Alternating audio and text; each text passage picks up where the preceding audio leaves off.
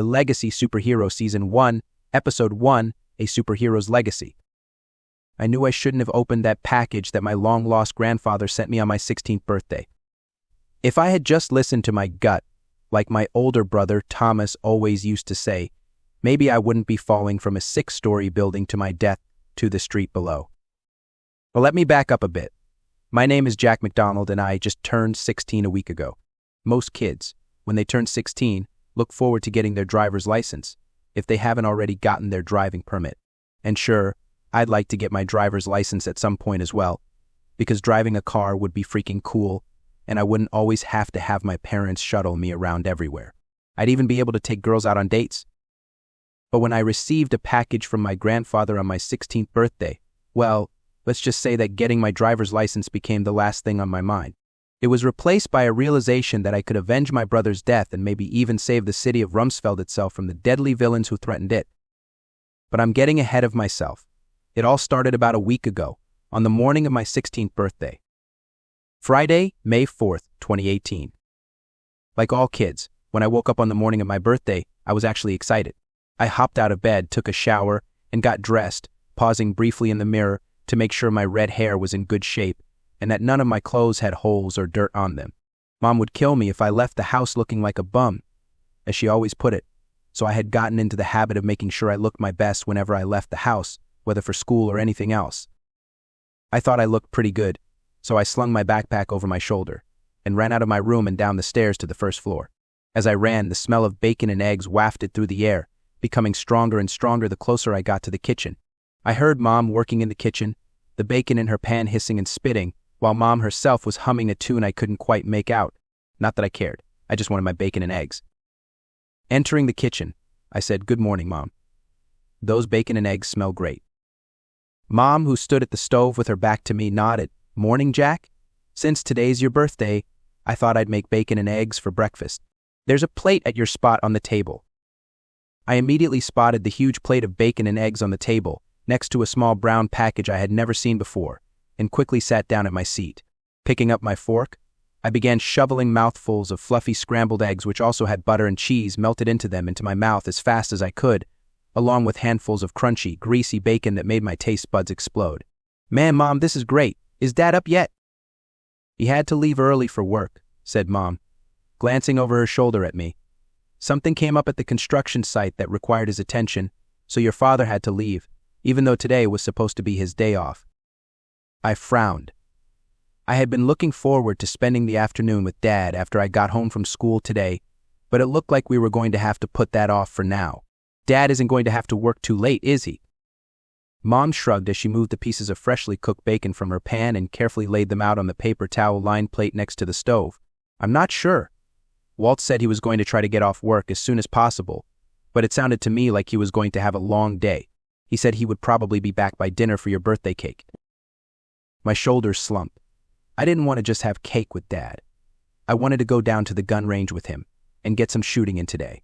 I wasn't old enough to legally carry a gun yet, but Dad had already taught me how to shoot and handle a gun, and he had promised me we could do that this afternoon after I got off school. Well, okay. I hope he can get off early anyway. "Me too, Jack, me too," said Mom. "Oh, and a package arrived for you earlier." "A package?" I said. "For me?"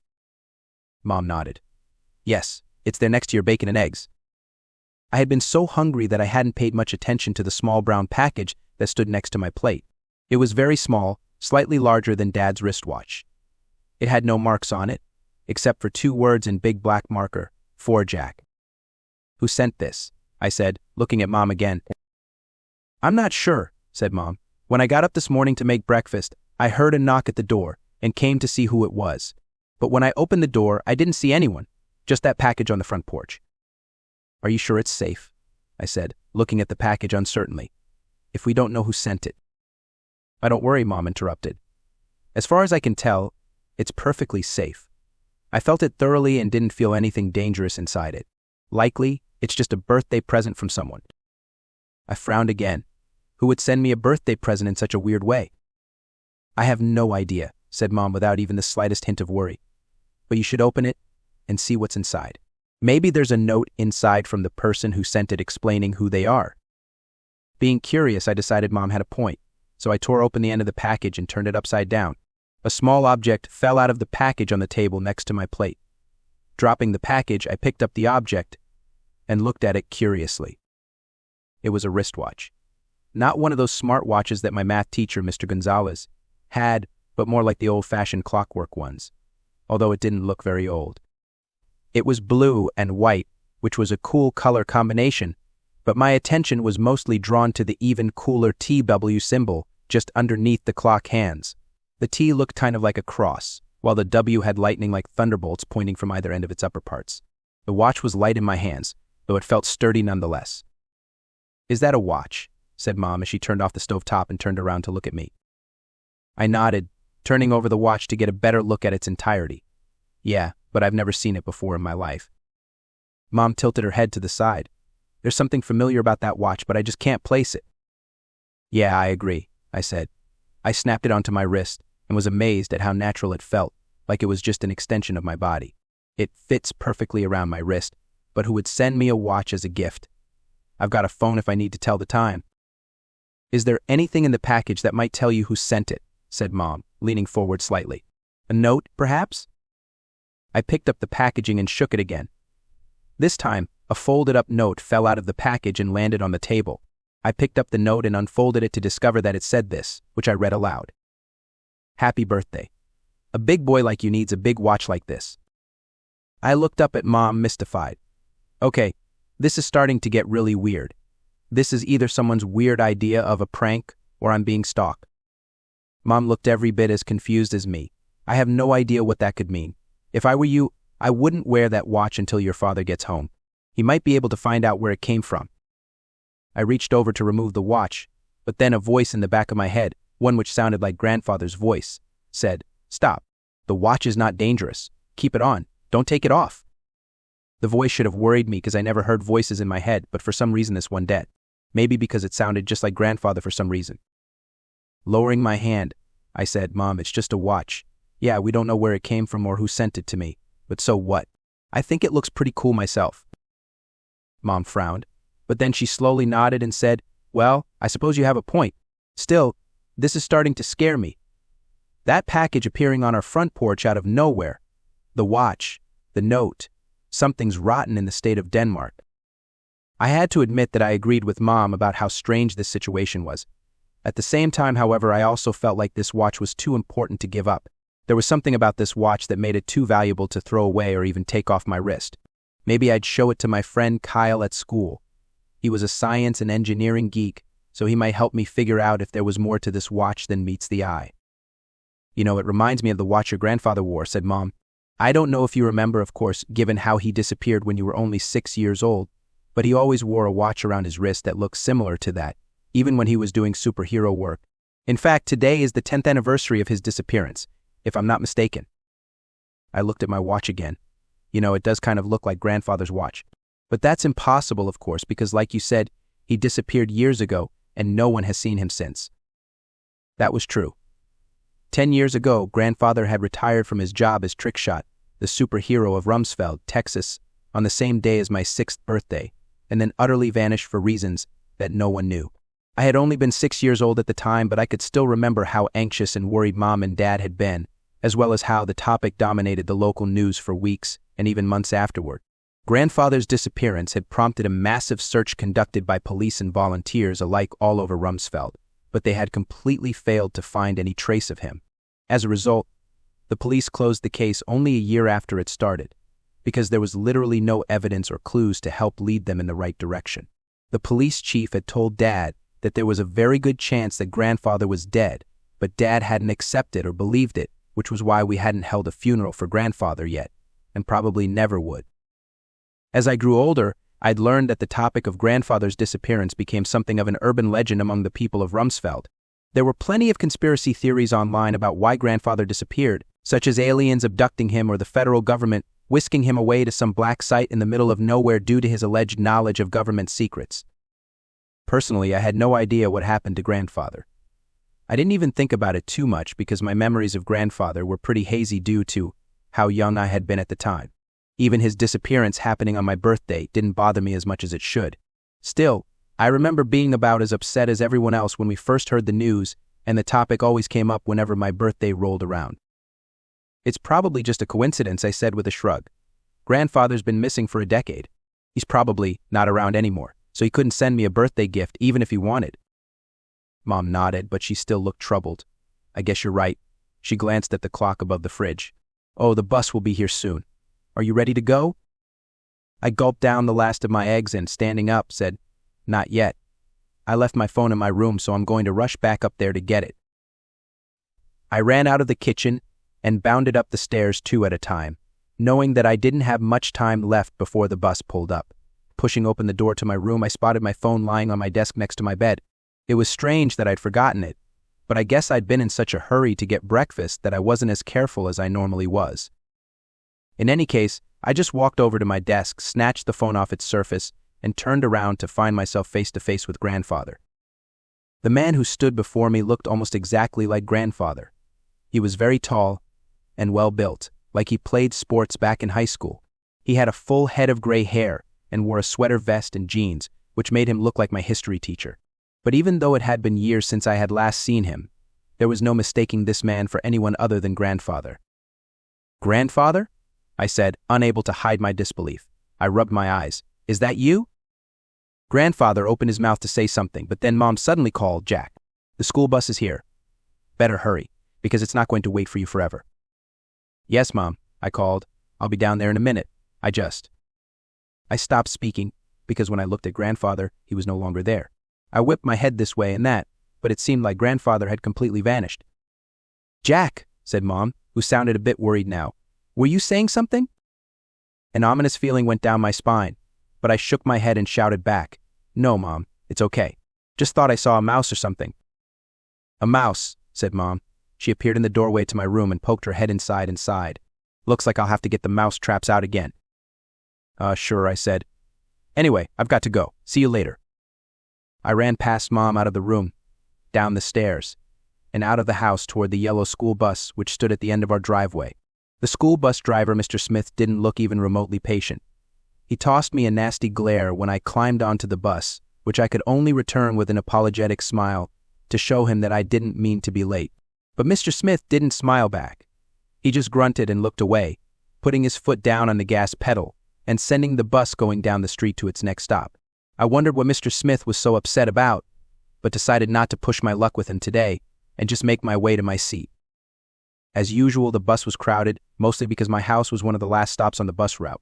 All of the students were sitting in their seats, with girls chatting with each other, boys talking about last night's baseball game, and everyone loud and noisy, and not helped by the students who were watching videos on their phones or listening to music. I didn't mind it, though I did have a hard time finding a place to sit, because one of the hazards of being one of the last stops was that it was hard for me to get a good seat. Usually, I had to get one of the seats in the back, though a few times I had to stand and hold on to whatever I could due to how crowded the bus could get at times. Luckily, this time I spotted an open seat near the middle of the bus, where a familiar face was sitting with his face practically glued to his phone. "Kyle," I said as I fell into the seat next to him. "What's up, man?" Kyle, who was my best friend in the school, nearly jumped when I sat down next to him and looked at me in surprise. "Jack, you nearly scared the daylights out of me. Almost made me drop my phone." "Sorry," I said, resting my backpack in my lap for safekeeping. "I forgot how focused you can get. I wish I could get that focus sometimes, honestly. It would make doing my homework a ton easier." "Only if people respect your focus," said Kyle, rolling his eyes behind his thick glasses. "My younger sister always pesters me to play with her every time I sit down to do my homework at home. And, in case you hadn't noticed, I'm not a big fan of dollhouses and tea parties." I chuckled at that. While Kyle was not much of a jock, I knew that he didn't care much for girly things. He liked science, specifically medical science, and planned to go to medical school when he graduated high school. Me, I was probably going to go into construction like Dad, though I hadn't decided yet. Then Kyle's eyes darted to the watch on my wrist and he frowned. "Where did you get that watch? I've never seen you wear it before." "This?" I said, holding up my wrist so Kyle could see it better. "This is a birthday present that I got today. It's pretty cool, isn't it?" "Today's your birthday," said Kyle. He slapped himself in the forehead. "Ah, man. I forgot that your birthday is today and didn't get you any gifts. Sorry, dude." "Nah, it's fine," I said with a shrug. "I don't care if I get a lot of presents or not anymore. I'm not a kid anymore, after all." But presents are what make birthdays so great, said Kyle. He sighed and sat back in his seat. On the other hand, this means I don't have to feel guilty about not getting you anything. Still, I feel like I got to do something for you, so I'll pay for your lunch at school today. How does that sound? Sounds great, I said, nodding.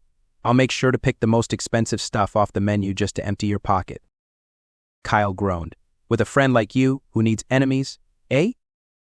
I chuckled at that. Kyle and I had known each other since we were kids, so we joked around with each other a lot. Our sense of humor wasn't exactly the same, his was drier than mine, but we still got along pretty well nonetheless. Then Kyle leaned toward me and said, in a low whisper, "Hey Jack, did you hear what happened to Robbie Mattis?" Robbie Mattis? I repeated. Isn't he the quarterback on the football team? Linebacker, Kyle corrected. But it doesn't matter. There's a rumor going around that he got arrested last night. Arrested? I said, sitting up straighter. Why? Wait, let me guess. Drunk driving, right? I know he's been drinking despite not being old enough yet, but... Worse than that, said Kyle. No confirmation yet, but all of the rumors say that Robbie was caught buying the power drug illegally. Supposedly, he met with the dealer in the park last night but got jumped by the police. The dealer got away, but Robbie got arrested and is currently sitting in jail. My eyes widened. No way. Granted, I don't know Robbie very well, but he always seemed like a cool guy to me. Are you sure he was even arrested? Maybe he got sick and had to stay home from school today or something? Look around, said Kyle. Do you see Robbie anywhere on the bus? I haven't, and my house is one of the bus first stops, so I get to see everyone who gets on board. And we didn't stop by Robbie's house, not even for a little while. I looked around and found out that Kyle had a point. I didn't see Robbie anywhere on the bus. He wasn't even sitting with his fellow football teammates up front. I saw Ryan Bond, the star quarterback of the Rumsfeld Robbers and all-around popular guy, laughing and joking with a couple of other players, while his girlfriend Steph leaned against him like he was a magnet. But Robbie himself was nowhere to be seen, though there was an empty seat next to George Garcia, where Robbie usually sat. I looked at Kyle again. Okay, but that still seems crazy to me. Just because Robbie isn't on the bus doesn't mean he was arrested. My cousin works in the city's police department, said Kyle. He told me this morning that a guy who looked like Robbie was brought in late last night, though he wasn't able to confirm his identity. It fits with the rumors, though. I bit my lower lip and looked back over at Robbie's empty seat near the front of the bus. A part of me still hoped that Robbie might have been absent for reasons that weren't as bad as the rumors suggested, but in the pit of my stomach, I knew that they were probably right, because Robbie wasn't the first student in the area to get arrested for buying such a dangerous drug, and he probably wouldn't be the last. You see, power was an illegal drug that, when injected into a person, gave the user a superpower, such as flight, super strength, X-ray vision, etc. It was a knockoff version of superpower, a drug that the government injected into people who passed the superhero exam and got their superhero licenses, which also gave the person injected with the stuff powers. But while superpower was generally safe to use and was strictly regulated, power was not. If you injected yourself with power, you ran the risk of not having complete control over your power. So while you might gain the ability to conjure fire, your body might not have the ability to withstand the heat generated from said fire, meaning you might die the second you use your new power. As a result, power was completely illegal with extremely harsh penalties for anyone caught dealing or using it. Even so, there was definitely a black market for it, like with any illegal drug, and the problem was growing bigger by the year, from what I'd heard on the news.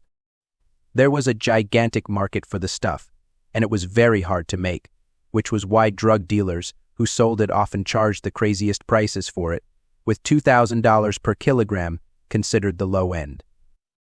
Me, I'd never used the drug myself and had no intention of doing so, but I knew that there were plenty of kids my age who did. This was because it was supposedly an easier way to get superpowers than going through the superhero exam, which had a 90% failure rate. Lots of guys and girls my age wanted to be superheroes, and this seemed like an easy way for most of them to do it, but I didn't want anything to do with the stuff myself. It was far too dangerous, and I hated seeing anyone who used it for any reason. I can't believe it, I said, and Robbie's friends don't even seem concerned about him. What do you expect from a bunch of dumb jocks? Said Kyle with a snort. He pushed his glasses up the bridge of his nose. But I can't say I'm surprised Robbie would try this. He's exactly the sort of person who would try to buy a drug as dangerous as that. Like all power users, he probably thought it would be a quick and easy shortcut to popularity. Popularity he didn't even want to work for. Disgusting, isn't it? Not all power users are like that, though, I said. Some use it because they feel like they have no other choice. Yeah, sure, said Kyle, rolling his eyes. We all know what power users are like, Jack. My cousin has arrested enough of them to get a pretty good idea of what they're like. They're criminals, every last one of them, and I, for one, am glad that they're rotting away in prison where they deserve to. Shut up, I said in a low voice. Kyle paused and looked at me in surprise. What did you say? I said, shut up, I said. You don't know what you're talking about. What do you mean? Said Kyle. Sure, I'm no expert on power users, but I've seen enough to. My brother, I said, interrupting Kyle again. Thomas. All of a sudden, the blood drained from Kyle's face. Oh, right, your older brother. I forgot. I didn't mean to imply that he. No, it's fine, I said. I know you didn't mean to offend me. I don't even disagree with you necessarily. I'm just bringing up my brother because, well, you know. Yeah, I do, said Kyle, nodding rapidly. I'm so sorry. I think I'll just shut up now and get back to reading my ebook until we get to school. Kyle immediately buried his face in his phone again. I didn't mind that, necessarily, because the last thing I needed was hearing Kyle's one-sided opinion on power users which, while not entirely wrong, didn't exactly have the whole truth behind it. It didn't include my older brother Thomas, for example, who died from a power overdose last year. Thomas hadn't been a crook or a criminal. He'd just been an ordinary guy trying to do the right thing until he got fired from his job, got divorced from his wife, and ended up losing his home and kids to her. Even though my parents and I tried to support him, Thomas became desperate and went to a local drug dealer who worked for the Injector drug cartel for power because he thought it might give him a power he could use to ace the superhero exam and make some money. But it hadn't worked out that way. When Thomas injected power into his bloodstream, his skin melted off his body and he died within seconds. We're still not sure what superpower he got, but whatever it was, it killed him, though none of us saw him die. Not that I was complaining, however, because just the mental image of Thomas' skin melting off his bones was enough to give me nightmares for weeks afterward. That had been over a year ago now. Like grandfather's disappearance, Thomas' death didn't hurt as much as it used to, but it was still a sensitive subject for me.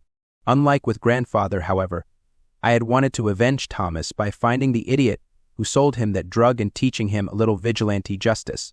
Sadly, my parents didn't let me go out in the streets with my baseball bat to find the guy who sold Thomas that drug, and the police weren't successful in arresting the dealer, either. Nowadays, I accepted that Thomas was gone and that there was nothing I could do to avenge him. Even so, every now and then I still felt a strong desire to find that monster who sold him the drug and take him out myself. But that would never happen. The best I could hope for was becoming a cop when I graduated from high school, which was a career path I'd seriously considered, but I wasn't sure I would actually do it. Of course, I could always try to pass the superhero exam and become an officially licensed superhero working for the government. But like I said, the failure rate for the exam was 90%, and I definitely didn't think I would be part of the 10% who did pass. I would just have to live with the knowledge that I would never avenge my brother's death, and learn how to deal with it. The school bus came to an abrupt stop, so abrupt that I was nearly thrown out of my seat, while Kyle accidentally dropped his phone, which fell on the floor and slid underneath the seat in front of us out of his reach. What was that? I said, looking at Kyle. Kyle, who was bent over trying to reach under the seats in front of us for his phone, said, I don't know.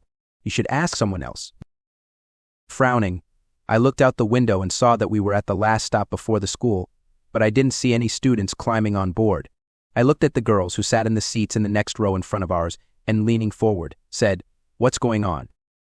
I don't know, said one of the girls, a black girl with pigtails. Heard that there's someone in the road, but I'm not sure. I was about to get up and go look for myself when a man with a gun stepped onto the bus and opened fire. Everyone screamed, including myself, but then the gunman fired the gun into the ceiling again and everyone went quiet. Kyle was literally trembling right next to me, keeping his head down and his hands on his head. Even though I felt the same fear Kyle did, I couldn't help but peer around the seats in front of me to get a better look at the gunman.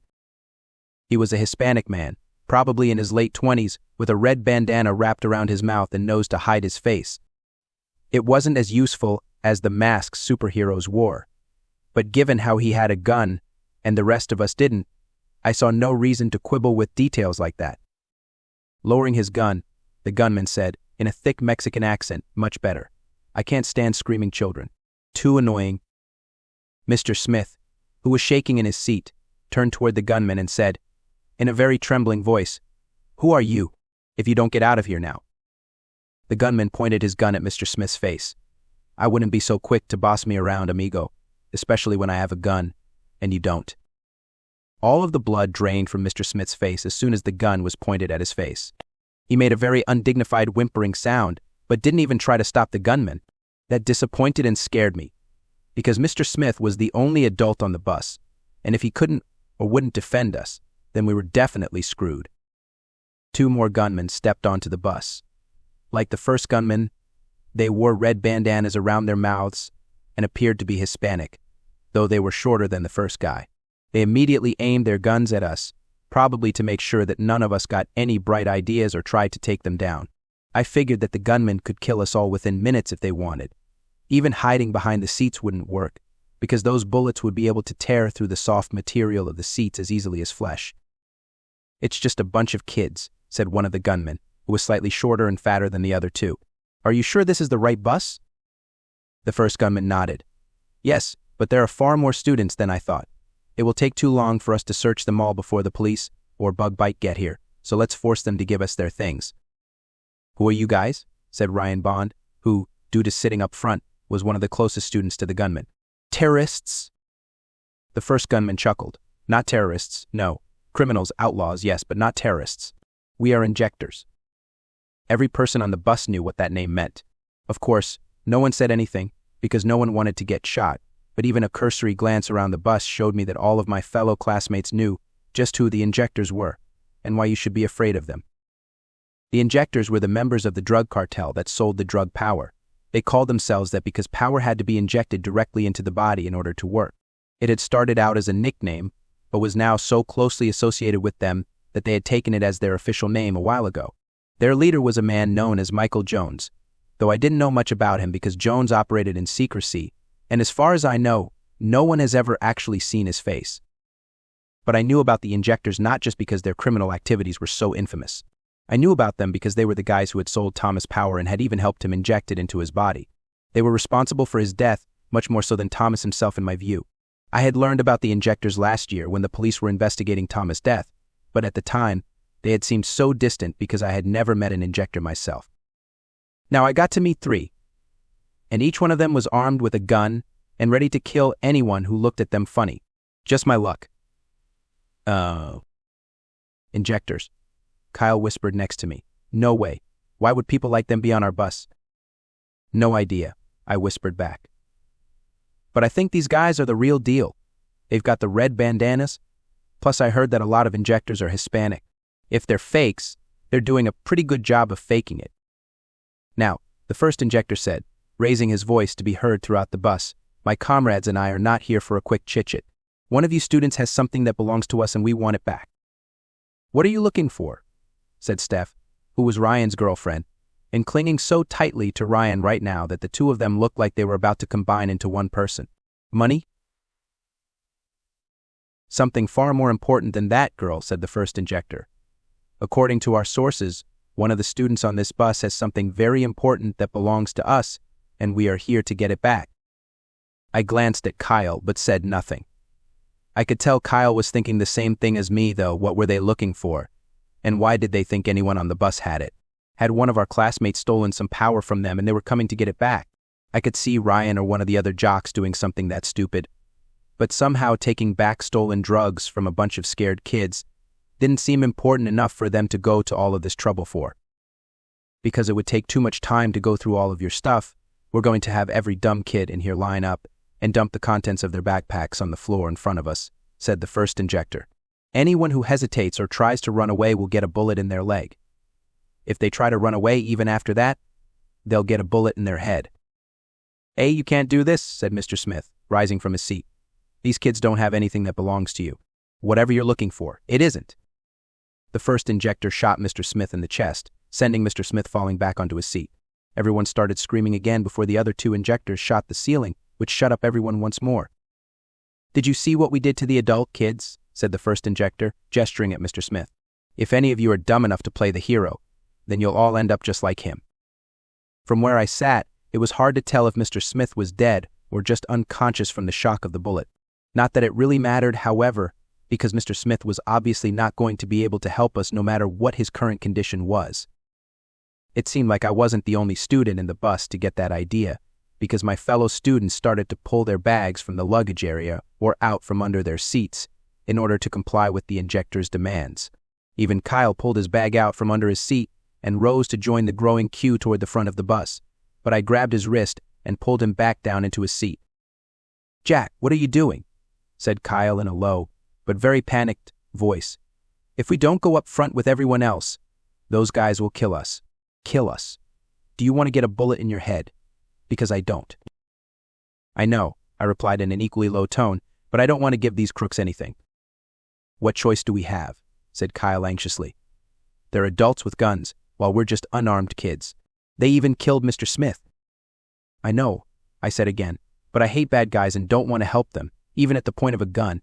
I'm going to call the police." "Call the police?" said Kyle. "But what if they hear you?" "That's why I'm going to get out of the bus," I said, gesturing toward the back of the bus. "The bus has an emergency exit, so I'm going to sneak out through that way and contact the police outside of the bus. Then I'll climb back in and rejoin the line. Since we're so close to the back of the bus, I doubt they'll notice a thing." "Jack." "That's crazy," said Kyle. "If they notice you, what if they decide to shoot you? You could die." "It's worth risking my life for," I said. I patted Kyle on the shoulder. "Here, take my backpack just in case I don't make it back." I thrust my backpack into Kyle's arms, and rising from my seat, made my way to the very back of the bus, doubled over the entire time in order to make sure that the Injectors didn't see me. None of the other students going toward the front of the bus seemed to notice me. They were too busy grabbing their backpacks and forming a line to the Injectors to care about or notice me. That was good, because the last thing I needed was my classmates bringing attention to me, attention which would just result in me getting shot. When I reached the back of the bus, I glanced over my shoulder just to make sure that no one had noticed me. Everyone was still going up front, paying no attention to me whatsoever. I could see that the first students were already starting to empty their backpacks in front of the Injectors, however, which meant that I didn't have a whole lot of time before the end of the line reached the front. Turning my attention back to the door, I pressed against the exit bar as gently but firmly as I could. The back door slowly started to open, but I didn't dare increase pressure too quickly, because I didn't want to make loud noise that would attract the attention of the Injectors. I needed to open it just enough for me to slip through. Luckily, I wasn't a very fat person, so I didn't need to open it very much in order to exit. "Hey, what are you doing?" someone behind me said in a voice that was shockingly loud. I jumped and looked over my shoulder to see one of the students looking at me in confusion. It was Billy Haas, a kid who shared my English class but wasn't the brightest bulb in the shed. I hadn't even noticed him in the back of the bus, but he was at the very back of the line and seemed to have just noticed me himself. He stared at me with his large, dull eyes like we weren't currently being held hostage by a bunch of violent criminals. "Billy, shh," I said, holding a finger to my lips. "I'm going to get help." "You're going to get help," Billy repeated in a voice that was definitely loud enough to be heard from all over the bus. "Really? Can I come with you?" "Hey, what's going on back there?" said the first Injector from the front of the bus. "Everyone needs to be lined up or else." "Rodriguez, I think one of the brats is trying to escape through the back of the bus," said another Injector. I didn't even wait to see what they would do. I just shoved the back door open without hesitation and fell out of the bus, landing on the pavement on my hands and knees. But I quickly scrambled back to my feet and ran like hell toward the nearest house. I heard the Injectors shouting at me to get back, but I didn't even stop. I just grabbed the top of the fence lining the house and launched myself over the top at the same time I heard gunshots go off. I landed hard on the soft green grass, nearly knocking the wind out of my lungs, but again, forced myself to get to my feet and run toward a small building that looked like a tool shed. I yanked open the door and then slammed it shut behind me as soon as I entered the building. I groped in the dark for a few frantic seconds until I found a rake, which I stuck through the door's interior handle. It was a terrible lock, but hopefully it would keep the Injectors distracted long enough for the police to arrive. Speaking of the police, I needed to call them. I put my hand into my pocket, intending to grab my phone, but my pocket was empty. I checked all of my jean pockets, but I didn't have my phone on me anywhere. What the hell? I thought I'd made sure to grab it before I left the house earlier. Did I accidentally drop it? Probably when I fell out of the bus, or maybe it fell out of my pocket even earlier than that when I left my seat to sneak away. Either way, I was completely screwed. Without my phone, I couldn't call the police. And now I had trapped myself in a tiny shed, with no escape route save for the front door, which would probably soon be kicked in by the Injectors, who would then gun me down right where I stood. By the time they were done with me, I'd probably just look like meat paste. Worst 16th birthday ever. Suddenly, I heard banging on the door, followed by the distinct voice of Rodriguez shouting, "Come out, brat. And don't try to be a hero. We know you're alone in there. We have you completely surrounded. If you don't come out in 10 seconds, we'll start shooting and that shed doesn't look bulletproof." I backed away from the door until I hit a lawn mower. I looked desperately around the shed for anywhere I could hide, but there was nowhere to hide in such a small space. If I surrendered, they'd definitely kill me, despite what they said. My only other option at this point was to pick up a shovel or an axe and try to use it as a weapon. If I was lucky, I could get them by surprise and maybe take out one of those guys before they realized what happened. At the very least, I might be able to poke out an eye, which was better than nothing, I guess. But this was a terrible way to go. I didn't even get a chance to say goodbye to my parents. Then again, Thomas didn't get a chance to say goodbye, nor did grandfather. I guess it was just a very depressing family tradition at this point. Before I could grab a gardening tool I could use for my last stand, my eyes darted to the face of my watch. In all of the confusion, I had forgotten about the mysterious watch I got as a birthday present this morning. The face was backlit, allowing me to see that it was exactly 7:21 a.m., with 30 seconds left before the next minute. Something about the watch was comforting, like I was looking at an old friend who I hadn't spoken to in a long time. "Press the button, kid," said that voice in my head again, the one that sounded just like grandfather. "It's your only chance to get out of this mess alive. Better make it count." Like my hand was guided by something else, I pressed a button on the side of the watch, and the face flipped up, revealing another button, this one bright red, set directly in the center of the watch itself. It was labeled simply Transformation. It probably wasn't smart to listen to the voices in my head, but at this point I had no choice. If I was going to die, I might as well listen to that voice. Without hesitation, I pressed the red button in the middle of the watch. The end of The Legacy Superhero Season 1, Episode 1, A Superhero's Legacy. The Legacy Superhero Season 1, Episode 2, Power in the Wrong Hands. As soon as I pressed the red button, bright blue energy immediately flowed out of the watch down my arm onto my body. It felt really strange, like being soaked with water, but I didn't get wet. The energy covered my entire body, except for my mouth and eyes. I looked down at my body, which was now covered from head to toe in this weird blue energy, and then the energy flashed so brightly that I had to close my eyes to avoid going blind. But the flash soon faded away, and I opened my eyes to get a better look at my clothing. I was shocked by what I saw. My body was glowing. No, not my body, but the red and blue bodysuit which now covered my body.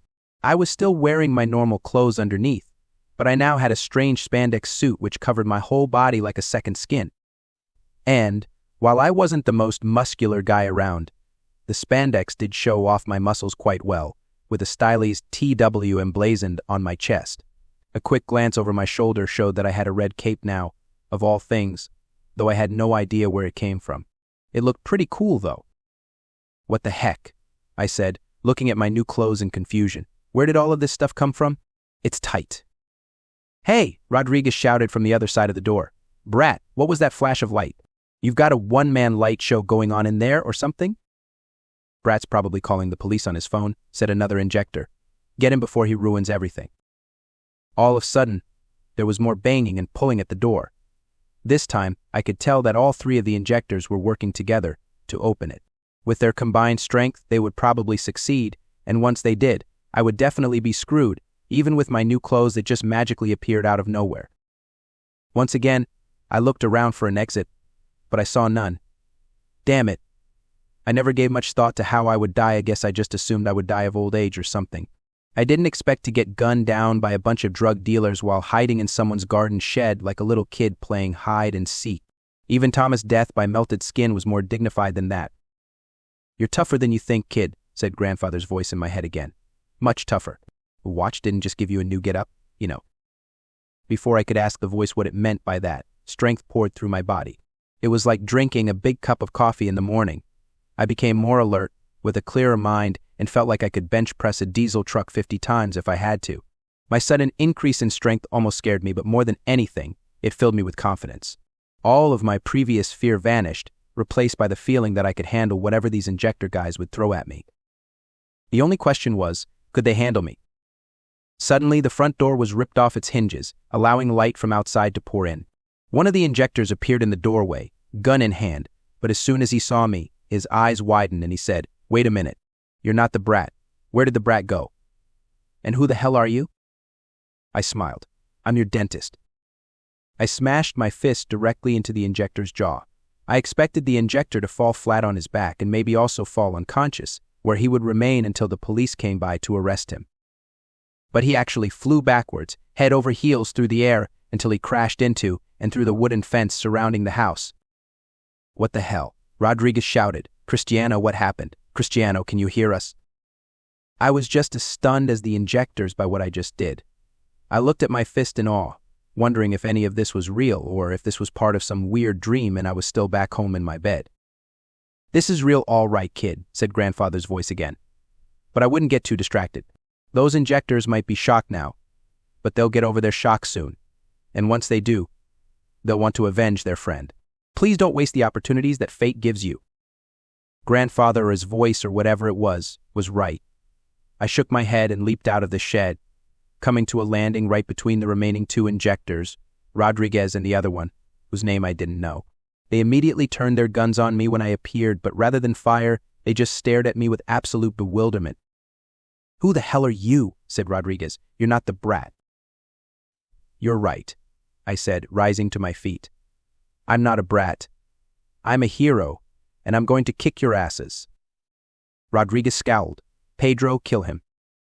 Pedro, who must have been the other Injector, raised his gun, but I whirled around, kicking the gun out of his hand and sending it flying to the other side of the yard, where it landed safely out of reach.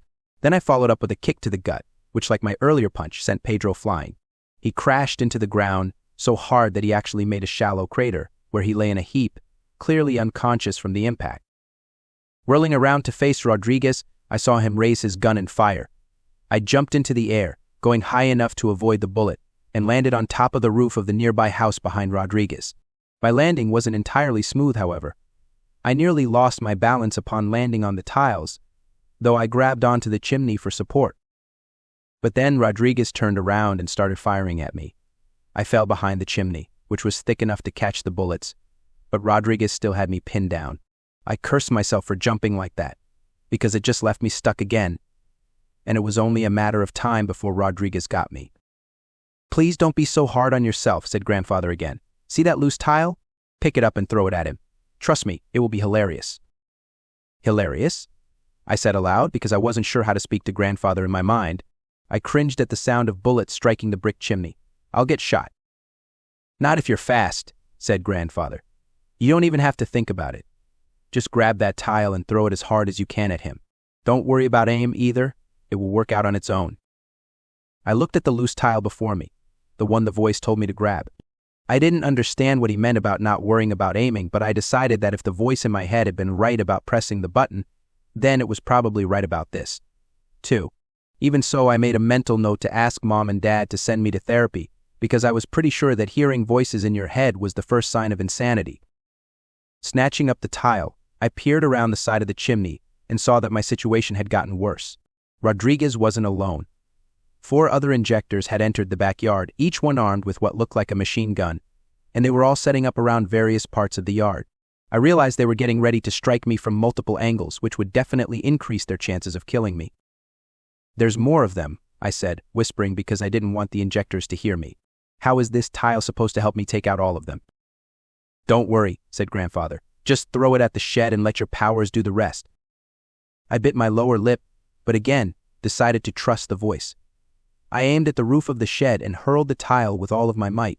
As the tile left my hands, however, I thought I felt some of my energy pass into it, though I didn't quite understand what that meant. I just knew that the tile flew straight and true toward the roof of the shed, like a drone. The tile struck the roof, but rather than harmlessly bounce off, it ricocheted. It hit the top branches of a nearby tree, bounced off the side of the house, and flew straight toward one of the Injectors, who had just enough time to glance in its general direction before the tile struck him in the forehead and knocked him flat off his feet. But the tile wasn't done yet. It flew toward another Injector, who raised his machine gun to fire on it, but the tile flew over his gun's barrel and struck him directly in the nose. He collapsed onto the ground in an embarrassing heap, while the other 2 new Injectors turned to see what had happened to their friend. only for the tile to bounce between both of their faces and knock both of them out cold. That left Rodriguez, who had just enough time to look at his fallen comrades before the tile flew toward him. Unfortunately, the tile didn't hit him, because Rodriguez ducked at the last second, allowing the renegade roof tile to fly harmlessly over his head. "What in the hell was that?" said Rodriguez. He looked up at me and scowled. Did you throw the tile? If so, it didn't work. I'm still standing, even if you took out all of my other comrades." I smiled. "Don't count your eggs before they hatch." Rodriguez tilted his head to the side, like he didn't understand what I meant, but then the tile hit the shed door behind him and bounced off it. It hit him in the back of the head so hard that Rodriguez fell face first onto the ground, where he lay as still as a stone. I just stared at the scene below me uncomprehendingly. 7 Injectors, the toughest of the tough, some of the most dangerous and murderous criminals alive, lay scattered around the backyard in various states of unconsciousness. The roof tile I had thrown now lay on the ground next to Rodriguez. It looked pretty harmless at the moment, but I now knew that roof tiles could be dangerous weapons in the right hands. Or at least in my hands anyway. Speaking of my hands, how did I even do that? I could barely even bounce a ball off a wall, yet I had made that square tile bounce all over the backyard like everything was made of rubber. Even stranger, the tile itself looked okay, not even cracked from bouncing off of so many hard surfaces. "Good job, kid," said Grandfather again. "For a newbie, you sure got the hang of that quick. You're almost a natural, though you still have a long way to go before you'll have complete control over it." "Are you real?" I said aloud. "Are you really Grandfather? Or am I just going insane?" Grandfather chuckled. "Could be both. The McDonald family line is known for going crazy at 16. It's a family tradition, mostly because it's genetic and crops up every now and then like bad acne. Speaking of acne, you've got too much of it." "You can't really be Grandfather," I said, "because Grandfather would never give me skincare advice." "It's just a joke, son," said Grandfather. "Kids these days are so high-strung, I swear. But never mind that. I think you should get back down to the yard and ditch the costume." "Why?" I said, looking down at the costume I wore. "It's kind of tight, but it also looks kind of cool." "Because the police are going to be here soon, and the last thing they need to see is you in costume," said Grandfather. "They'd ask too many questions you don't have the answer to right now. Best to play the part of the scared teenager who has no idea how these guys got defeated." I frowned. "If I do that, will you explain who you really are and what this costume is?" I already had my suspicions, but I didn't want to say them aloud just yet in case they were wrong. "Sure," said Grandfather. "It will be my birthday present to you. Only I won't be able to wrap it up in a box and put a bow on top. You won't mind, though, will you?" Either Grandfather had more of a sense of humor than I remembered, or this guy actually wasn't Grandfather at all. Regardless, he had a point about getting rid of my costume. The last thing I needed was to explain my getup, mostly because I couldn't even explain it myself right now. So I jumped off of the roof and, landing on the ground, was about to make my way over to the shed when I heard a ringing noise coming from somewhere. It sounded like someone's ringtone, but when I looked around, I could not see where it might be coming from. Soon, however, I noticed it was coming from Rodriguez's pocket. It must have been his cell phone ringing, but I had no idea who could be calling him. Probably one of his fellow Injectors, perhaps checking to find out the current status of their mission. Or maybe it was his boss, Michael Jones, calling for the same reason. It made sense. My own research of the Injectors indicated that Jones worked closely even with the lowest members of the organization. If I answered the call, I might be able to find out why the Injectors attacked the bus in the first place, and maybe even find Jones himself. I walked over to Rodriguez's unconscious body and fished his smartphone out of his back right pocket. As I suspected, the number on the screen was listed as boss, so I swiped right to answer and held the phone to my ear. "Hello?" "Rodriguez?" said a deep, calm voice on the other end, which I assumed was Jones. "I have not heard from you since you left headquarters this morning. How is the mission going?" I could not help but crack a smile and look down at Rodriguez, who still lay very unconscious at my feet.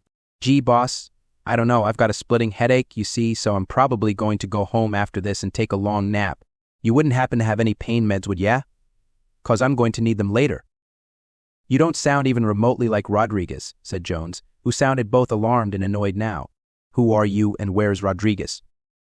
"To answer your second question, Rodriguez is currently indisposed," I said, glancing around the backyard, as are the 6 other guys who helped him. "As for who I am..." My voice trailed off. I knew I couldn't just give him my actual name, but at the same time, I didn't know what else to tell him. Clearly, I was now a superhero of some sort, but at this point I didn't know what my superhero name was. I was pretty terrible at improv, so I didn't trust myself to come up with a cool name on the spot. But when I looked at the TW insignia on my chest, I suddenly knew, without even thinking about it, what name to give Jones. My smile never leaving my lips, I said, "I'm Trickshot, and I'm going to take down your entire operation piece by piece." Before Jones could respond, I dropped the phone onto the ground and smashed it under my heel. "What was that?" said Grandfather, who sounded genuinely bewildered by my actions. I smiled. "A declaration of war. What else?"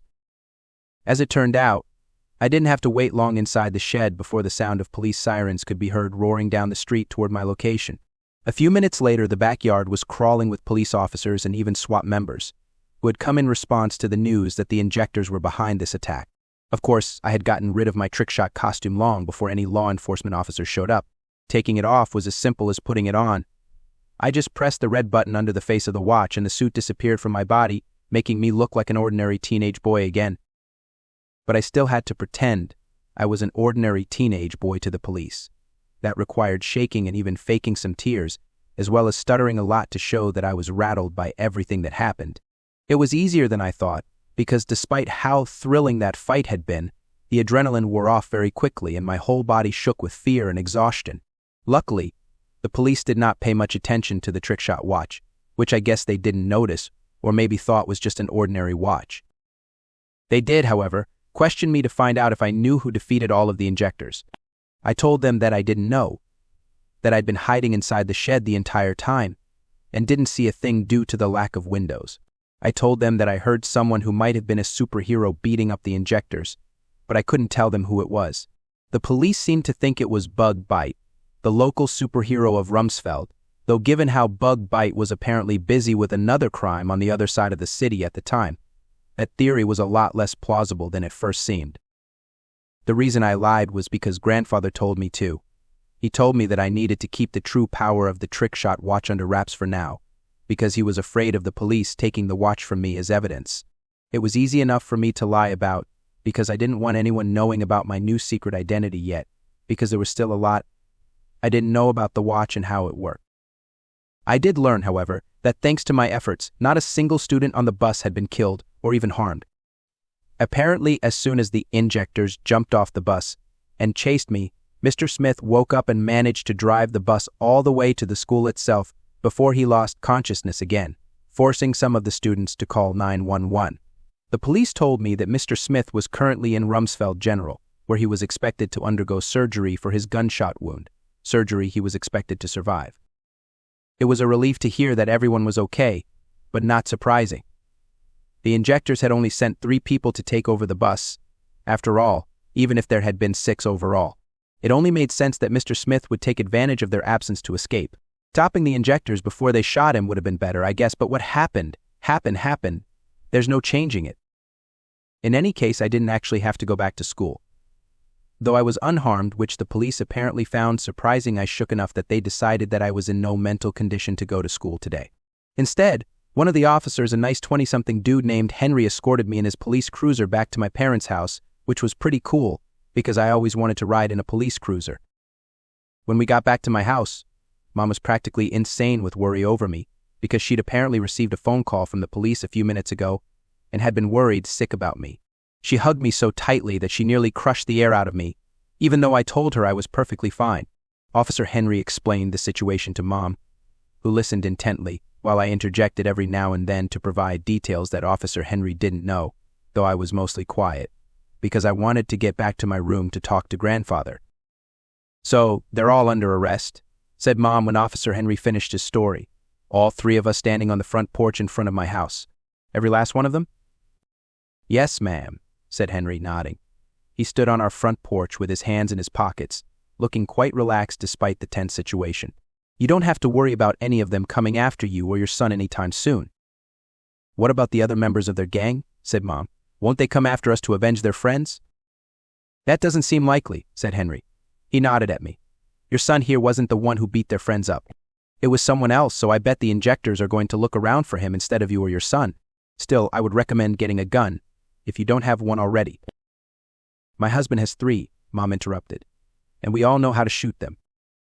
"Good," said Henry, who looked slightly taken aback by Mom's promptness. In any case, just take basic safety precautions and you should be fine.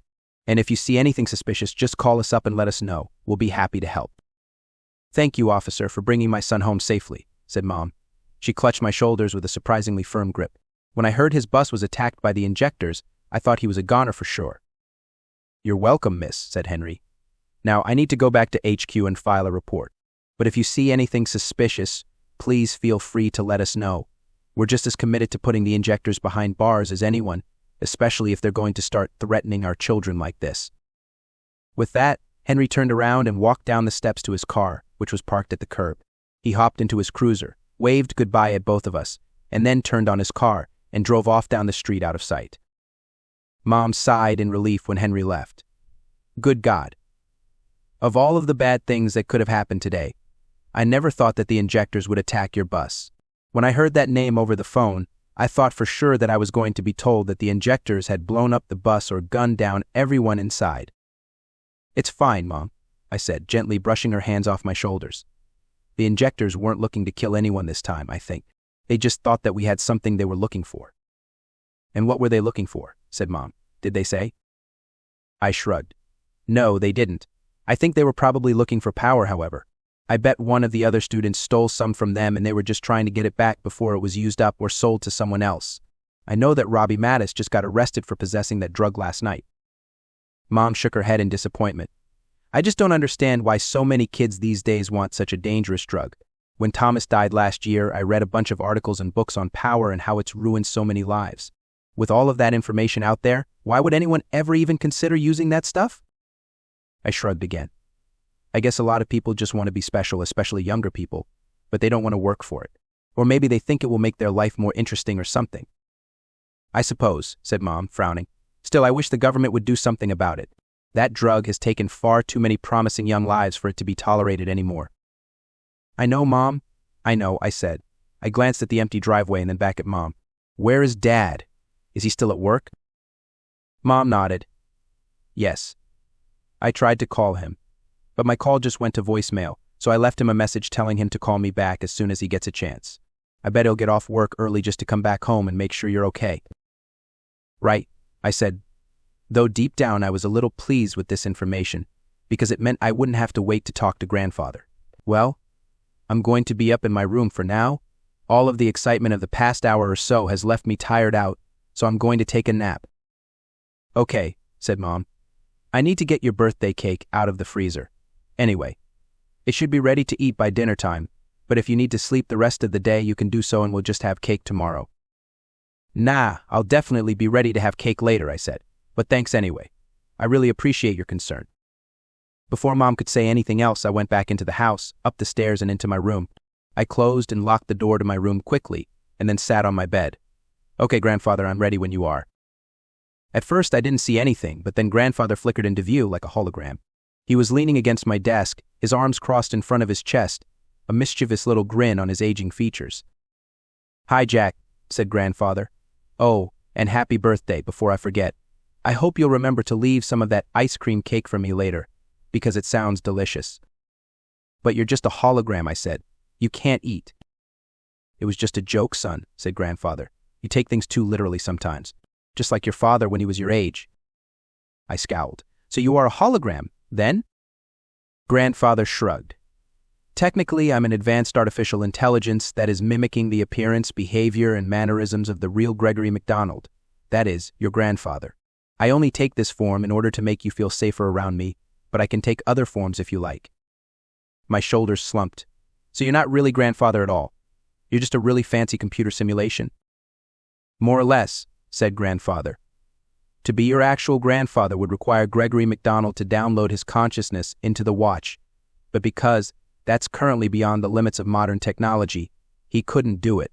So he made me instead his personal AI assistant who exists to serve him and any other users of the Trickshot watch." I frowned. "You're awfully intelligent for an AI." "Because I'm not made entirely of human technology," said Grandfather. He waved his hand. "But I will get into that later. For now, I assume you wish to know about the status of your actual grandfather." I nodded. "Yeah, but first, can you give me your real name? I don't want to keep calling you Grandfather if that's not what you actually are." "Very well," said Grandfather. He put a hand on his chest. You can call me TW? TW, I said. For Trickshot watch. Yes, said TW. Technically, I don't have a proper name. TW's just what your grandfather always called me. I'm used to it, so I don't mind being called that name. I see, I said. Okay, TW, let's get to the most important question. Is grandfather still alive? TW nodded. He is. I breathed a sigh of relief. Whew. For a moment I was worried that you might say he was dead. But he's not free, said TW. Not anymore, anyway. What do you mean? I said. Is he in prison? Did the federal government really arrest him after all? TW shook his head. No, not the government. Another organization did, one that has nothing to do with the government. They are called Icon. Have you heard of them?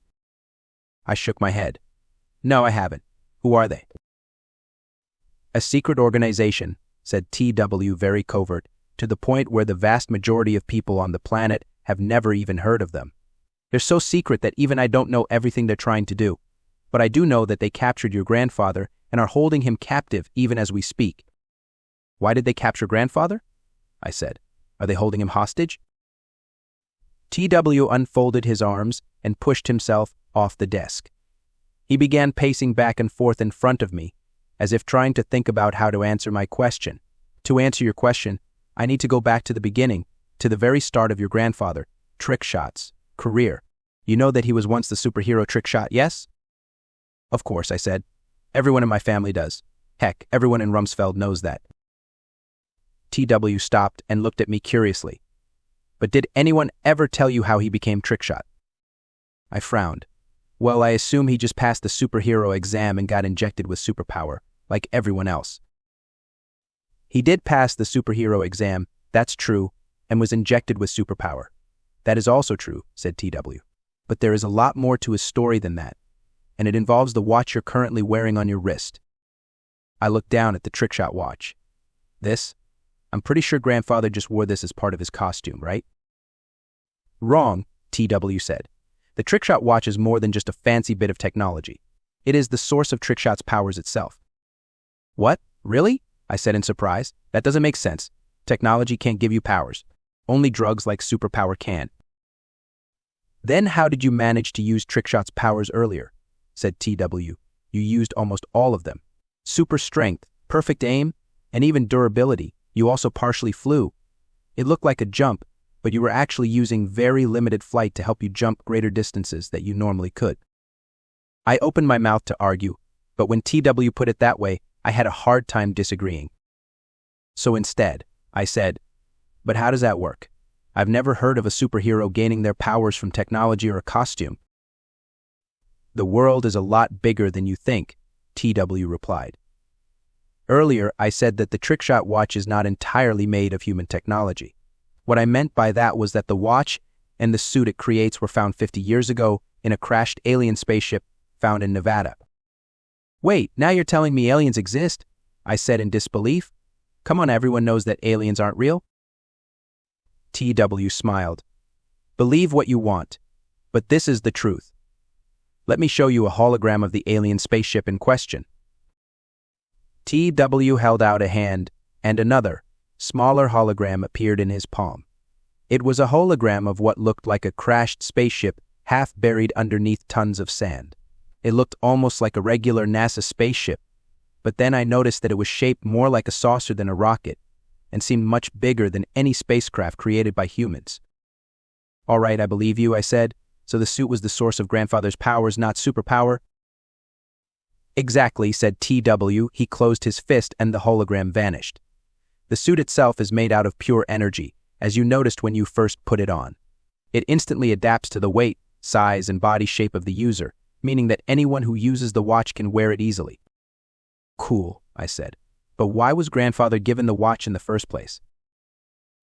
That, I do not know, said TW.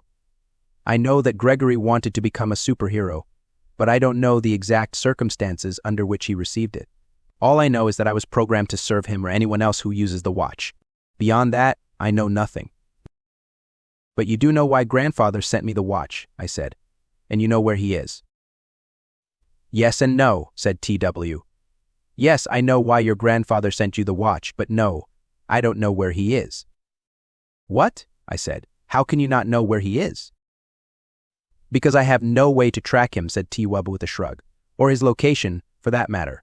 The watch does have limited tracking capabilities, but in order for me to track anyone, I need to be able to access any computers or devices they have on them. Gregory doesn't have any tech on him at the moment. As well, I believe that Icon is blocking my tracking tech, though I don't know for sure." I folded my arms across my chest. I had hoped that TW might help me find Grandfather when he told me he had belonged to him. But now, it was obvious that I would never find Grandfather, at least not anytime soon. "All right, tell me why Grandfather sent you to me." "He wanted you to protect Rumsfeld from a threat," said TW. I raised an eyebrow. "Could you be a bit more specific about what threat he's referring to? Because there are lots of things that threaten Rumsfeld. Drug dealers, crime, businesses closing down, all of these things are pretty threatening in their own right." TW shrugged again. "I don't know for sure what threat Gregory wanted you to defeat. I only know what he told me, and he didn't tell me much, because getting me out of the place where he is held captive required a lot of effort and secrecy on his part. I believe it had something to do with the Injectors, however." "Really?" I said. I leaned forward. "Can you elaborate on that?" "I seem to recall Gregory mentioning something about the Injectors posing a threat to Rumsfeld," said TW, "but I don't know for sure. All I know is that I was given the task of helping you to use your new powers to defend Rumsfeld." "But Rumsfeld already has a superhero," I said. "Doesn't Grandfather know that?" "I am not sure," said TW. "It doesn't seem likely to me that he does, given how long Gregory has been in captivity with little connection to the outside world.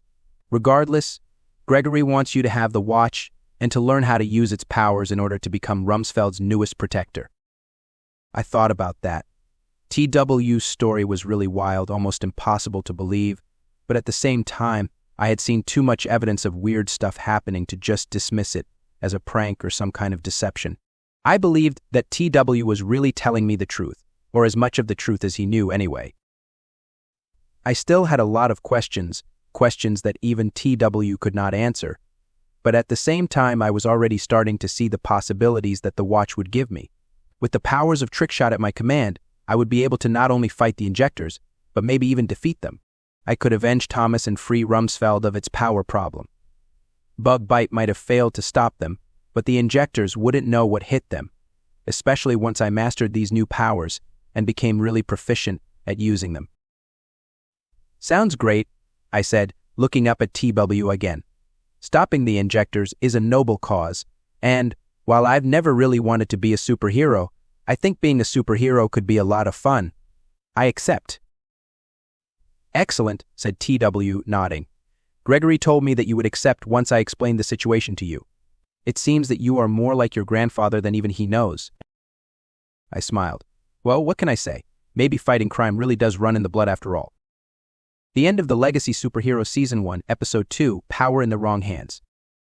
The Legacy Superhero Season 1, Episode 3, A Hero Emerges. After my conversation with TW, I took a long nap because I was still exhausted from my fight with the Injectors. But I didn't sleep nearly as well as I should have, because my mind was aflame with curiosity over the news and information TW had shared with me. First off, Grandfather was still alive. For 10 years, my parents and I had been wondering whether we would ever see him again. Now, I knew for a fact that he was still alive. I didn't know where he was or how well he was doing, but just knowing that he was somewhere in this world made me feel much better than I had in a long time. Now, I wondered who these icon people were. TW's explanation of them didn't help. Whoever they were and whatever they were trying to do, they probably weren't good people. I mean, they kidnapped Grandfather and held him prisoner for the last 10 years. That's not the behavior of good guys. It's the behavior of bad guys who are probably planning something evil. Still, there was nothing I could do about Icon or Grandfather at the moment. Wherever he was, Grandfather was probably going to be okay for now, because Grandfather was a tough guy who could take care of himself. Besides, it didn't sound like Icon was trying to kill or torture him, so I didn't have any reason to rush to his rescue right away. What I really needed to focus on was defeating the Injectors. With the powers of Trickshot under my belt, or rather on my wrist, I suddenly had the chance to do what I always dreamed of doing. There was still a lot I didn't know about my new powers and abilities, of course, But if my fight with the Injectors went as well as my fight with those Injectors in the backyard of that house, then pretty soon Rumsfeld wouldn't have an Injector problem anymore. Of course, there was still the problem of being an illegal superhero. I had never taken the superhero exam before, much less passed it. Using superpowers without a valid superhero license could get you arrested. In some states, you could even be executed for it. Granted, that was mostly because anyone using superpowers with a license likely got them from power, but somehow I doubted that the federal government would believe me if I told them that my powers came from my costume, rather than from an illegal injection of power. But I would worry about the details later. For now, I would use every opportunity I could find to practice and refine my skills. I doubted I would need to spend much time practicing, however. After all, I'd already defeated a whole team of Injectors on my own. With just a few more days of practice, I would probably be strong enough to take down the entire organization all by myself. How long I slept, I didn't know, but it must have been a few hours at least, because I didn't wake up right away even when I heard Mom knocking loudly on the door to my room. A quick glance at the watch showed me that yes, I had been asleep for a few hours. It was just after lunch, which explained why I felt so groggy. "Jack," Mom shouted, her voice jarringly loud despite being on the other side of the door. "Are you awake? There's someone who would like to meet you." I blinked several times and, yawning, raised my head and said, "Who is it?" "A detective from the police," said Mom. "She's really rather young for her job, but she's got the badge and everything. She wants to talk to you about your incident with the Injectors earlier, because she's filing a detailed report." I frowned. It seemed strange to me that the police would send a detective to interview me when I had already told them everything I knew, and it was even stranger that they would do it so soon after I got home. Maybe there was a detail or two they needed clarification on. In any case, I sat up and shouted, "Okay, Mom, I'll be right there. Just let me put my shoes on." I hopped off my bed and pulled on my shoes. As I tied the laces, I glanced at the Trickshot watch on my wrist. I had not taken it off when I took a nap earlier. It was so light that I couldn't even feel it, but for some reason I didn't think it would be wise to take my watch downstairs with me this time. So I removed the watch from my wrist and tossed it in the top drawer of my dresser, pulling one of my old plain t-shirts over it quickly to make sure it was hidden. Then I left the room and made my way downstairs to the kitchen, where I heard voices speaking. I recognized Mom's voice, as well as Dad's voice, but I didn't recognize the third voice, which sounded like a young 20-something woman. It must be the detective, though she sounded more like a college student than a detective. Entering the kitchen, I saw Mom and Dad sitting around the kitchen table. Mom, as usual, wore her favorite green dress, while Dad was still in his dirty construction jacket and jeans. Dad and I looked very similar to each other, the only difference being that I was taller and thinner than him. Dad's years of construction work had left him with hard, tan skin and a very stout body that was much stronger than it looked. His construction hat sat on the table in front of him, while he held a beer in his other hand that he had obviously just opened, based on how full it was. Sitting across from Mom and Dad was a young woman I had never seen before in my life. She was very short and petite, to the point where I would have mistaken her for one of my classmates if I didn't know that she was an adult. She wore a simple business suit that made her look very official, though it also looked awkward on her, as if she didn't usually wear suits. Her blonde hair was straight and clean, almost sparkling, it was so clean. Dad was the first one to notice me. His hard eyes glanced in my direction and he smiled, crinkling the skin around his eyes. "Hey, Jack, how are you feeling? I got back from work as fast as I could when I heard about those damned Injectors who tried to kill you." "I'm fine, Dad," I said, smiling back. "I didn't get hurt. Just really scared, but I'm going to be all right, I think." "I still can't believe that happened," said Dad, shaking his head. "Getting attacked by the Injectors of all people, boy. If I had been there, I would have sent every last one of those monsters to the hospital." I couldn't help but smile even more. Dad may not have been a superhero like Grandfather, but he had the strongest sense of justice of anyone I knew and was incredibly protective of Mom and me. It was nice to know that he managed to get off work to come back home and make sure I was okay. It made today seem better than it was. "If you're done bragging about how you would beat up a bunch of drug dealers with guns, then maybe you can introduce me to your son," said the young woman, leaning back in her chair and looking over at me. "Unless you just want to sit around and waste time talking, that is." Maybe it wasn't entirely fair, but I immediately disliked this lady. Based on the way Mom and Dad looked at each other, I could tell that they didn't like her any more than I did. But I didn't say that aloud. I just waved at her and said, in a polite voice, "I can introduce myself. I'm Jack McDonald. You are?" "Detective Christina Madison," said the woman. She pulled out a police badge and flashed it at me.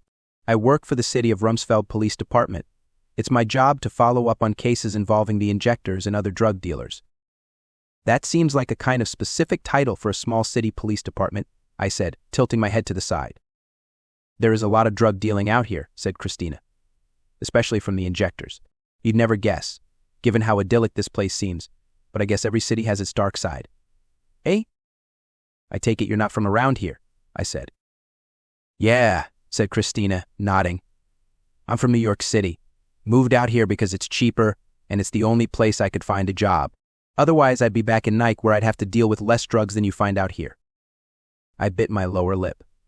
I couldn't tell if Christina was trying to provoke me into responding to her negatively, or if this was just her personality. I would have responded in kind, but I could tell that Mom and Dad wouldn't like that, so I decided to take a more diplomatic approach. Taking a seat at the table next to Mom, I said, "So you're here to ask me more questions about the attack?"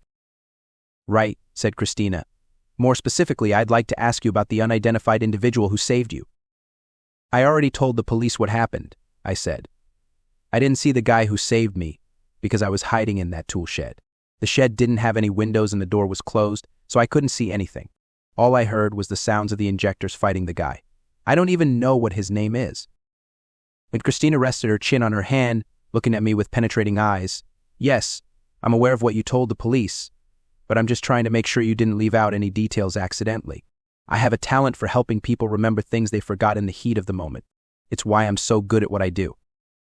Humility was definitely not one of her defining character traits, but I said, "Well, I'm not sure how your talent will help me, because if I didn't see anything, how could I forget it?"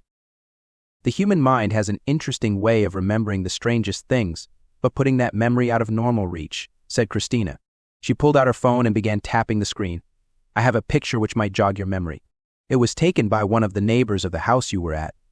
It's not very good, because the neighbor in question was trying to avoid drawing the attention of the Injectors, but it should be clear enough for our purposes. Ah, here it is." Christina turned her phone toward me. My parents and I leaned forward to get a better look at the picture, but as soon as I saw it, my palms became sweaty, and I wished that I was anywhere else right now. The picture showed me, in my Trickshot costume, talking on the phone to Jones, and the door to the shed was open, revealing that I wasn't in there at all. I would have jumped up and run away just then, but I knew that that would just make me look guilty. Instead, I looked up at Christina and said, "Who is that?"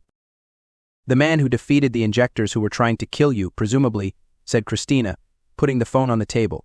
"According to the witness I spoke to, after he defeated the Injectors, he was seen speaking on the phone that belonged to one of the Injectors, though we don't know where he went after that, because the witness went back into her house after that to call the police and inform them of the Injector attack. When she came back out to see if he was still there, he was gone and the tool shed's door was closed." This seemed like an absurd amount of investigation for a detective from a small-town police department, especially in such a short amount of time. Maybe Christina really was as good as she said she was. If so, then I would have to tread very carefully around her in order to avoid revealing that Trickshot and I were the same person. "But I don't get the guy's getup," said Dad before I could respond. He gestured at the picture on the phone. "I recognize that costume. That's my dad's Trickshot costume back when he was a superhero." "Are you sure about that?" said Christina, shifting her attention from me to Dad. "Yeah," said Dad, nodding. "I saw my dad put on that costume for work every day for 18 years. It's been a long time since I last saw it, but there's no way I would ever forget that cape or those goggles. I just don't understand where this guy could have gotten the costume from, though, because it disappeared with my dad 10 years ago." "That's a mystery for another time, I think," said Christina. She looked at me again. "The more important question is, where were you when the door to that tool shed was open? By your own account, you hid inside the tool shed for the entirety of the encounter. You didn't emerge until long after the fight was over, by which time the police had arrived and started arresting Injectors. Can you explain why you are not in this picture, and why you did not see this man, despite the fact that he was standing in the middle of the backyard with nothing to obstruct him?" I was sweating something fierce now, like how I did after a hard workout. I didn't know how to answer in a way that would avoid arousing Christina's suspicions. Or to my parents, for that matter. I was just glad that I had chosen to leave the Trickshot watch in my room before I came down, because if I hadn't, the gig likely would have been up the second I entered the kitchen. Thinking fast, I said, "Well, I'll admit that my memory from that time is kind of fuzzy, because I was so scared and terrified. I hid behind the wheelbarrow inside the shed, which as you can see was turned on its side. That's why you can't see me there. What about the open door? Said Christina. Can you explain that? Christina had an incredibly intense stare, like she was looking directly into my soul. I was glad I kept my hands on my lap under the table, otherwise she would have seen them sweating and realized that something was up.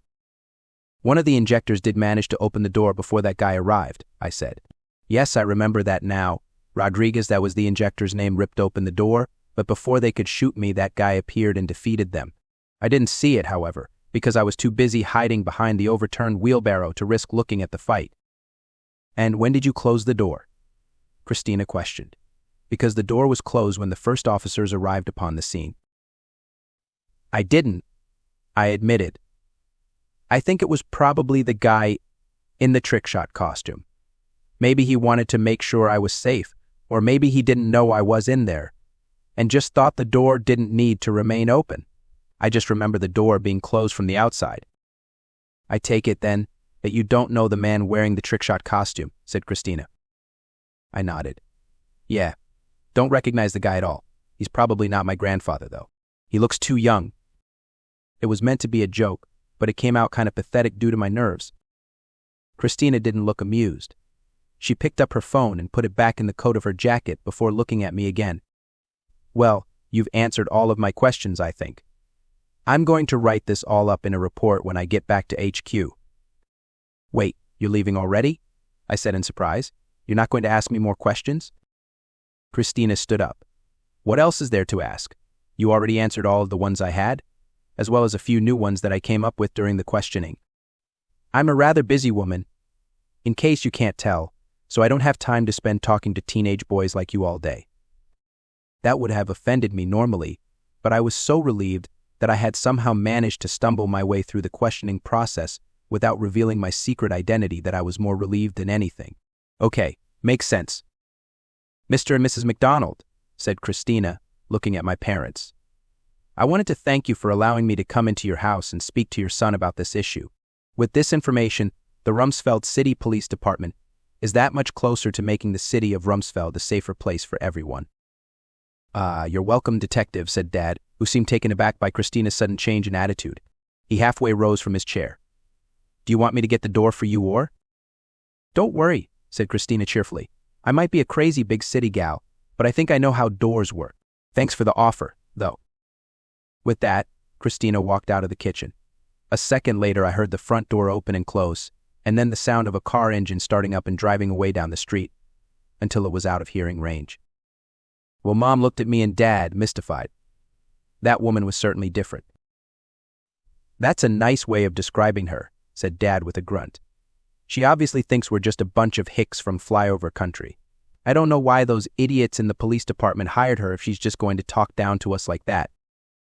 Maybe she's just stressed from moving from such a big city like New York to such a small one like this, said Mom, though she spoke rather half-heartedly.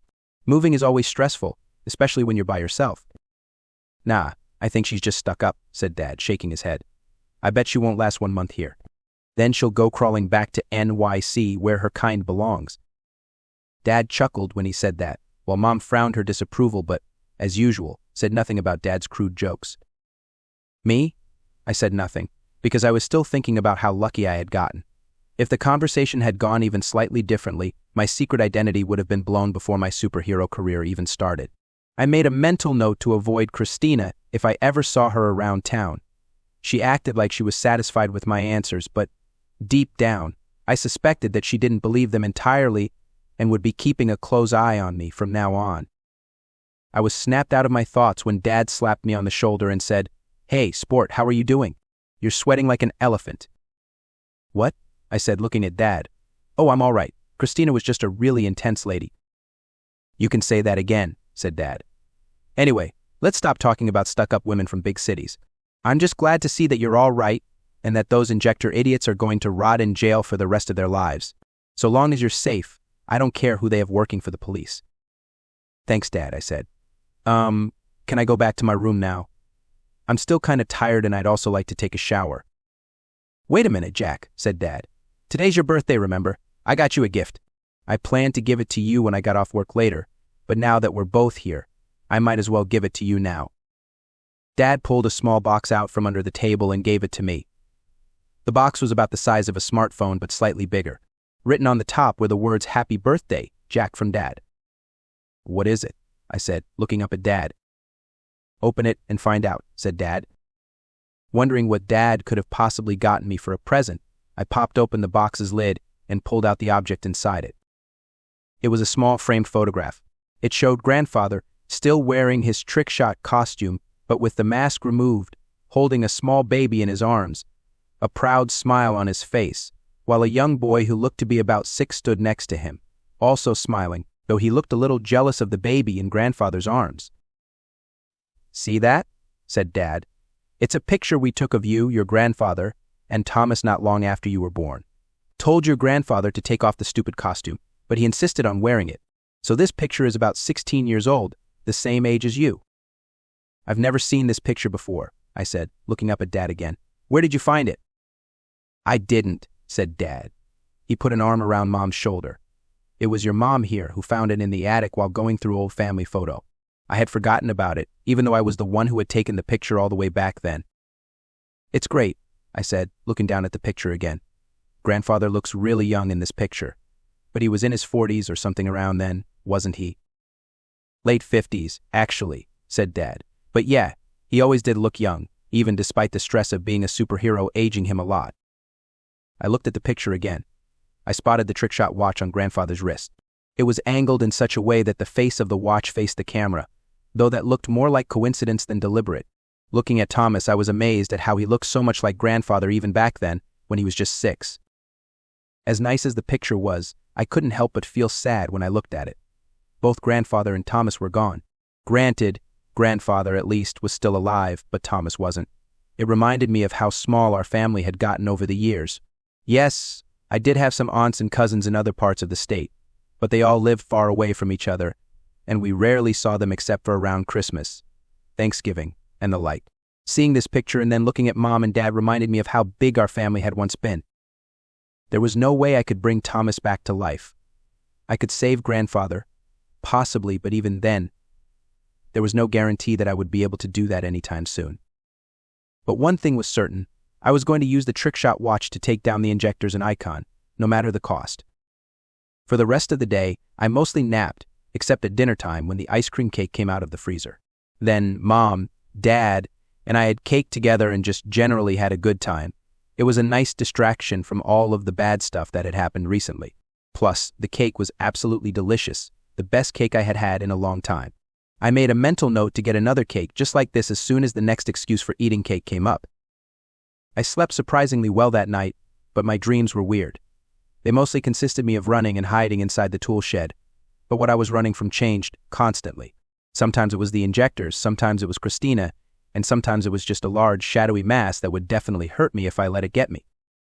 Such dreams would have scared me normally, but I didn't find them quite as scary as I should have. Maybe it was because I had the power of Trickshot now, so if any of those people came after me, I could defend myself. Except for the mysterious shadowy mass. That was just weird. In any case, when I got up the next morning, I found that my phone was full of texts from my friend Kyle. Apparently, he had been texting me all day yesterday, trying to find out if I was okay or not after I ran out of the bus with the Injectors chasing me down. I was about to text him back, but then decided that Kyle probably deserved to actually hear my voice, rather than just read a simple text from me saying I was okay. So I dialed Kyle's number and waited for him to answer his phone. I didn't have to wait long. 2 beeps and then I heard Kyle's slightly breathless voice on the other end saying, "Jack, is that you? Did you get my texts?" "Yeah, I did," I said, nodding as I sat up in my bed and yawned. "All 400 of them. I'm perfectly fine. The Injectors didn't hurt me or anything." "Whew," said Kyle. "I really thought you were a goner when I saw those 3 Injector guys leave the bus to get you. And when I heard that 4 more Injectors joined them, well, I wasn't exactly making plans to go to your funeral, but I figured I should prepare just to be safe." I chuckled. "Nah, I don't think I'm going to die anytime soon. It was very scary, though." "I bet," said Kyle. "I'm amazed you survived it all, by the way. I've always heard that whenever the Injectors come after you, that you never survive. They don't take prisoners." "And they wouldn't have taken me prisoner, either if I hadn't been saved," I said. "I got lucky." "Yeah, but who defended you anyway?" said Kyle. Some of the other kids at school are saying Bug Bite appeared out of nowhere and saved you, but others are saying it was an entirely new superhero no one has ever seen before. I haven't been able to find out who is right. I paused to think about what I should tell Kyle. It was too risky to tell him that I had saved myself as Trickshot, because even my parents didn't know about my identity as Trickshot yet. Even if Kyle was my friend, I wasn't sure I was ready to involve him in this just yet. So I said, I'm not sure. I was inside the tool shed the entire time, and there weren't any windows or anything that I could use to look outside. Whoever saved me probably was a super of some kind, though, because there's no way an ordinary person could have taken down 7 Injectors by himself like that. Well, I heard rumors that Trickshot did it, said Kyle, but that doesn't make sense, of course, because your granddad retired 10 years ago, so there's no way it could be Trickshot, unless someone somehow got their hands on his costume again or made their own. Yeah, right, I said, nodding. Whoever it was, I'm grateful they came to my rescue. There's no way I could have saved myself. That's for sure. Right, said Kyle. Everyone at school is talking about you, but I'm the first person to actually talk to you since then, I think. Even Deborah has been worried about you. My heart skipped a beat. Deborah? You mean Deborah Ackerman? Yeah, your girlfriend, said Kyle teasingly. Not that I'm surprised, given how nice she is, but I thought I would mention it anyway. I rolled my eyes. Debbie Ackerman, one of my classmates, was not my girlfriend, but I had had a crush on her for a while now and had been trying to muster up the courage to ask her out. Kyle knew how I felt about her, which he teased me about whenever he got the chance because that was just the kind of friend he was. Maybe you should ask her out when you come back to school on Monday, Kyle suggested. You're 16 now, which I'm sure makes you a man in some foreign country somewhere in the world, and men ask out the women they want. Says the guy who's never asked out a girl in his life, I said. I'm not telling you to fight and die for some great cause here, said Kyle. Just saying that now's your time, dude. Go for it. I shifted uncomfortably on my bed. I'll go for it when I feel like it. Anyway, let's change the subject. Like we always do whenever I tell you to ask Debbie out. This is important, I said. Remember when that one Injector, Rodriguez, claimed that one of us had something that belonged to the Injectors? Something they were trying to take back? Of course I remember that, said Kyle. What about it? Because I want to know if you found out who might have had what the Injectors wanted, I said. Did anyone admit to stealing from them or anything? Of course not, said Kyle. Do you really think that anyone would admit out loud that they outright stole something from the Injectors? That would be like walking onto Times Square and announcing to everyone that you stole $1 million from the mafia. No one is that desperate to get put on the hit list of the Injectors, not even the emo kids who talk about how much life sucks all the time. But someone has to have something that belonged to the Injectors, right? I said.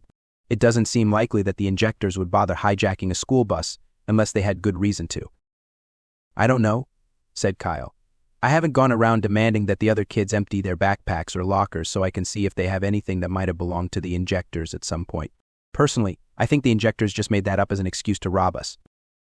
But it doesn't really fit with how the Injectors work, I said. I've never heard of them robbing or hijacking a school bus before. My theory is that one of the other students has or had power, but who I can't say. I bet it was Ryan Bond, said Kyle. He seems like the kind of guy who would steal from a group as dangerous as the Injectors. Plus, he's friends with Robbie, who we know actually did try to buy power from the Injectors. Can't argue with that, I said. Ryan is a jerk, and jerks like him are more likely to do something stupid like that than other people. Still, I don't want to jump to any conclusions, especially without any evidence. Okay, said Kyle. Anyway, do you want to hang out today? I didn't get to pay for your lunch yesterday at school, so maybe we can grab lunch or go see a movie. I heard the newest White Leopard movie is supposed to be pretty good. I opened my mouth to say sure, but then I glanced at the Trickshot watch, which sat on the desk next to my bed, and remembered that I had promised to train with TWT. Sorry, Kyle, but I won't be able to hang out with you today. I've got a lot of chores to do today and stuff, so I can't hang out with you right now. Oh, okay, said Kyle, who sounded somewhat disappointed. Well, maybe we can hang out on Sunday then, if you're not too busy. Yeah, Sunday sounds good, I said. Anyway, see you later. I've got to go. I ended the call. At the same time, the Trickshot watch flashed and TW stood before me again, his arms folded behind his back and a curious expression on his face.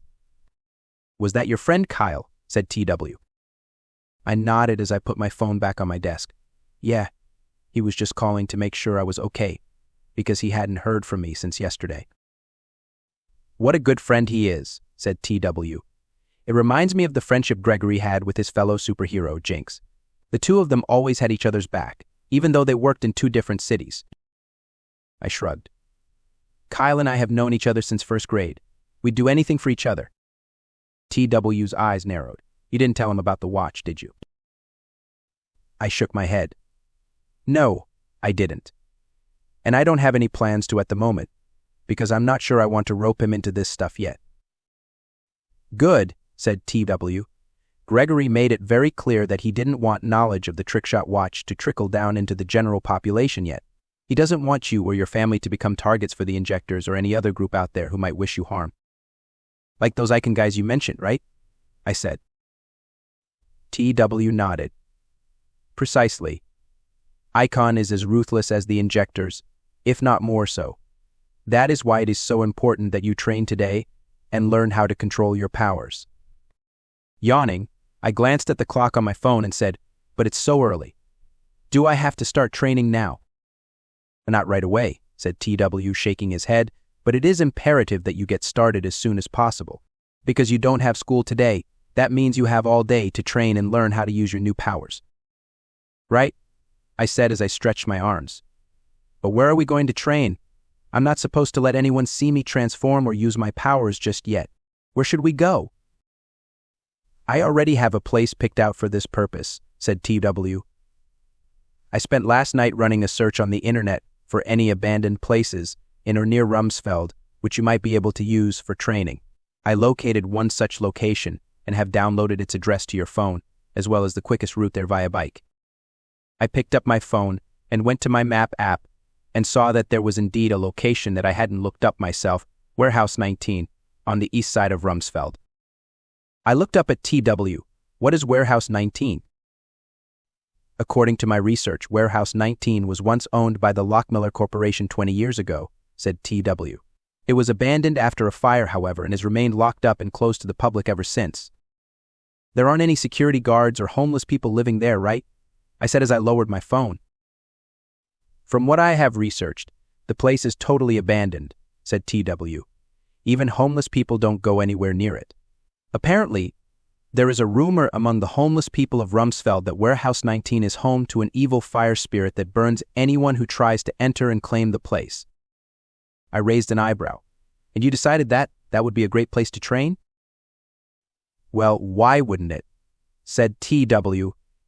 It is large with plenty of space for you to use your powers freely, and no one lives in or near it, which means that it is unlikely that someone will accidentally stumble upon you while you're training. Plus, as we all know, spirits don't actually exist. It is just an urban legend created by superstitious individuals who don't understand science. I frowned. Says the advanced hologram which can grant me superpowers whenever I put on the costume you made. TW crossed his arms. I didn't know you were so superstitious, Jack. Gregory thought you weren't. I'm just joking, I said, waving at TW dismissively. Anyway, let me get dressed and have breakfast, and we can head down there. Best not to train on an empty stomach, after all. The end of the Legacy Superhero Season 1, Episode 3, A Hero Emerges. The Legacy Superhero Season 1, Episode 4, Secrets and Sacrifice. Warehouse 19 looked pretty much what I expected it to look like. It was a huge warehouse, easily twice the size of my house, and about 3 times as wide as my school's campus. It had probably looked really impressive in its heyday, but as I parked my bike in front of it and looked it up and down, I could tell that this warehouse had seen better days. Its exterior was rusted and dirty, while several of the windows near the top of the building that were busted out were so dirty that you probably couldn't even shine a light through them. There was also a lot of crude graffiti on the walls, including one that said Injectors were here. Warehouse 19 wasn't alone, either. It was surrounded on all sides by other abandoned or run-down warehouses of varying sizes, with some smaller and others even bigger. Normally, I would have avoided this place completely. I didn't even tell my parents where I was going. I just told Mom that I was going to hang out with Kyle for the day. Dad had already left for work by the time I left, so I didn't need to tell him anything, but I still felt a little guilty about lying to Mom's face. But then I reminded myself that this was necessary, because I didn't want to tell her or anyone else in my family about my secret identity until I had my powers under control. As I climbed off my bike, the Trickshot watch flashed again, and TW appeared beside me, looking up at Warehouse 19 with a beaming smile. "This is it," said TW. "What do you think about it?" "It looks like it's going to fall apart any minute," I said. I looked around. "Also, it's really quiet around here. Like, really quiet." "As I said, this part of town has been more or less abandoned for some time," said TW. "Even so, I would suggest not being too loud or boisterous in your training, because I don't want to attract the attention of the evil fire spirits that will consume my soul if I disturb their naps," I said. "Right?" TW rolled his eyes. "It's for your safety. Because of the age and decay, Warehouse 19 is not as stable as it looks. If you hit it too hard, it might collapse." I gave TW the thumbs up. "Don't worry about me. I'm always careful with my environment. Just ask my parents." TW looked at me as if he didn't quite believe me. "Well, it's good to see that you're confident. Perhaps that will make it easier to teach you how to use your powers, assuming your confidence doesn't become arrogance." "Well, why do I need to do this training at all?" I said. "I'm not against practicing my powers, but look at how easily I defeated those Injectors yesterday. And that was my first time using my powers. I think I'm already pretty good at using them." "Because you had my help," said TW. "But the fact is that I'm not always going to be around to help you. Had I not been there, that fight likely would have ended very differently." "Wait, you're not?" I said. "Are you going to leave me? I thought you said you were built into the watch." TW scratched the back of his neck. "True, my AI does reside in the watch, but that doesn't make me immortal. You see, my AI is slowly fading away." "Fading away?" I said. "How does that make sense? If you're AI, doesn't that basically make you immortal?" TW shook his head. "No." He pointed at a broken-down car sitting not far from us. "See that car and how it is decaying? All technology decays with time. Even the best, most advanced technology that is meticulously taken care of and given the appropriate repairs on a regular basis will eventually stop working or at least become less effective than it once was." "So you're decaying like that car," I said. TW nodded.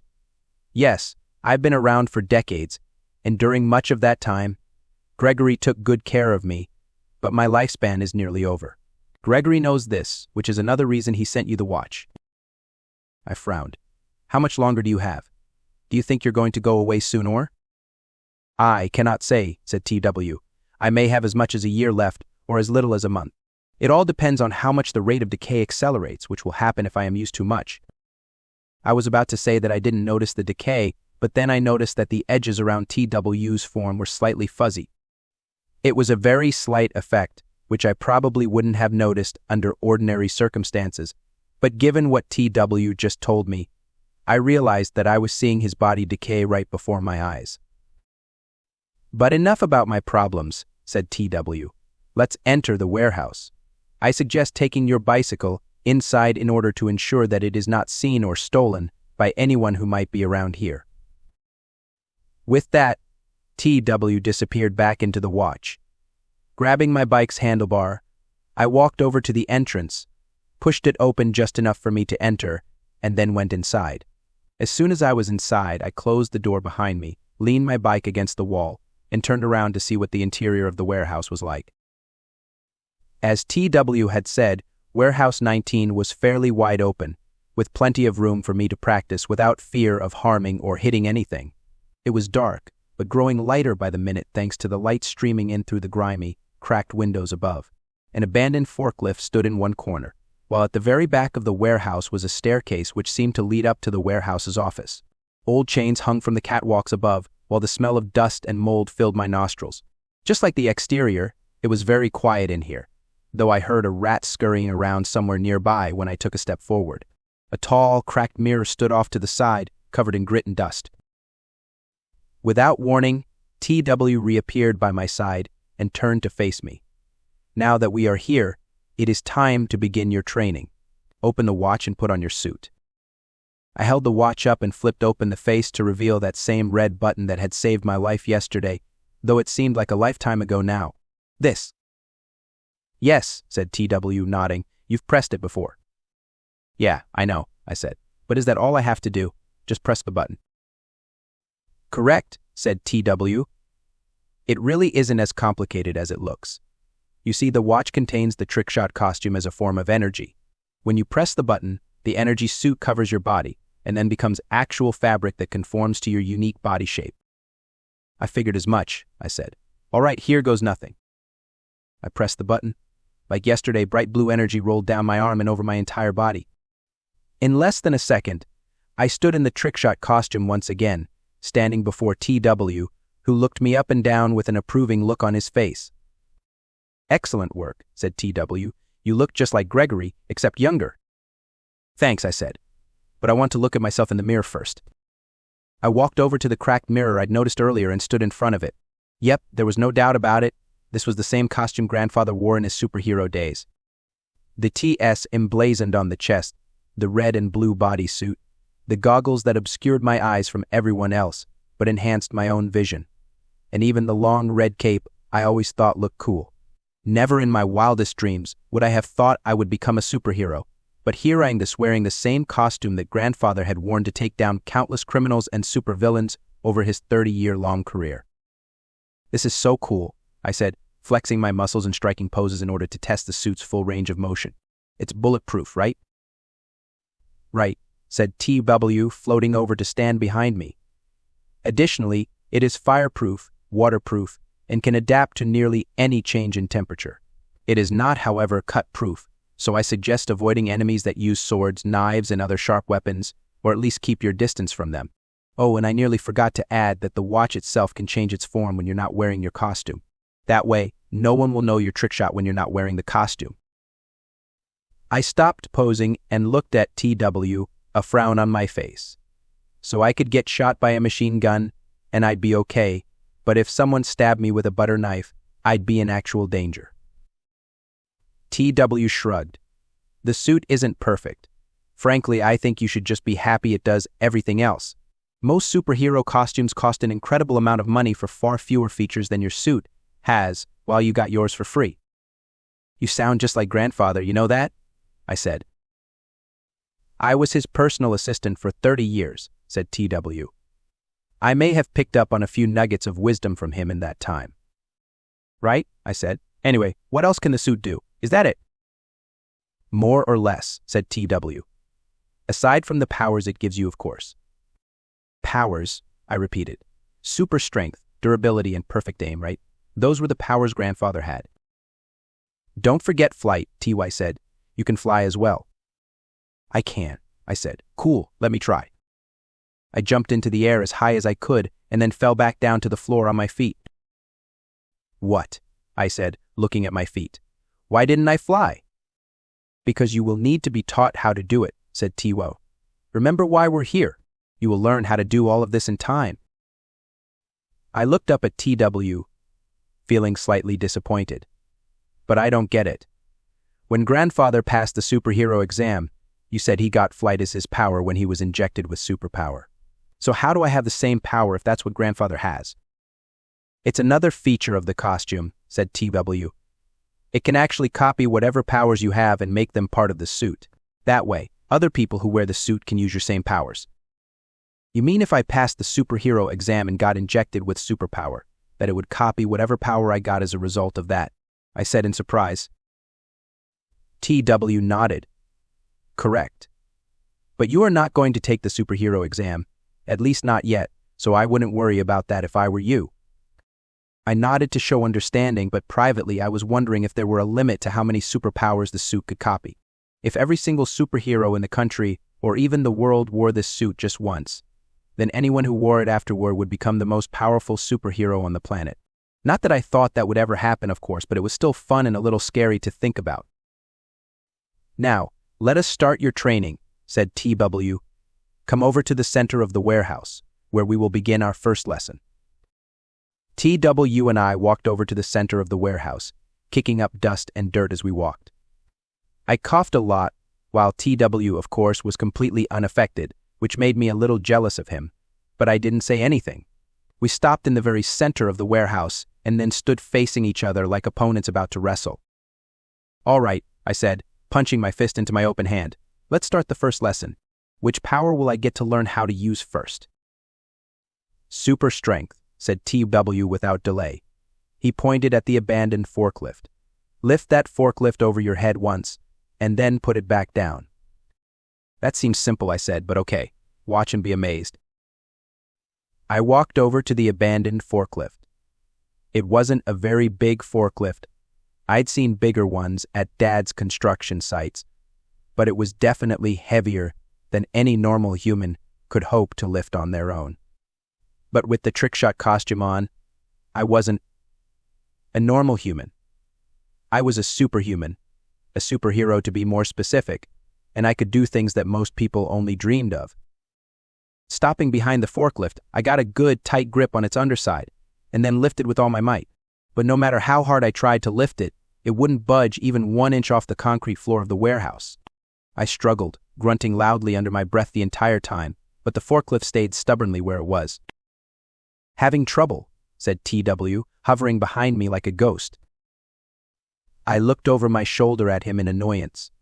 Yeah, why can't I lift it? I remember using my super strength yesterday to send one of those injectors flying. So why can't I do the same to this stupid forklift? Because, like I said, I was helping you yesterday, said TW. You must put more focus into lifting the forklift before you can use your super strength. It's not a very difficult skill to learn, really, but it does require some effort to do. How do I focus? I said. Do I just close my eyes and try really, really hard, or is there more to it than that? You're not far off the mark, said TW. He tapped the side of his head. First, you must focus on activating your super strength. Force your super strength to manifest in your body. Tell the costume to fill your body with the strength to lift this forklift. Command it the way a general commands his army. Don't let any hesitation enter your mind, otherwise it won't work. All right, I said, standing up and dusting off my suit. Let me try to command my costume to give me my super strength and see how that works. I closed my eyes and focused as hard as I could on my costume. It was kind of awkward at first, because I felt like I wasn't really doing anything initially except just standing there in the warehouse with my eyes closed. It didn't help that the idea of talking to my clothes seemed more than a bit ridiculous. But then I felt the costume. I felt the way it covered my body and the powers that were at its command. I knew that those powers could be mine, but only if the costume would give them to me. So I said, in my mind, give me my super strength. Give it to me now. No response from my costume. Frustrated, I opened my eyes and looked at TW. It's not listening. Try again, said TW. The costume doesn't know you, so it isn't inclined to listen to you the way it listened to Gregory yet. Just command it more forcefully. It responds to strength, not weakness. Strength, not weakness, I repeated. Okay, let me try again. I closed my eyes and felt the costume again. Give me my super strength. I want it now, not later. I command that you give it to me. Again, no response. This time I was sure that the costume heard me, but for some reason was just ignoring me. It was probably because it didn't know me yet, like TW said, but I still felt frustrated at its obstinacy. It reminded me of a puppy that won't listen to its owner, so I'd just have to be tougher. Listen here, you stupid costume, I said. I know I'm not grandfather and I know that you don't trust me because of it. But guess what? I'm your owner now, so you have to listen to me even if you don't like it. Got it? Still no response. I was frustrated enough to seriously consider taking off my suit and trying again another day, because I was starting to lose my patience with this costume, and I didn't want to keep telling it what to do fruitlessly like this. But then it occurred to me why the suit wasn't listening to me, and what I could do to get it to pay attention to my commands. So I said, okay, I know you probably miss grandfather because you were his costume for 30 years, which is a pretty long time to work alongside someone. But grandfather gave you to me because he wants me to use you to save Rumsfeld from the Injectors. If you don't do what I tell you to, grandfather will be very disappointed in you, and you don't want to disappoint him, do you? Once more, no response. That was almost enough to make me rip off this dumb costume and throw it away. But then, without warning, strength flooded my limbs, and I suddenly felt like I could lift the entire warehouse over my head. My eyes popping open, I grabbed the forklift with both hands and lifted it above my head, yelling all the while.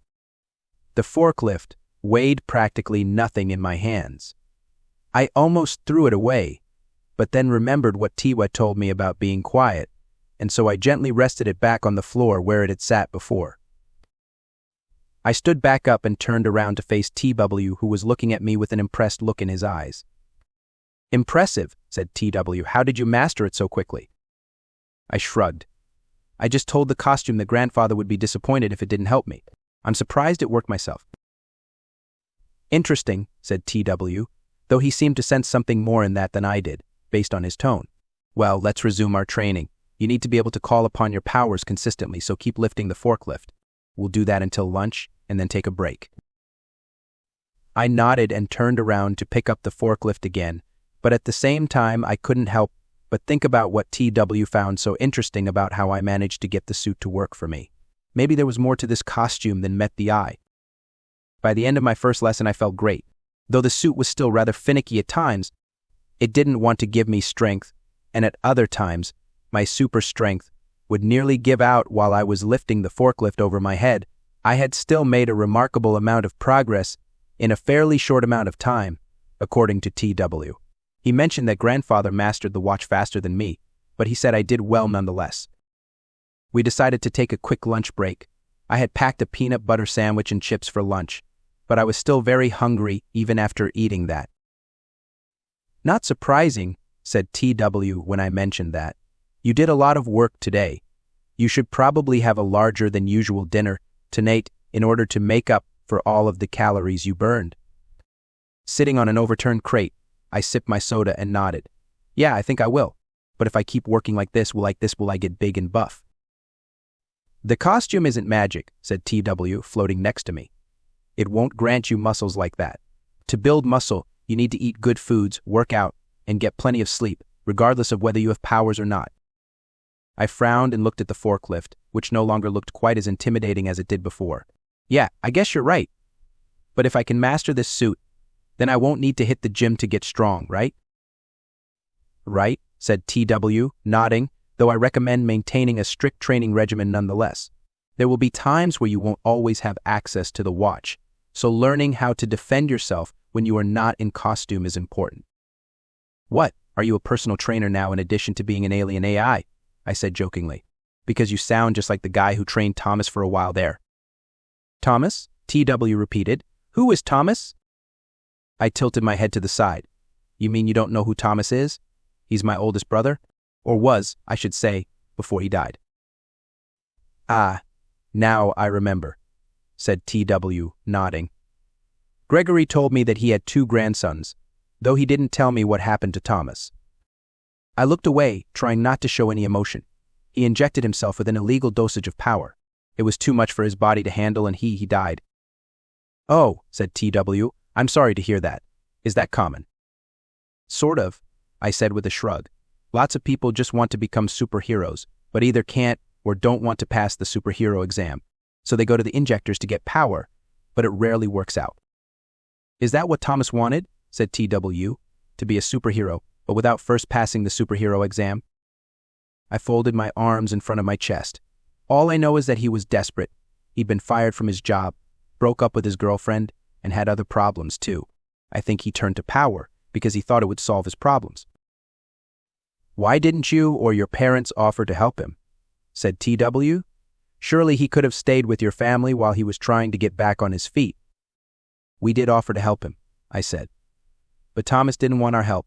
He and Dad, they had a falling out when he graduated from college." "May I ask what they fought about?" said TW. "Or is that private?" "No, I can tell you," I said. "You see, Thomas wanted to become a superhero, but Dad was against it, because he didn't want Thomas to go through the same things grandfather did. He wanted Thomas to go into construction like him, not try to follow in grandfather's footsteps." "Why didn't your father want him to follow in Gregory's footsteps?" said TW. "I was under the impression that most people are proud to be the children of superheroes." "I'm not entirely sure," I said. "I think Dad just didn't like growing up with a superhero dad, because grandfather wasn't always around or something. All I know is that the two had a big fight, which I think was probably one of the reasons Thomas took power." "So you think your father would not be very happy if he learned that you are the new Trickshot?" "Probably." I shrugged again. "But it's too late now. I'm going to use this costume and these new powers to take down the Injectors. If I can do that, then we'll finally have some closure over Thomas. Yes, I remember you telling Michael Jones that you were declaring war on the Injectors, said TW. I didn't know you meant it literally, however. I looked at TW. Why wouldn't I mean it? The Injectors are evil. If they hadn't been around, Thomas would still be alive. So would a lot of other people, actually, because their drugs have ruined the lives of countless families. The police haven't been able to stop them, and neither has Bugbite, so it's up to me to do it. That seems like a big responsibility for a 16-year-old boy to take on his shoulders, said TW. Perhaps too big for someone your age. You yourself said that grandfather sent me the watch so I could defend Rumsfeld from a threat, I said. I held up the Trickshot watch. And the Injectors are definitely a threat to Rumsfeld, no matter how many there are. TW frowned, as if he was not entirely convinced about that, but I didn't care. It wasn't like TW could stop me. Even if he tried, I would just stop him, because I had zero interest in hearing him or anyone else tell me how I should use these new powers when I knew quite well what to use them for. Be that as it may, it will be a while before you are fully ready to handle the Injectors in a fight again, said TW. You still need to master your powers, as well as gain some real fighting skills. How long will that take? I asked. No idea, said TW. It all depends on how much effort you put into it. You've already displayed a small amount of talent, but you are still quite a ways off from being ready to take on the Injectors in a fight again. I bit my lower lip, but said nothing about that. TW was right. If I wanted to fight the Injectors again, I would just have to work even harder than I already was in order to master my powers faster. By the time I was done with my training, I would definitely be a force to be reckoned with, one that would make even the Injectors shake with fear. Of course, if the Injectors were smart, they'd be afraid of me already, but no one ever said those guys were smart. My phone started ringing in my pocket. I pulled my phone out of my pocket, saw that Mom was trying to call me, and answered the phone, saying, "Hi, Mom, what's up?" "Jack, are you all right?" said Mom in a worried voice. "Are you and Kyle safe?" "Me and Kyle?" I said before I remembered the excuse I gave Mom earlier and quickly said, yeah, we're okay. What's the matter? Has something bad happened? Did the Injectors attack again?" "No," said Mom. "It doesn't really have anything to do with the Injectors, but it also does have something to do with them." "Mom, you're not making any sense," I said. "Look, you're obviously letting your emotions mess with your thinking, so I'll just hang up and head back home and we can talk there, okay?" "You should come back home, but I still need to tell you about what I just learned first," said Mom. "The police called to follow up on the Injector attack yesterday." I frowned. Why would they feel the need to follow up again? I already spoke to that Christina lady. What else could we possibly tell them? Did any of the guys they arrested spill the beans on the Injectors' plans? "No," said Mom. "At least, not as far as I know. I told them what you told me, about Christina coming over to our house for the interrogation, but they were surprised to hear it." "Surprised?" I said. "Why, if Christina works for the police?" "That's just the thing, Jack," said Mom, fear rising in her voice. "The Rumsfeld City Police Department had a Christina Madison working for them as a detective 10 years ago. "Wait, you mean the woman we spoke to is retired?" I said, glancing at TW worryingly, and they didn't know it. "Not retired," said Mom. "Dead. The real Christina Madison died 10 years ago in a car accident while chasing down a suspect. The woman who spoke to us and interrogated you, she's not with the police at all." That Monday, when the lunch bell rang, I was among the first students to leave my classroom and get my lunch from the cafeteria. I wasn't particularly hungry, because I'd had a big breakfast of bacon and eggs before I left for school this morning, but I just wanted to make sure I got my table, which was in the upper right corner of the room away from all of the entrances. That was where Kyle and I normally ate lunch, but it was even more important that I get that spot than normal, because I wanted to be able to keep an eye on all of the entrances, exits, and windows of the cafeteria. Looking around the large cafeteria that was rapidly filling with hungry students, I didn't see anything out of the ordinary.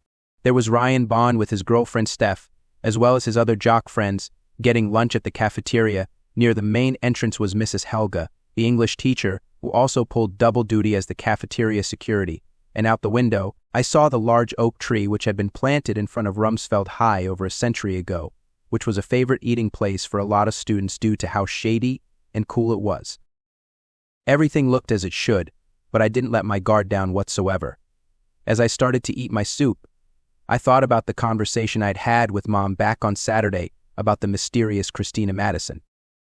According to Mom, the last Christina Madison who worked for the Rumsfeld City Police Department had died 10 years ago during a car chase. Furthermore, the police confirmed that no one with that name was currently working for them, much less as a detective whose job was to follow up on these kinds of cases. That meant that someone had impersonated Christina Madison and used a fake police badge to trick us into letting her into her home to talk about a case that the police were still investigating themselves. At this point, no one knew for sure who this Christina Madison lady really was, but I was already assuming the worst, namely, that Christina was an Injector agent who was trying to find out who Trickshot really was. It was very probable that the Injectors were looking for Trickshot in order to avenge their friends who were currently rotting away in prison, because the Injectors were well known for forgiving those who harmed them. I had gotten really lucky by not revealing to Christina who I really was. Even so, I had become somewhat paranoid ever since Saturday, keeping my eyes and ears open for any signs that the Injectors were following me. Every bustling bus, every creaking tree limb, every footstep behind me would make me jump or look twice, only for it to turn out to be nothing other than a cat or another person. This paranoia wasn't doing me any good, but at the same time I felt like I couldn't be too careful, because I'd heard a lot of stories about how the Injectors kill people they don't like, and I didn't want to be another one of those stories that circulated in my high school.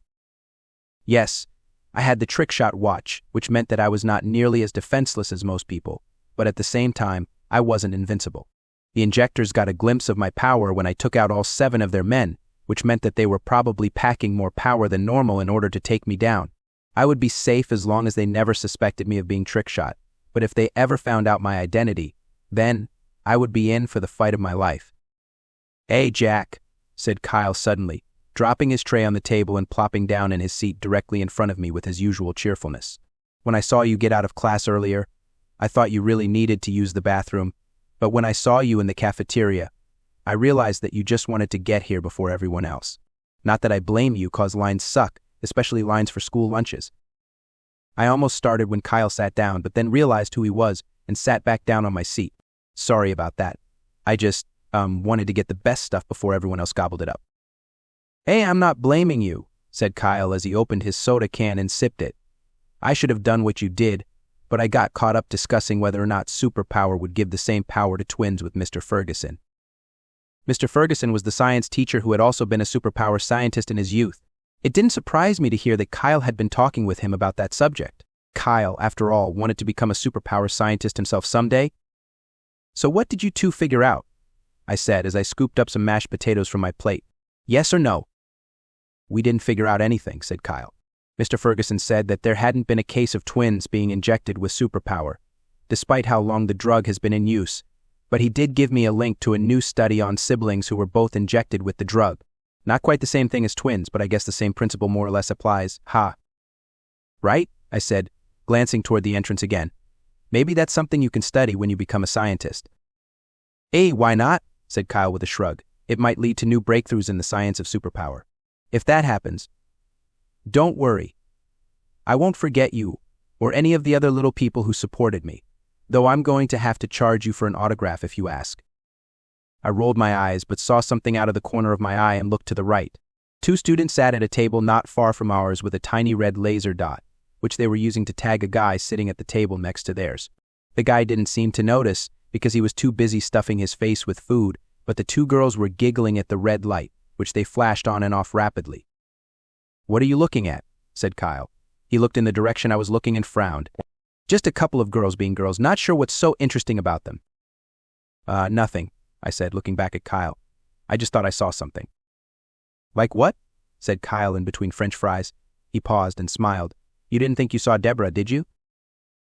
What?" I said. "Deborah Ackerman," said Kyle. "You know, the girl you're head over heels in love with."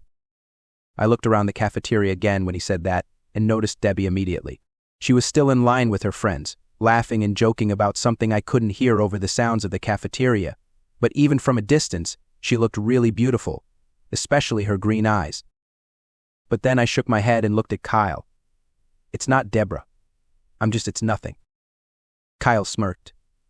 "Come on, Jack. I know you well enough to know when you're lying. You're clearly afraid of something, and unless you're just really paranoid, I bet it's something real." "Real?" I said. "What do you mean?" Like the Injectors, said Kyle. Or Principal Jacob, though given how the principal is currently at home, because of the flu, I'm thinking the Injectors are more likely. How could you tell? I said. Because you survived the Injectors, said Kyle. He wiped his mouth with a napkin. And if there's one thing I know about the Injectors, it's that they don't like anyone who manages to escape them, even if you weren't the one who beat up all those guys. I slumped forward against the table slightly. You're right. I've been worried about the Injectors attacking me if I let my guard down, and not just because I survived that one attack, either. I told Kyle about my encounter with Christina Madison and the subsequent phone call from the police that proved she was a fake. Behind his large glasses, Kyle's eyes grew wide with worry. Uh-oh, that doesn't sound good. It's not, I said. And I suspect that this woman, whoever she really is, works for the Injectors. They're trying to find the guy who saved me so they can kill him, but I bet they're going to try to kill me too. No doubt, said Kyle. By the way, do you know who saved you yet? I've heard rumors from all over, but no one seems to agree. I hesitated, wondering whether to tell Kyle about Trickshot or not. I didn't see any harm in telling him who saved me, because it wasn't like admitting that I was Trickshot. So I said, it was someone dressed up as Trickshot. You mean the rumors about Trickshot saving you are true after all? Kyle repeated. Wasn't that your grandfather's superhero identity? I nodded. Yeah, don't ask me how this guy got my grandfather's costume, because I don't know. Maybe it actually is your grandfather, said Kyle, leaning forward excitedly. Maybe he's finally came back from wherever he disappeared to in order to save you from the Injectors. Did he look like your grandfather? Not really, I said. He's different. Someone else. My actual grandfather is probably too old to fight anymore anyway. It has to be someone else. If you say so, said Kyle, leaning back again. Still, this is wild. Someone is running around Rumsfeld wearing your grandpa's old costume, maybe even with his same powers, and he's taking down the Injectors left and right. He's just taken down 7 of them so far, I said. Not exactly the same as taking down all, or even most of them. I know, but it's still great news to hear, said Kyle. If there are 2 superheroes in Rumsfeld, then that makes it twice as likely that the Injectors will be taken down. The only question I have is whether or not this new Trickshot has a superhero license. Probably not, I said. Bug Bite is supposed to be the only licensed superhero working in Rumsfeld. If there was another, we'd definitely know. So he might be an illegal superhero too, said Kyle. Man, the plot just thickens, doesn't it? It does, I said. And maybe not in a good way, either. We'll see how it develops, said Kyle. Personally, though, I have a good feeling about this new Trickshot. If his first public act is saving a high school student from a bunch of Injectors, then he has to be good for the city, right? Of course, I said. I just wish that I didn't have to worry about the Injectors coming after me. I mean, I don't think they actually will, given how I'm not nearly as big a threat to their operations as Trickshot is, but still. True, but as long as you're careful, you should be fine, said Kyle. Maybe you could ask the police to patrol the streets around your house for a while, at least until the Injectors are no longer a threat. I'll have to mention that to Dad, I said. I ate a spoonful of mashed potatoes and swallowed. It's a good idea, though given how dangerous the Injectors are, I'm not sure if it would be of much use. It's just a suggestion, said Kyle with a shrug. If you really wanted to find out if the Injectors are after you or not, you could always ask. Ask? I said. Ask who? Kyle suddenly looked down at his French fries, like he had just said something he wasn't supposed to. Oh, it was nothing. I was just thinking aloud. That's all. No, Kyle, you obviously meant what you said, I said. Who should I ask if I want to find out if the Injectors are after me or not? Kyle looked around quickly, as if to make sure no one was eavesdropping on us, and then leaned forward and whispered, I heard on the grapevine that some of the students here are going to meet with some Injectors to buy some power. Which students? I said. And when is this meeting? I'm not entirely sure who, but I think it might be Ryan and one of his friends, said Kyle, glancing over his shoulder at the table where Ryan and his friends sat eating and laughing with each other. And it's supposed to be tonight at midnight in the old car factory that shut down a few years ago. Supposedly, Ryan and one of his friends are going to buy some power from the Injectors. Why would they do that? I said incredulously. They were threatened by the Injectors on the bus just like us. Why would anyone be stupid enough to do that? I'm not sure, said Kyle. Like I said, I just heard about it on the grapevine. It might not even be true. It's connected with the rumors that Ryan is the one who had the thing that the Injectors were looking for when they stopped the bus. I looked over at Ryan's table. Ryan's back was to me, so I couldn't see his face, but his physical gestures and tone told me that he was his usual boisterous self. I guessed that he didn't let something like having his life threatened by drug dealers to be that big of a deal, or maybe he was just hiding it. Regardless, I found it hard to believe that even someone as dumb as Ryan would be stupid enough to buy power from the Injectors, especially after Mattis got arrested for it. And you think I should go to that meeting and ask the Injectors politely if they're trying to kill me? I said, looking at Kyle in disbelief. Kyle held up his hands defensively. Like I said, I was just thinking out loud. It would be extremely stupid of you to go to any meeting with the Injectors, whether alone or with someone else. The smart thing to do is to avoid going into any dark alleys and try to stay close to home as much as possible. I nodded and returned to eating my mashed potatoes, thinking about what Kyle said. Yes, it would be smarter or at least safer to stay home tonight and not go and do anything dangerous. The Injectors were cold-hearted killers in addition to being ruthless drug dealers, and if they saw me, they'd probably kill me without even thinking about it. But the brave thing would be to don my Trickshot costume and head out to the old car factory tonight without telling anyone. Regardless of who was going to this meeting, this would be my chance to get closer to locating Michael Jones. If I was lucky, Jones himself would be there tonight. And if I wasn't, well, beating up Injectors was quickly becoming my favorite pastime anyway. The end of the Legacy Superhero Season 1, Episode 4, Secrets and Sacrifice.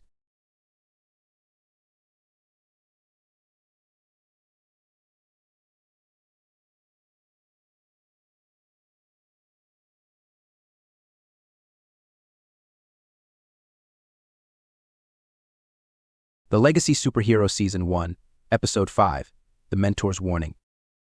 We shouldn't be here. We shouldn't be here. We should not be here. I know. We shouldn't be here. Great insight. Really original.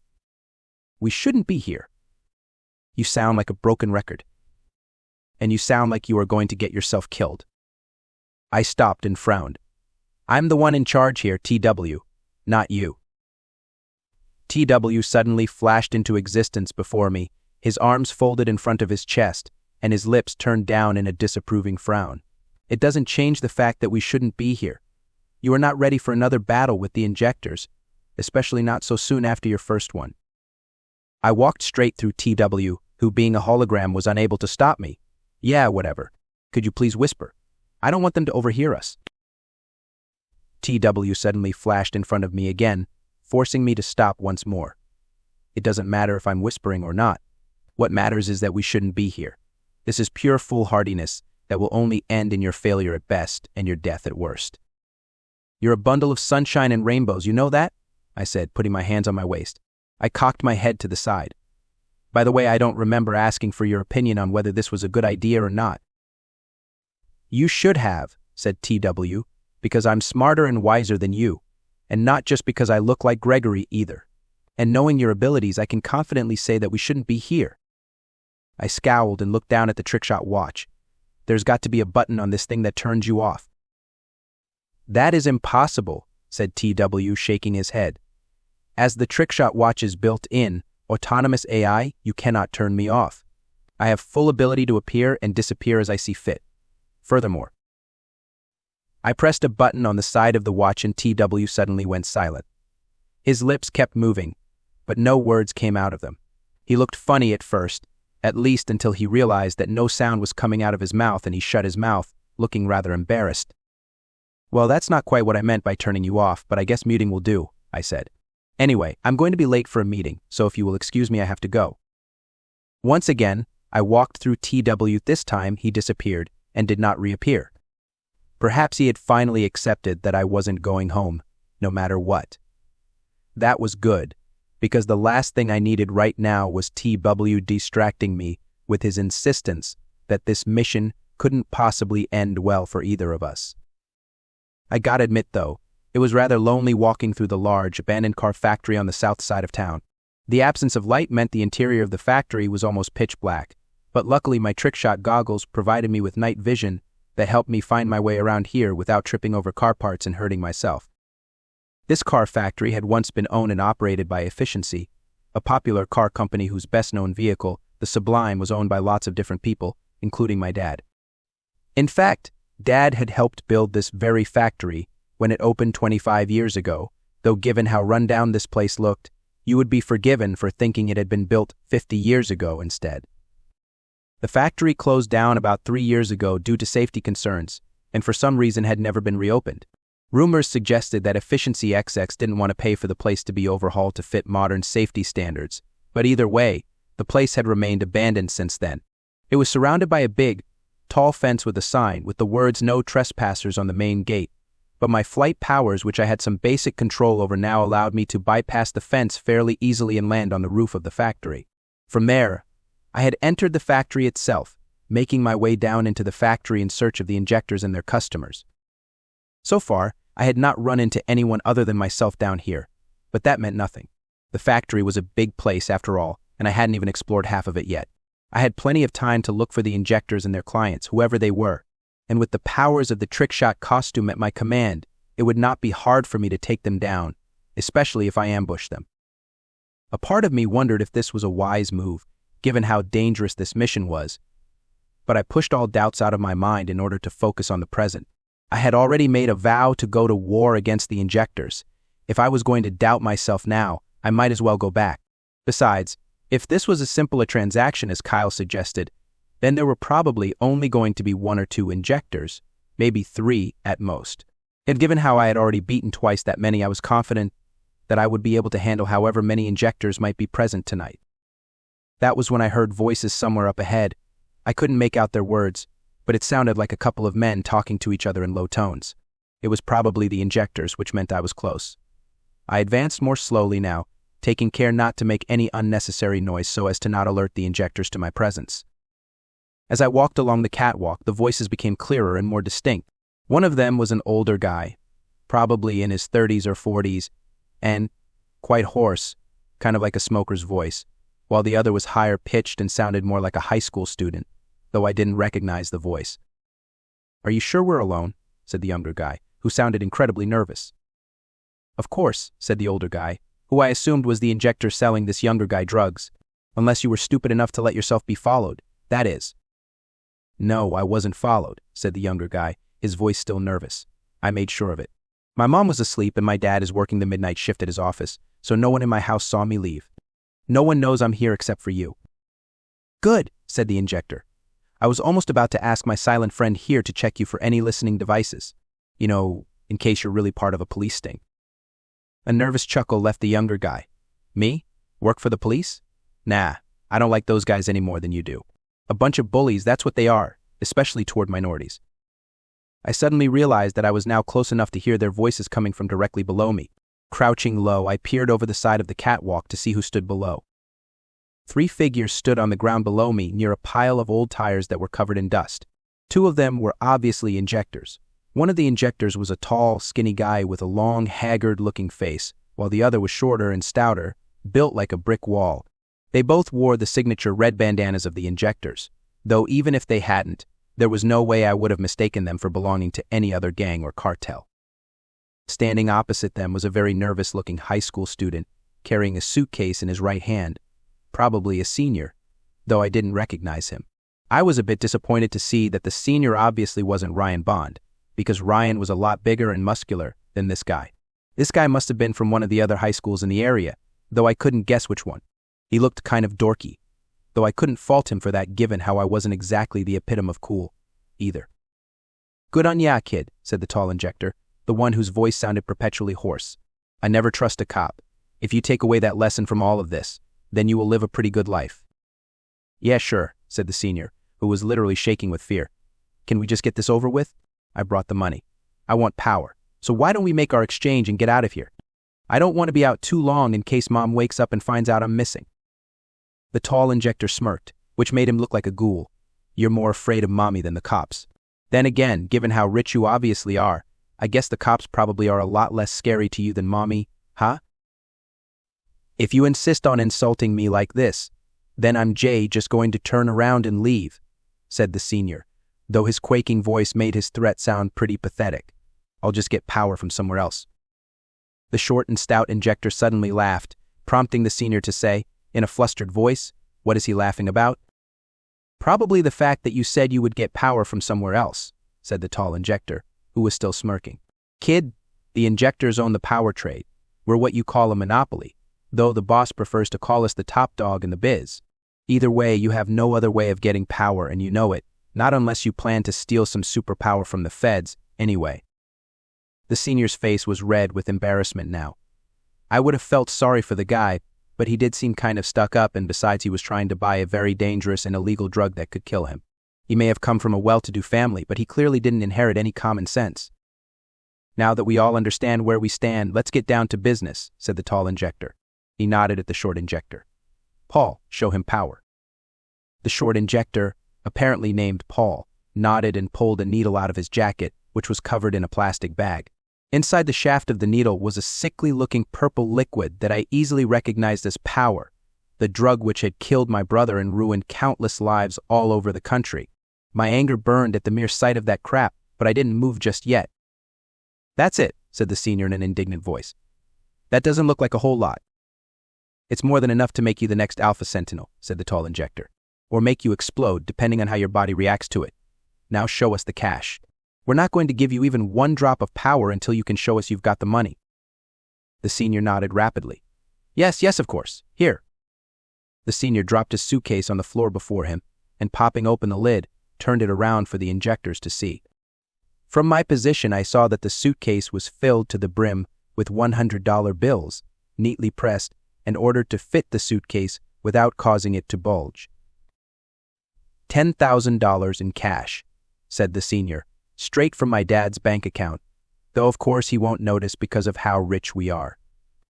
The tall Injector whistled. Impressive. When you first contacted us, I was skeptical you would be able to scrounge up enough money to pay our price, even knowing who your daddy is. Guess you have more guts than I thought. I just want to be strong, said the senior, and I'm willing to do anything to get it. That's the ticket, said the tall Injector. All right. First, you give us the money. Then Paul will give you your power, and we can go our separate ways. I wasn't a cop, nor was I an officially licensed superhero, but there was no way I was going to let this transaction go through. If that guy took the injection, he would probably die, while the Injectors would get away with $10,000 in cash. Once I defeated them, I would call the police and let them know about this transaction so they could come and arrest the Injectors themselves.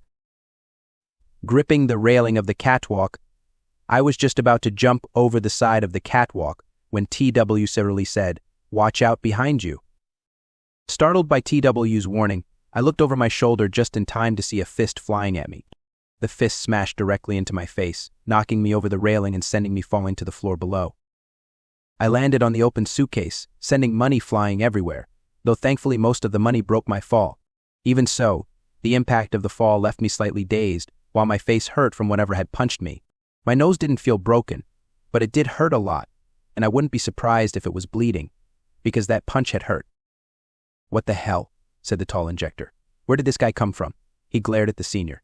You said you came alone.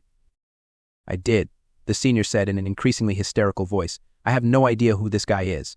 I've never even seen him before in my life. You have to believe me. I would never even think of double-crossing you, not even once. Rubbing my head, I sat up and groaned. My back hurt from the impact of the fall, though luckily nothing felt broken. Hey, wait, said Paul, the short Injector, who looked at me closely. Isn't that the guy who defeated Rodriguez and the others last week? The tall Injector's eyes widened in surprise. Paul, I think you're right. Looks just like he does in the picture. That's Trickshot. I was about to say something snarky about them recognizing me, but then I heard the catwalk creak above me and looked up in time to see something big falling toward me. I instinctively rolled backwards just in the nick of time, because the thing landed on the suitcase right where I had been sitting just moments previously, sending even more $100 bills flying as the new arrival stood up to his full height. Rolling to my hands and feet, I looked up to see who the newcomer was. I had never seen him before. He was tall and powerfully built, even taller than me. He wore a full-body lime green jumpsuit with a helmet on his head that resembled a scorpion's face, though the eyes were replaced by a single red visor that wrapped all the way around the head. A long, mechanical, scorpion-like tail hovered over his right shoulder, while twin needles poked out of his wrists like wrist knives. Holy crap, said the senior, staring at the newcomer with pure fear in his eyes. What the hell are you? You don't look like Bug Bite. Lethal injection, said the tall Injector in surprise.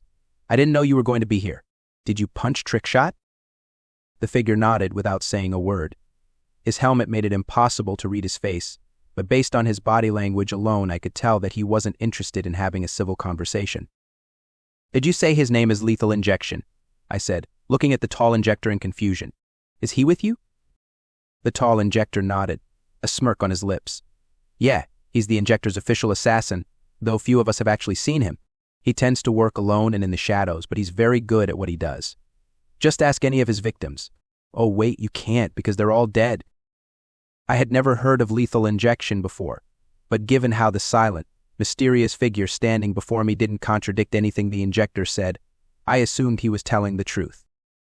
"If Lethal Injection is here, then I'm guessing he must have somehow guessed you would be here," said the tall Injector. "Looks like the rumors of Michael Jones putting Lethal on the Trickshot case were true." I looked at Lethal Injection again. I wasn't sure if Lethal Injection was a supervillain, that is, a superhero who went rogue and became a criminal, or if he was just a very strong guy. Given how he had that weird scorpion tail, I figured he probably didn't have any actual powers. Like most Injectors, Lethal probably relied more on weaponry than powers, which was fine by me, because I could handle criminals without powers just fine. "Nice costume you got there, buddy," I said, "but that green really doesn't." Lethal Injection suddenly leaned forward and his scorpion tail shot something hot and burning at me. I jumped backwards and the hot, burning substances hit the floor and immediately started sizzling, eating away rapidly at the concrete like it was paper. "Oh, and I forgot to mention that good old Lethal here can shoot acid from his tail," said the tall Injector with a chuckle. "The bad acid, not the good kind." I was going to have to rethink my original assumption that Lethal Injection would be easy to take down. If his tail could shoot acid, then I didn't want to know what the stingers on his wrists could do. Glancing at the senior, I said, "You should get out of here, kid, because this fight is." But the senior was already gone. I can't say I was surprised. He didn't seem like a very brave guy, and the appearance of Lethal Injection must have been the last straw. But I would worry about him later. For now, I needed to take down Lethal Injection and his fellow Injectors before they got me. "That tail of yours is pretty cool," I said, rising to my feet and dusting myself off, "but I doubt it will help you dodge a tire." I picked up 2 tires from the pile of tires I had seen earlier and threw them at Lethal Injection. But Lethal Injection dodged both of them easily and fired 2 more bursts of acid at me. I jumped into the air, flying just high enough to avoid the acid, which struck the floor again and ate away at it, leaving a hissing sound which sounded almost like an actual snake. Lethal Injection began walking toward me, while the other 2 Injectors started to gather up the money which we had scattered everywhere. Not that I had time to worry about those 2, however, because Lethal Injection and his acidic tail were the bigger problem at the moment. I flew toward Lethal Injection as fast as I could, aiming a punch at his face, but Lethal Injection caught my arm and threw me over his shoulder. I landed on top of an abandoned conveyor belt, nearly cracking my skull on its hardened surface. Shaking my head, I rolled off the conveyor belt just as Lethal Injection fired another blast of acid at me. The acid struck the conveyor belt and started hissing loudly, but I was already flying back toward the ceiling out of his reach. My plan was simple. I would take advantage of the darkness of the factory to avoid Lethal Injection's attacks. If he couldn't see me, then he couldn't shoot his acid at me accurately. It was an ingenious plan, at least until I heard more acid coming directly at me, forcing me to duck hard at the last minute to avoid getting a face full of acid. Looking down, I saw that Lethal Injection was looking directly up at me, already taking aim with his tail again. Damn it. His helmet must have given him night vision like my goggles did. Pretty neat trick, but I had a few neat tricks of my own. I dove toward Lethal Injection, who fired his acid at me again, but I swerved at the last minute, neatly avoiding the flying ball of acid and coming at Lethal Injection from his side. He turned to face me, but he was too late to dodge. I swung a punch at his chest, but Lethal Injection held up his tail at the last second, causing my fist to collide with that rather than his chest. But that didn't stop the impact of the blow from sending him flying. He flew backwards through the air uncontrollably until he crashed through an abandoned crate full of auto parts, smashing through it loudly. "Ha," I said, lowering my fist and smirking. "Bet you didn't see that coming, did you?" "I wouldn't declare victory just yet, Jack," said TW in my head. "He's obviously a strong one, superpowers or no." "Come on," I said. "That was a pretty powerful punch from me. There's no way he could have survived it." Just as I said that, the sound of sizzling acid entered my ears and more acid flew out of the darkness at me. I flew into the air narrowly avoiding the acid, and looked in the direction from which the acid came in disbelief. Lethal Injection rose from the destroyed crate like a zombie rising from the grave. His helmet hit his face, but I could tell that he was pissed. Doesn't that tail of yours ever run out of juice?" I said. "Seriously, that's like the 5th or 6th acid you've shot at me. Might be time for a refill, fella?" As usual, Lethal Injection didn't say anything. He just jumped off the crate, but rather than running at me, he turned and ran away among the conveyor belts and mechanical arms that stood in the factory. "Hey, where are you going?" I said. "Get back here." I flew after Lethal Injection, but even with my night vision goggles, I couldn't see Lethal Injection. The conveyor belts, mechanical arms, and leftover machine parts meant he had plenty of hiding spots. It annoyed me that a guy in a lime green scorpion costume could somehow hide so effectively among the various black, silver, and dark gray machines, but I guess there's a reason this guy is the Injector's top assassin. Stopping in midair, I looked around the factory, trying to spot Lethal Injection, but everything was eerily quiet. I didn't even hear his footsteps. Come out, wherever you are," I muttered, looking this way and that. "I just want to play." Again, no answer. Not that I expected him to actually respond, but it still felt like Lethal Injection was mocking me with his silence. "Rotating in midair," I said. "Is this the great Lethal Injection I've heard so much about? Yeah, you're really scary, running and hiding from a kid. I bet your reputation is well deserved, just as long as no one is looking, eh? Maybe you just think you're too good for me. Wouldn't surprise me, given how arrogant you Injector idiots tend to be." I heard the shuffling of feet below me and looked down at a crate near one of the conveyor belts. I thought I saw movement behind it, movement that looked like Lethal Injection. I grinned. "Found you." I flew straight down toward the crate and lifted it above my head. "Got you." But to my surprise, I didn't see Lethal Injection standing there. Instead, I saw a small mouse, which made a frightened squeaking noise and then turned and disappeared into a hole inside the base of another crate of parts. "What the heck?" I said. I thought I saw. Something sharp and burning suddenly jabbed into my back. I gasped in pain and dropped the crate, which crashed loudly onto the floor. But I paid no attention to that because I could feel something hot and burning being injected directly into my body. Gasping for breath, I swung my fist backward, but the sharp needle was pulled out of my back at the last second, and my fist hit nothing. Turning around, I saw Lethal Injection standing not more than a few feet away from me, holding up his right arm. The needle on his right wrist was slightly bloody, which I realized, with a lurch of my stomach, was my blood. "What did you do?" I said, touching the spot where the needle had been jabbed. What did you inject me with?" A sudden drowsiness came over me. I blinked several times trying to keep myself awake, but it was a losing battle. My innards burned, while my mouth became dry and cotton-like. Even breathing was becoming hard, to the point where I could feel my lungs swelling up inside my body. "It appears that Lethal Injection must have injected some kind of poison in your body," said TW. "I am currently analyzing it in order to find out what it is, and if there is a possible cure, but I cannot actually rid your body of it." I wanted to tell TW thanks in the most sarcastic way possible, but then my stomach lurched again and I nearly hurled. Lethal Injection suddenly lashed out with a kick, striking me in the stomach and sending me falling to the floor. My head smacked against the concrete floor, leaving me dazed.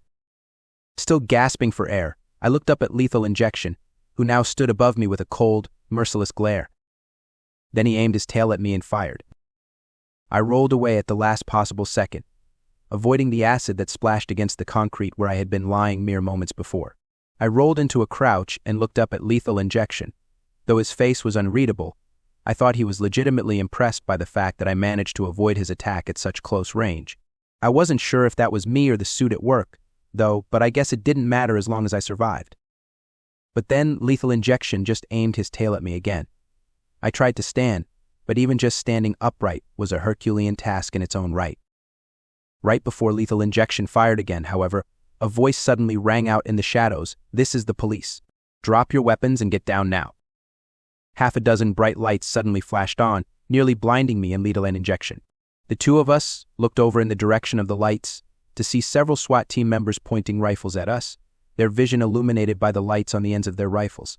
The collective lights hurt my eyes and made my aching head even worse. "I won't repeat myself," the lead SWAT team member shouted, nearly screamed. "Get down now." Lethal Injection, however, just pointed his tail at them and fired several acid blasts in rapid succession. The The SWAT agents scattered, though one of the slower agents got nailed in the chest and fell to the floor screaming in agony. Their lights also scattered, which allowed Lethal Injection to turn and run away, most likely to escape the SWAT team members before they recovered and came after him. I wanted to chase after Lethal Injection, but I realized that I couldn't chase him and avoid the SWAT members as well, who would probably arrest me in addition to Lethal Injection once they found out I was an illegal superhero. I launched into the air, going as fast as I could even with the poison working its way through my body. I heard SWAT team members shouting at me to get back, even heard some of them shooting at me, but I didn't look back or slow down even slightly. I smashed straight through the ceiling of the factory and emerged out into the open night sky. I immediately flew in what I thought was north, which would take me back to my parents' house, but the poison must have been messing with my sense of direction, too, because every direction felt the same to me. TW, I shouted as I flew. My vision was starting to darken around the edges, making it harder than ever to see where I was going. Am I going in the right direction? Is this the direction home? It doesn't matter, said TW. The poison Lethal Injection put into your body is killing you even as we speak. You need to find someplace safe and land right now, otherwise the poison will accelerate and kill you. I was going to ask TW how landing would help me, but my mouth was too dry to form sentences now. I increased the speed of my flight, heading in what I hoped against hope was the direction home. But the darkness was gathering around the edges of my vision, to the point where I could no longer make out the individual buildings below me. It all looked like a bunch of pretty lights shining against the darkness of the night, kind of like how lights looked reflected against a lake.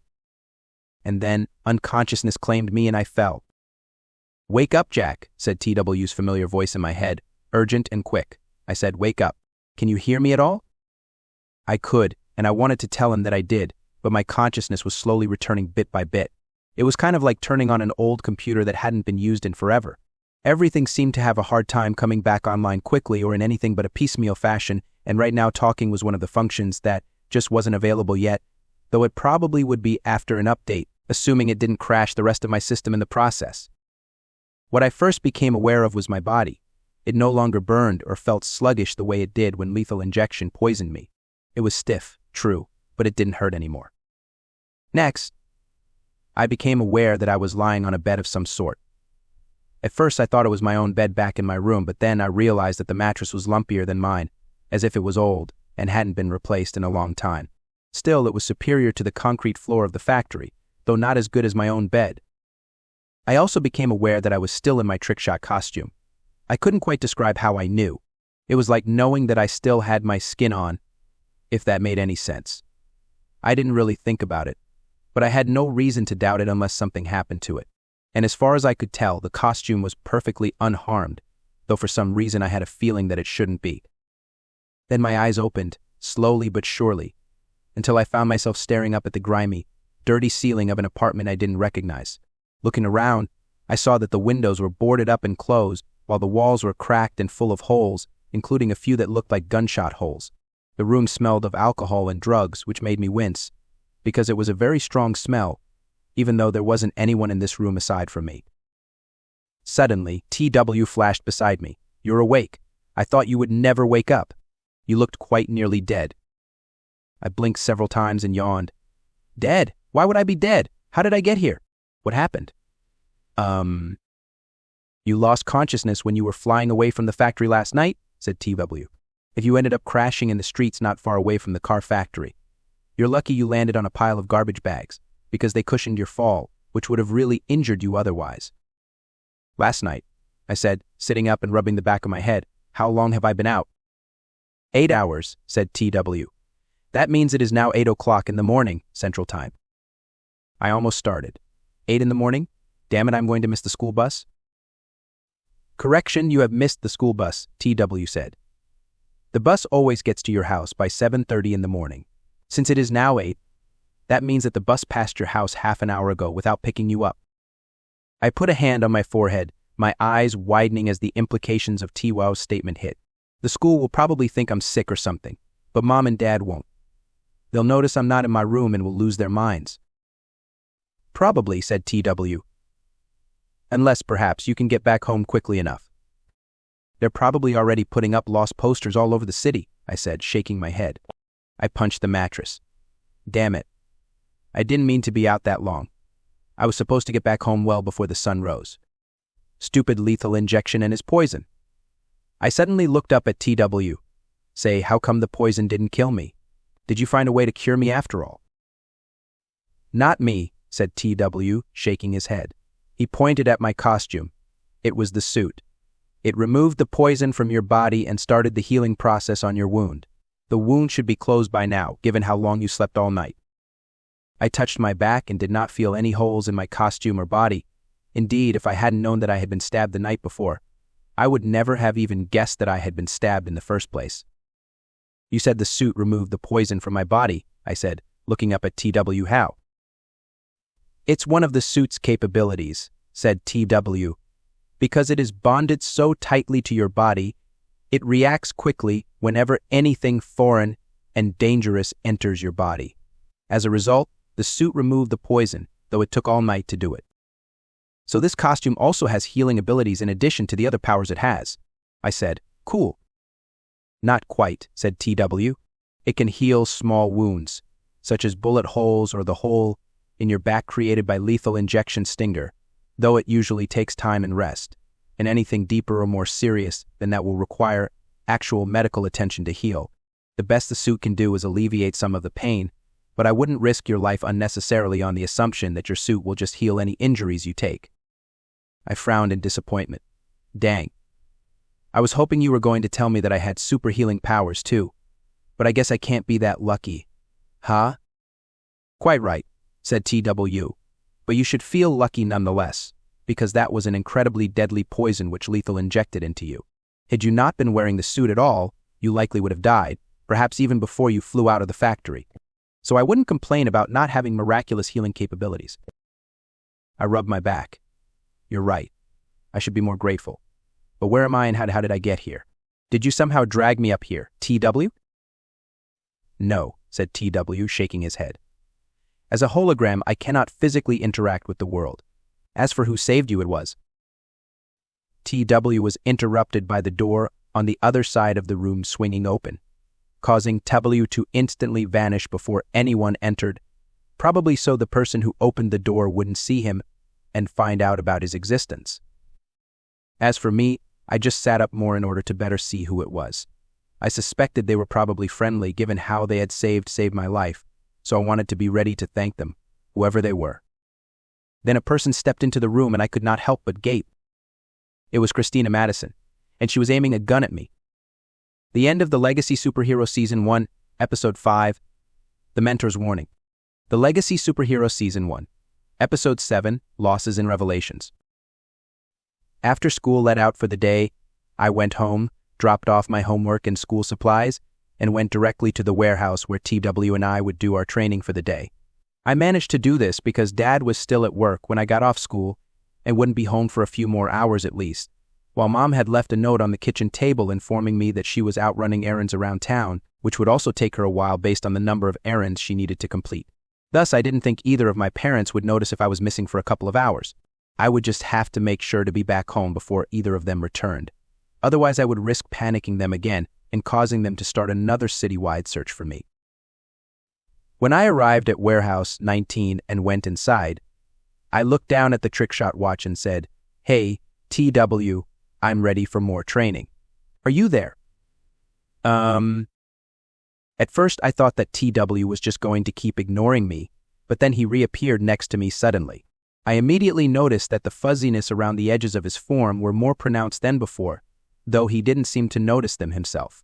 He just floated there, his arms crossed in front of his chest, looking at me with a scowl on his face. "I thought you said you didn't need to train," said TW. "Did you change your mind?" I shrugged. I'm not sure what to do next. Don't know how to locate Michael Jones, so I decided to train today, rather than sit around and worry about figuring out my next move. "What about your homework from school?" said TW. "Are you going to do that?" I waved off T-Woo's question. It's not that hard. I'll just do it before I go to bed. Right now, I want to train with my powers. And why would you care? Anyway, you were the one insisting on training me, but now you're wondering why I'm not doing my homework. I was just under the impression that you thought you knew everything there was to know about your powers, said TW, so you didn't feel the need to train with them. Well, I guess I don't, I said. So can we just move on to our next lesson now? I'm getting bored. TW looked like he was going to say no at first, but then he slowly nodded and said, all right, we'll begin our next lesson. T-Woo's voice stuttered slightly when he said that, prompting me to say, are you okay? Yes, said TW, looking at me curiously. Why do you ask? You're kind of fuzzy around the edges and you just stuttered, I said. You told me before that you're decaying. TW looked down at his body and grimaced. Yes, I can see what you mean, but I would not worry about it. I still have a lot of time left before my AI decays to the point of no return. Until then, you and I should focus on training you to the best of your abilities and nothing else. All right, I said, though secretly I wondered if TW was just changing the subject, because his own death was uncomfortable to talk about. What's our lesson for today? We'll practice your aiming ability, said TW, the power that earned Gregory the name Trickshot. You mean the one I used on those injectors back on my birthday? I said. I mimicked throwing a rock. When I threw that roof tile that bounced off everywhere and hit all of those guys in the head. Precisely, said TW, nodding. Back then you only managed to use it because of my help, but this time you will do it under your own power. So how does the power work, exactly? I said. I know you said it is perfect aim, but does that really mean it never misses? More or less, said TW. Assuming your target doesn't have a shield or take cover behind something, the object you throw at him will hit him in exactly the spot you want to hit him. The way it works is that the object you throw locks onto the target and will take whatever path necessary to hit the target. That's really cool, I said. Do I have to actually throw the object to make the power work, or does it work with a gun too? It works with guns and other projectile weapons as well, said TW, but it is less effective because you are transferring your energy through the weapon rather than directly into the object itself. All right, I said. I looked around the warehouse. What should I start with first? I need something to throw. You already have something to throw, said TW. Look at your belt. I looked down at the belt of my costume, but did not see anything. What about my belt? I stopped speaking as soon as I saw a blue light glowing on my belt. Before my startled eyes, the blue light slowly turned into a small pouch on my belt, the same colors as the rest of my costume. I looked up at TW. Where did that come from? The watch. Obviously, said TW. Did I forget to tell you that the watch can remove or add parts of your costume at will? Yeah, you did, I said. I tapped the pouch on my belt, feeling its soft surface. I flipped open the lid and pulled out a small, shiny metal disc. What's this? A throwing disc, said TW. Gregory created them when he first got the suit. He created them in order to make sure he would always have small objects on hand to throw. They are specially designed to work with your aiming powers, unlike most objects. So all I need to do is throw them, and they'll bounce around crazily like that roof tile, I said, flipping the disc over in my hand to get a better look at it. It's not quite that simple, said TW. But with some practice, yes, they'll not only bounce around, but will also hit your target dead on. What if I run out? I said. I patted the pouch. Doesn't feel like there's a whole lot in there. Maybe a dozen at most. The suit can make more on demand by drawing upon the suit's energy itself, said TW, but only enough to fill the pouch, so I wouldn't worry about it right now. Let's start your next lesson. TW pointed at a thin chain hanging from the ceiling on the other side of the warehouse. See that chain? That will be your target for today. I looked over at the chain. It was very far away from where I stood, to the point where I wasn't sure I would be able to hit it, even if I used my super strength to give my throw an extra boost. But I obviously would not need to worry about the distance, because my aiming powers would make it easy to hit it. I raised the disc. Okay, I'm ready. What ready? Do next. TW pointed at the chain. First, lock your gaze on the chain. You must have complete and total focus on your target. If you let your focus slip for even a second, then your powers won't work. While this will require careful, deliberate practice at first, in the long run it will become second nature, and you will be able to do it without thinking. I nodded and focused hard on the chain.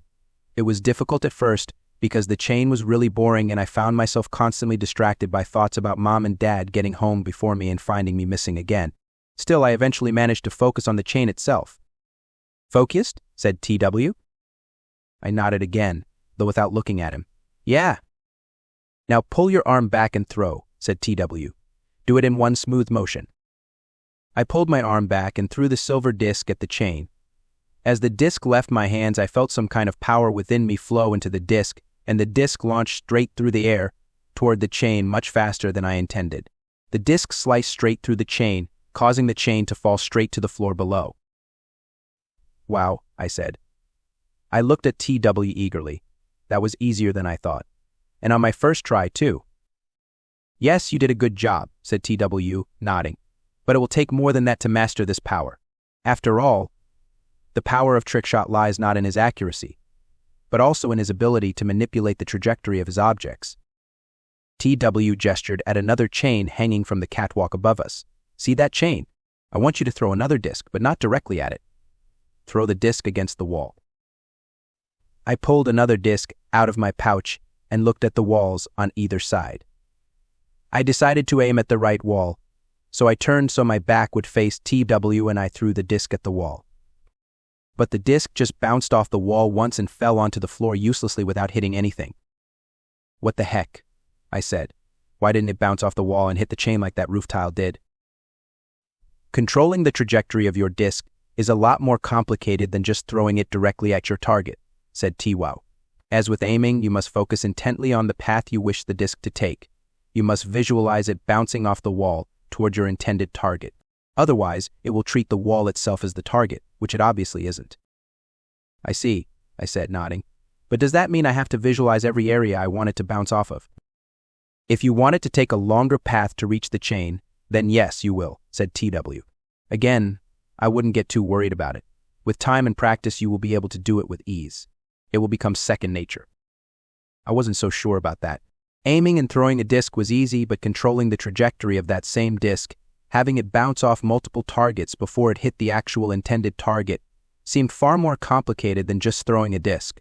But I decided to take TW's advice. By drawing my third disc out of my pouch, I aimed at the wall once again. This time I imagined my disc bouncing off the wall and hitting the chain dead on, just like my first disc. It was surprisingly easy to do, so once I felt comfortable with the mental image, I pulled back my arm and threw the disc. Like before, part of my energy went into the disc as it left my fingers, and it flew through the air straight and true. It bounced off the wall, but rather than hitting the floor, it flew up directly toward the chain itself. Yeah," I said, pumping my fist. "It's working." But then the disc suddenly wobbled and veered to the left in midair, completely missing the chain by several feet. I watched in disappointment as it landed on the floor, clanking lamely against the concrete surface. "Why did it fail?" I said, looking at TW. "I did everything right." TW raised an eyebrow. "No, you didn't. You lost your focus as soon as success seemed to be within your grasp."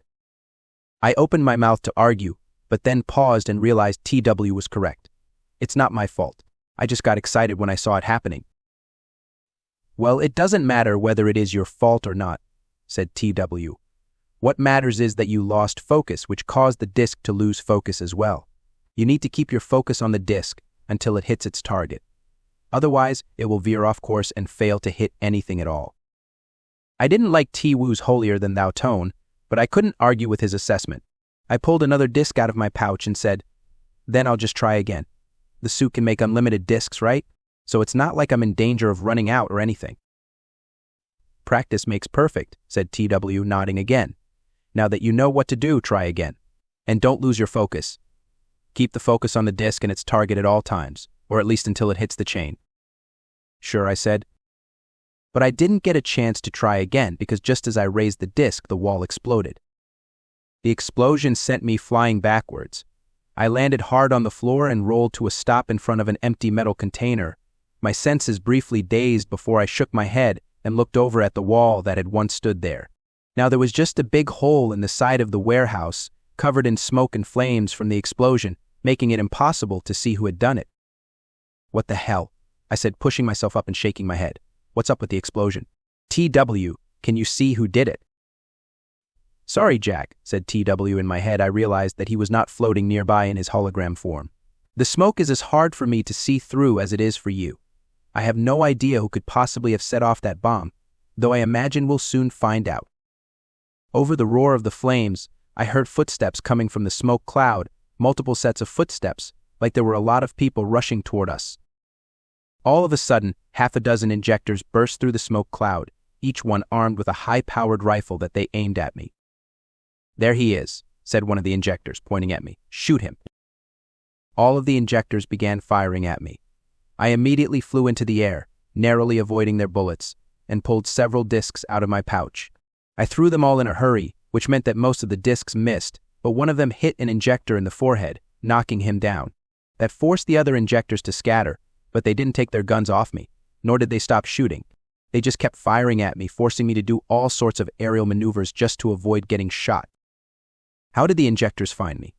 I said, zipping through the air as I avoided the hail of bullets coming from below. "This doesn't make sense." "I don't know, Jack, but I think it might be wiser to flee than fight," said TW. "There are far too many injectors for you to take on by yourself. Best to escape and go home. As long as they don't know your secret identity, they won't be able to track you down back to your house." "Did you just tell me to run away?" I said, stopping on the catwalk briefly in order to catch my breath. "Yeah, I'm not going to do that. Either help me take down these goons or shut up. But you're outnumbered."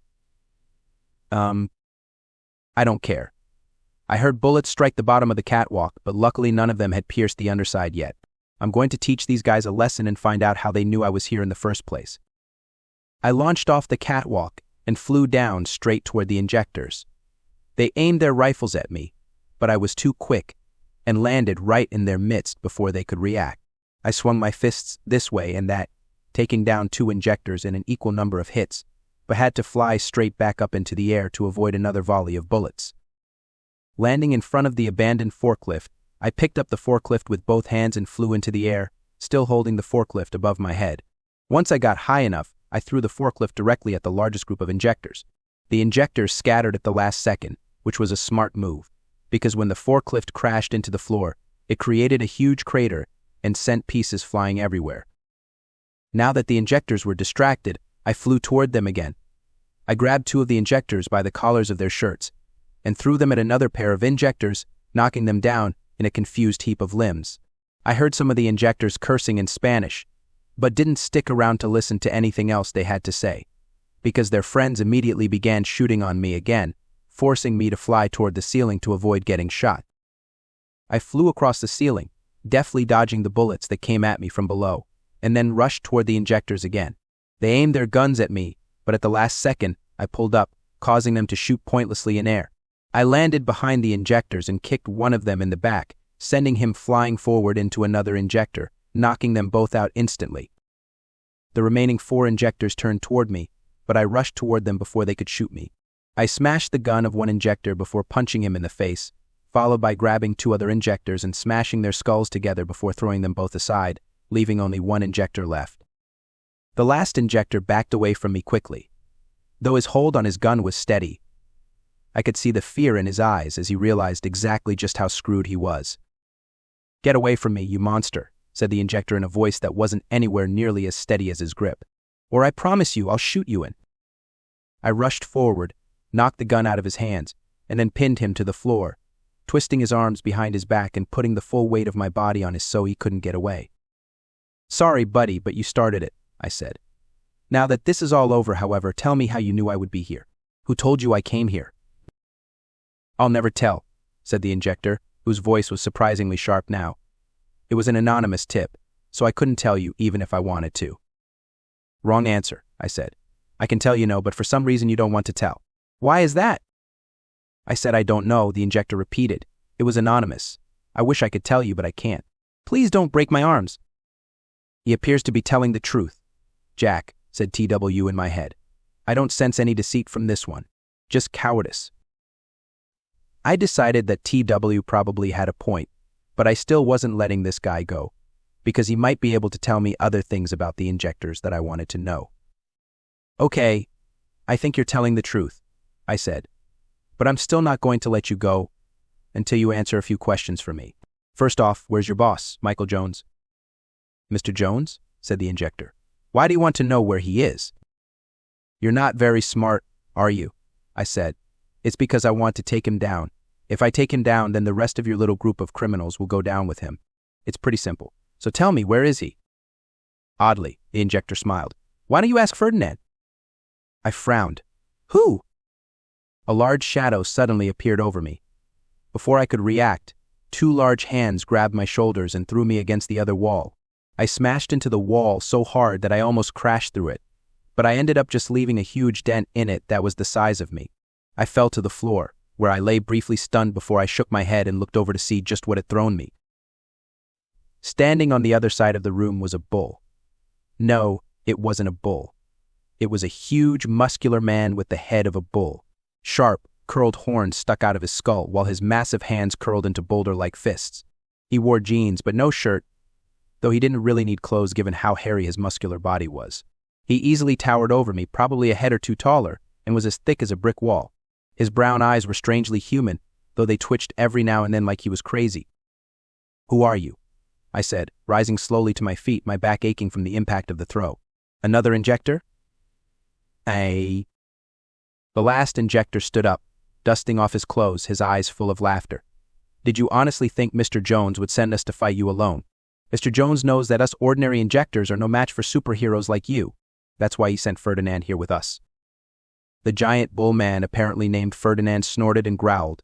He pawed the floor, his massive feet leaving deep ruts wherever he pawed. I estimated he had to weigh a ton, and that was without the horns.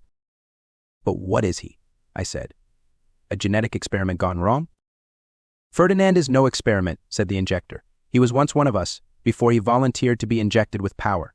Now he has the appearance and physical strength and endurance of a full-grown, very angry bull.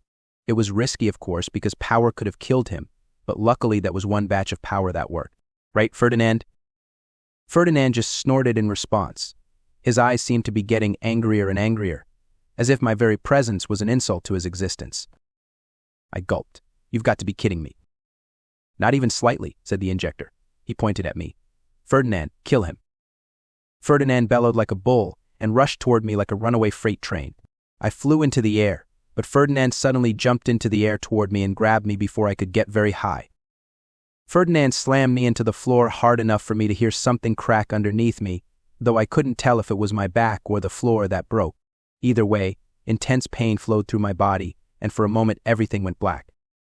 When my senses returned, I found myself hanging upside down in Ferdinand's grasp.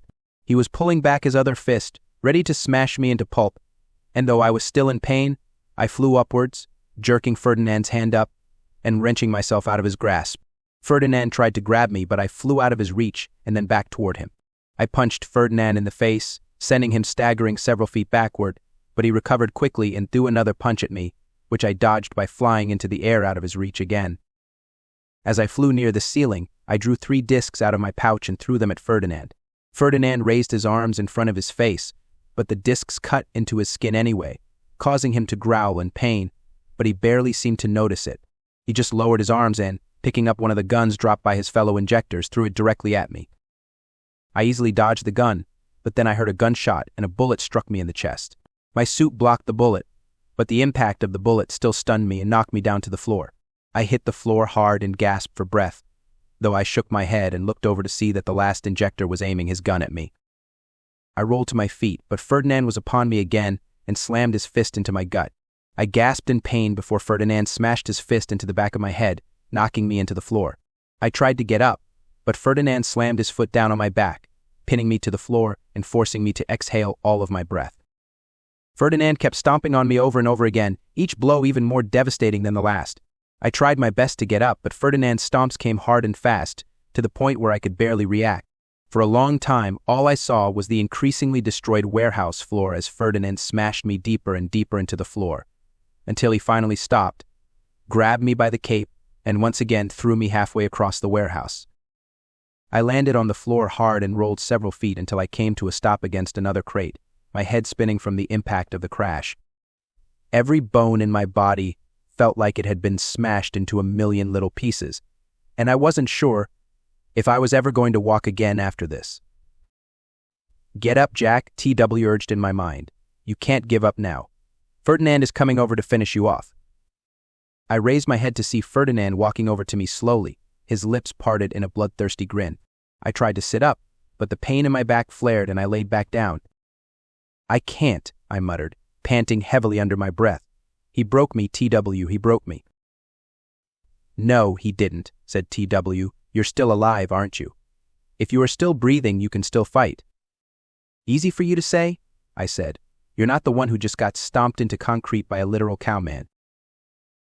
"If you give up now, you will never be able to avenge Thomas," said TW. "Do you want your brother's death to be unavenged?" My hands curled into fists. "No, never." "Then get up and fight," TW said. I gritted my teeth, but knew that TW was right. Against my screaming body, I not only sat up but slowly rose to my feet.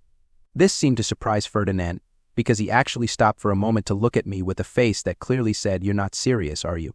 before he shook his head and resumed walking toward me, wearing a smirk that told me that he didn't fear me.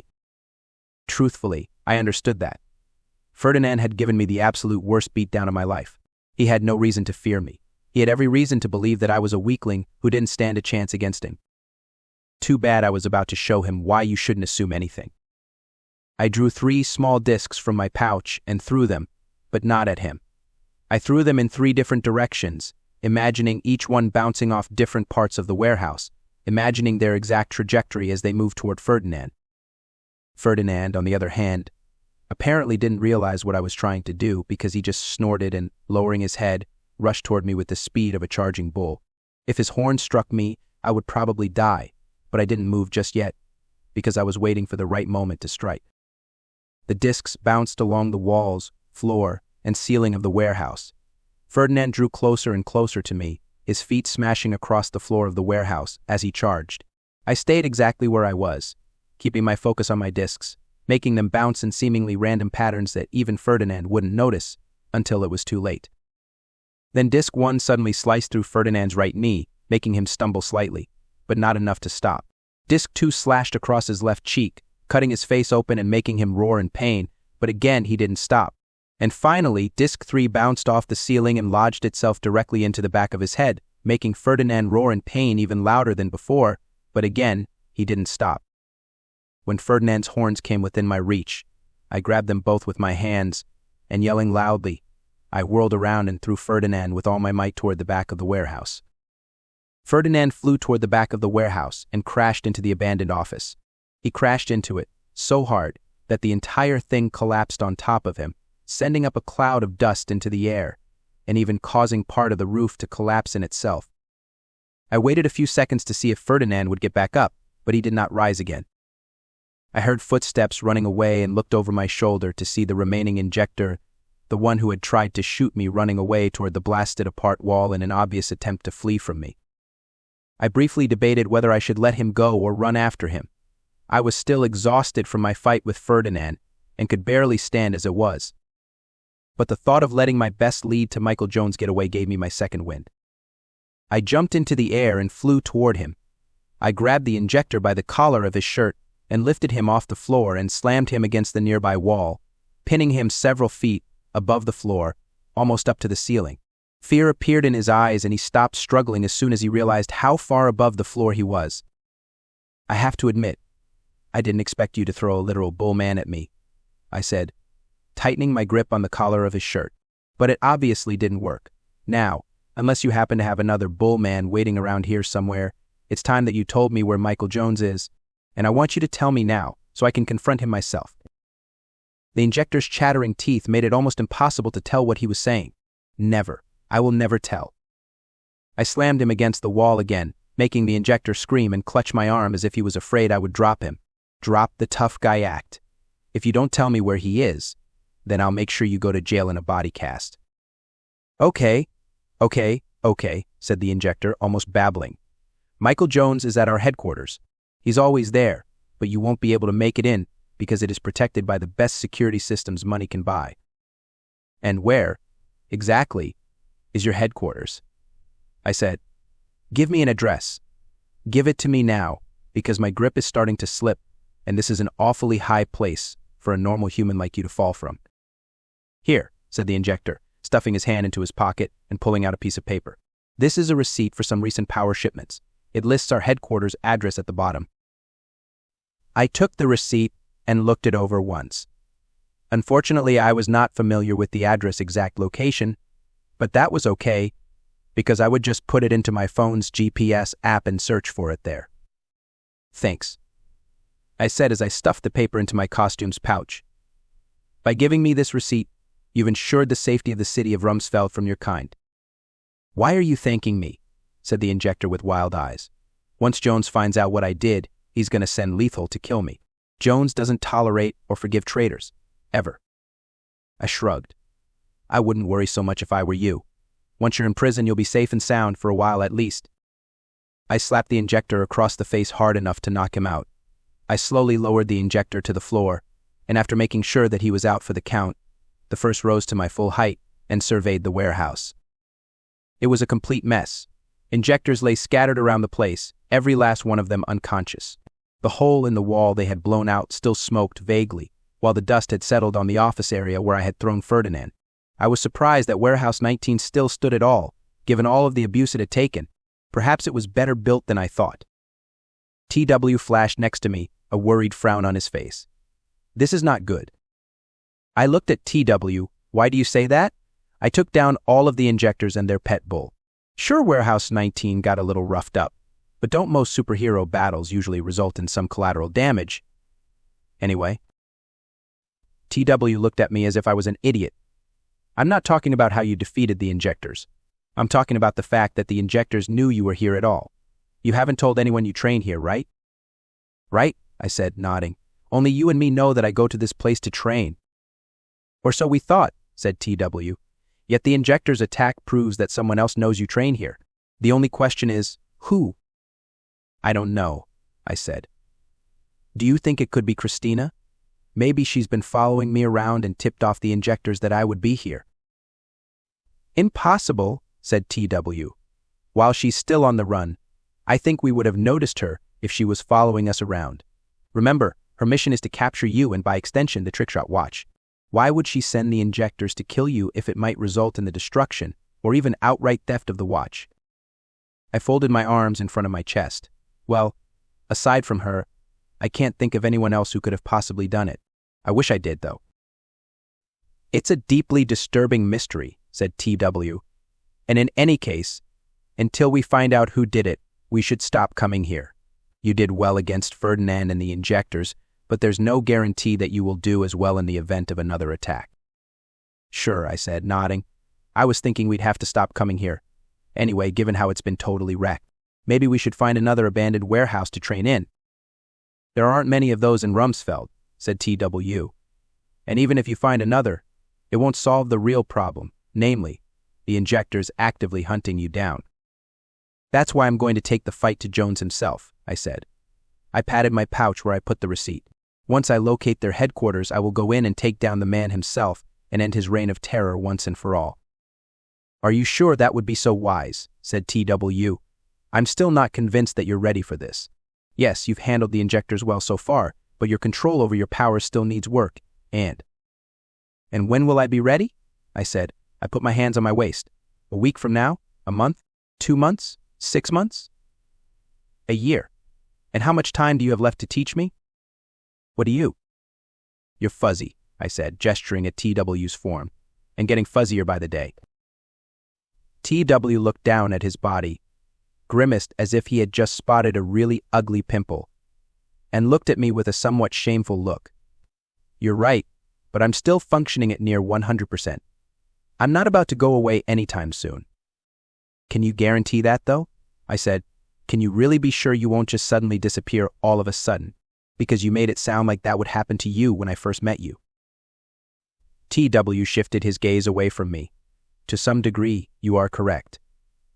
I don't know how long I have, except that I have less than I should. If we could get the watch repaired, I would be able to live much longer, but my time is indeed limited. Still, you need training, more training than you've received now."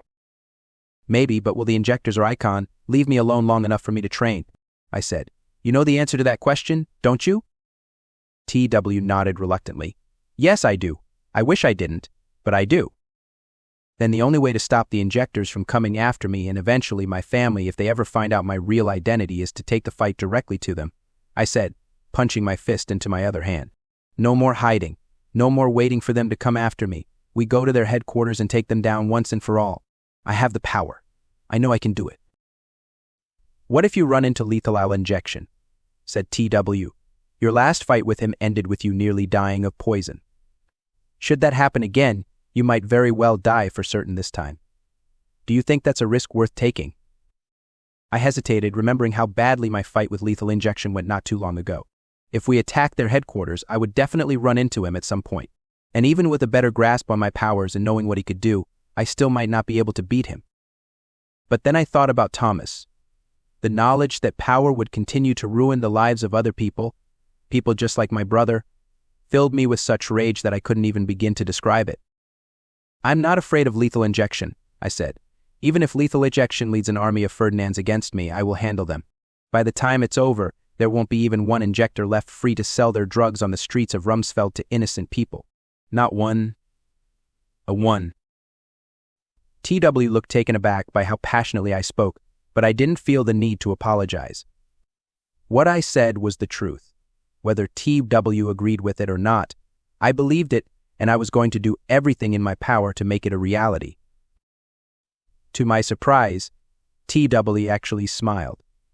Gregory said something similar to me once, years and years ago, about how he was willing to do anything to protect his family and the people of Rumsfeld. It was the first time I'd ever seen a human speak so passionately about anything, and I didn't quite understand it at the time.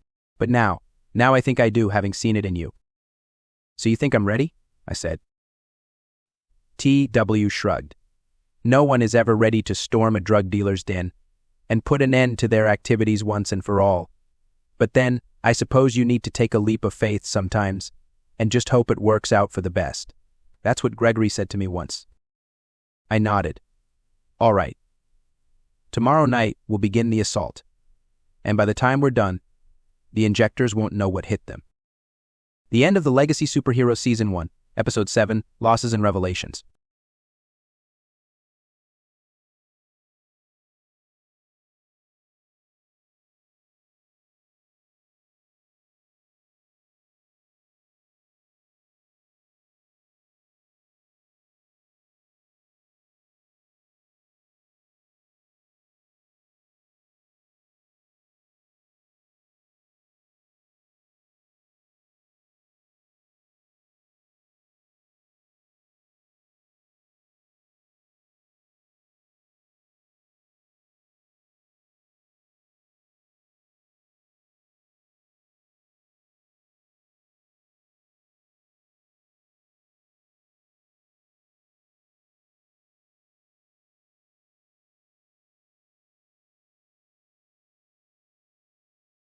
The Legacy Superhero Season 1, Episode 8, A Dangerous Gamble. Waiting for tomorrow night was pure agony. I probably could have simply gone straight to the Injectors' headquarters that very day and confronted Michael Jones, but I decided that would be too hasty. I needed time to formulate a plan, as well as rest and get ready for the attack. Despite how strong I was, my body ached all over from my fight with Ferdinand, and I wanted to make sure I was in tip-top shape before I did anything strenuous. I did call the police and inform them about Ferdinand and the Injectors, but I made it an anonymous tip because the last thing I needed was to have the police ask me, a 16-year-old boy, what I was doing in an abandoned warehouse after school with no adult supervision whatsoever. I trusted that the police would be able to figure out what happened there by themselves when they arrived, especially once they started hauling Injectors off to jail. Speaking of the Injectors, before I left Warehouse 19, I gathered all of the unconscious Injectors up and tied them together with some steel chains I found lying around, as well as neatly peeling their weapons up in a corner out of their reach. I didn't bother to tie up Ferdinand or do anything to restrain him, partially because I thought he would just break out of it regardless, but also because Ferdinand was out cold, to the point where I wasn't sure he would ever wake up. It may have been the unstable effects of the power drug affecting his consciousness, but in any case, I was content to leave him alone, and besides, the police would probably bring Bug Bite with them, who would be able to deal with Ferdinand if Ferdinand actually woke up. I returned home before Mom or Dad did, luckily enough, and managed to get out of my costume and shower before either of them got back home. As a result, Neither of them suspected that I had been doing anything other than my homework in my room after I got home from school, which was exactly what I wanted them to think. It was safer for them if they didn't know that I had just been involved in a fight to the death with a crazy bull man and his drug-dealing friends. I wasn't even sure how I would explain it to them. But there was a news report on the clash between Trickshot and the Injectors on the evening news, which Dad turned on during dinner that night. The news reporter claimed that the police had arrived at Warehouse 19 in the northeastern section of the city, where they had found over a dozen unconscious Injectors tied together, plus an unconscious man with a bull face who they quickly identified as a power user. All 13 of the criminals were promptly arrested, bringing the total number of Injectors arrested that week up to 20, which was the most Injectors ever arrested in such a short time span. There was, of course, no sign of Trickshot himself, though apparently some people speculated that Trickshot might have been the one to inform the police about the Injectors in the first place. While Mom and Dad chatted about the attack, I didn't say much, mostly because I didn't want to say anything that would make my parents suspicious of me. It helped that we had a big dinner of steak and potatoes that night, which meant that my mouth was usually too full of good food for me to say more than a few words at a time. I was surprised by how Mom and Dad both seemed very positive about Trickshot now, especially Dad, who had been worried that Trickshot might be someone who wanted to cause no good.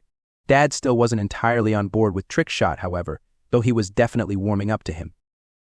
It was times like these that I wished I could have said something, but I didn't. I just finished my dinner and went to bed early, mostly because my body was aching from everywhere Ferdinand had beaten me earlier.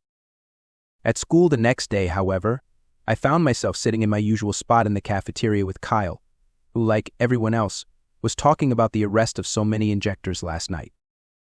"It's pretty awesome," said Kyle in between mouthfuls of pizza.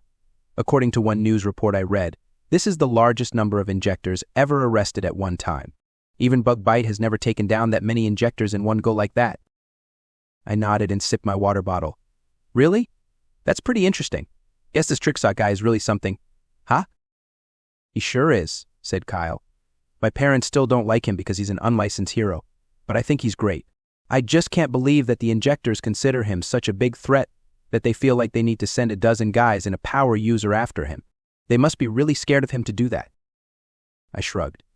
The Injectors are ruthless. They'll take down anyone they consider a threat to their business. I imagine Trickshot is just better at stopping them than most. "Even better than Bug Bite?" "At that," said Kyle. "If Trickshot keeps this up, I wonder if the city will offer to make him the official superhero of Rumsfeld instead of Bug Buck." "That doesn't seem likely," I said. "I've never heard of an unlicensed superhero being made the official superhero of a city, at least not without first passing the superhero exam. And besides, Bug Bite and Mayor Adams are close, right?" "They're brothers, actually," said Kyle. "Still, imagine what would happen if he actually took down the Injectors all by himself. That would be historical." I wanted to tell Kyle that I was Trickshot and that I intended to do exactly that, but I kept my mouth shut. I hadn't realized it, but the hardest part about being a superhero so far wasn't fighting criminals or learning how to use your powers, but keeping your mouth shut when everyone around you was complimenting you, or your alter ego, really, but for saving the day. I guess that Bug Bite, being the superhero of Rumsfeld who didn't have a secret identity, didn't have to figure out how to take compliments, but I did, and it sucked. "But there's still the mystery of just who Trickshot is in the first place," said Kyle. He shrugged. "I guess it doesn't really matter if you think about it. Whoever he is, and wherever he came from, he's done more to make Rumsfeld safer than the police and Bug Bite combined. He's definitely done good work so far," I said as I bit into my peanut butter sandwich, chewed, and swallowed. "But I wonder if the police will ever try to crack down on him. He's operating as a superhero illegally, after all." "They probably will at some point," said Kyle. "I know my cousin in the police department has told me that the police don't know what to make of him. It doesn't help that Trickshot just keeps appearing and disappearing all the time, seemingly at random. But it's inevitable that they'll come after him at some point. The police don't like unlicensed superheroes." I nodded in agreement, but I wondered what I would do if the police ever decided to come after me. I could evade them, I knew, but at some point I would have to fight them, especially if Bug Bite got involved. But I pushed that thought out of my mind for now in order to focus on my plans for tomorrow night. First, I would worry about taking down the Injectors. Afterward, I would worry about the police and what they might do to me. "Anyway, do you want to come over to my house after school and play some games?" said Kyle. "I just got the newest Street Battler on PC. I haven't even started playing it yet." I thought about whether to accept his offer or not. My attack on the Injectors' headquarters was scheduled for tonight at midnight. I had intended to take the rest of the afternoon and night to prepare for it, but maybe it would be better for me if I spent some time with Kyle. I remembered what TW said about how I could never be sure if I was going to survive or not, and decided that checking out Kyle's new game with him couldn't hurt. So I nodded and said, "Sure thing. I've got nothing better to do after school anyway." "Great," said Kyle. "We can go to my house as soon as school lets out. Don't worry about my parents. I've already asked them and they're okay with you coming over." "Sounds good," I said. "I'll call my parents and let them know where I'll be." I pulled my phone out of my pocket and quickly dialed our home phone number. I didn't have to wait long before I heard someone pick up the phone, prompting me to say, "Hi, Mom. This is Jack. I'm just calling to let you know that I'm going over to Kyle's house after school to play a game with him. I'll probably be back before dinner, but I just wanted to let you know so you wouldn't get worried." I waited for Mom's response, but oddly, I didn't hear anything on the other end of the phone. The phone was definitely working because it wasn't making the out-of-order beeping noise it usually made whenever it wasn't working, but I didn't know why Mom wasn't responding. Maybe Dad had actually picked up the phone, but that didn't make sense because Dad should still be at work, unless he got off early, which was always possible, albeit unlikely in my opinion. "Mom?" I said, turning away from Kyle and the noise from the rest of the cafeteria. "Are you there? Mom?" Finally, a voice on the other end spoke. It was feminine, but it wasn't Mom's voice at all. It was too young, too cruel, and far, far too familiar for my liking. Even before the voice finished speaking, I didn't have any trouble recognizing it. "Sorry, but Mrs. McDonald isn't home right now," said Christina Madison, her voice falsely sweet. "But if you leave a message after the beep, I will make sure she gets it." "Christina?" I said in a whisper. "What did you do to Mom?" "What?" said Kyle, leaning forward curiously. I looked at Kyle. "It's, just Mom.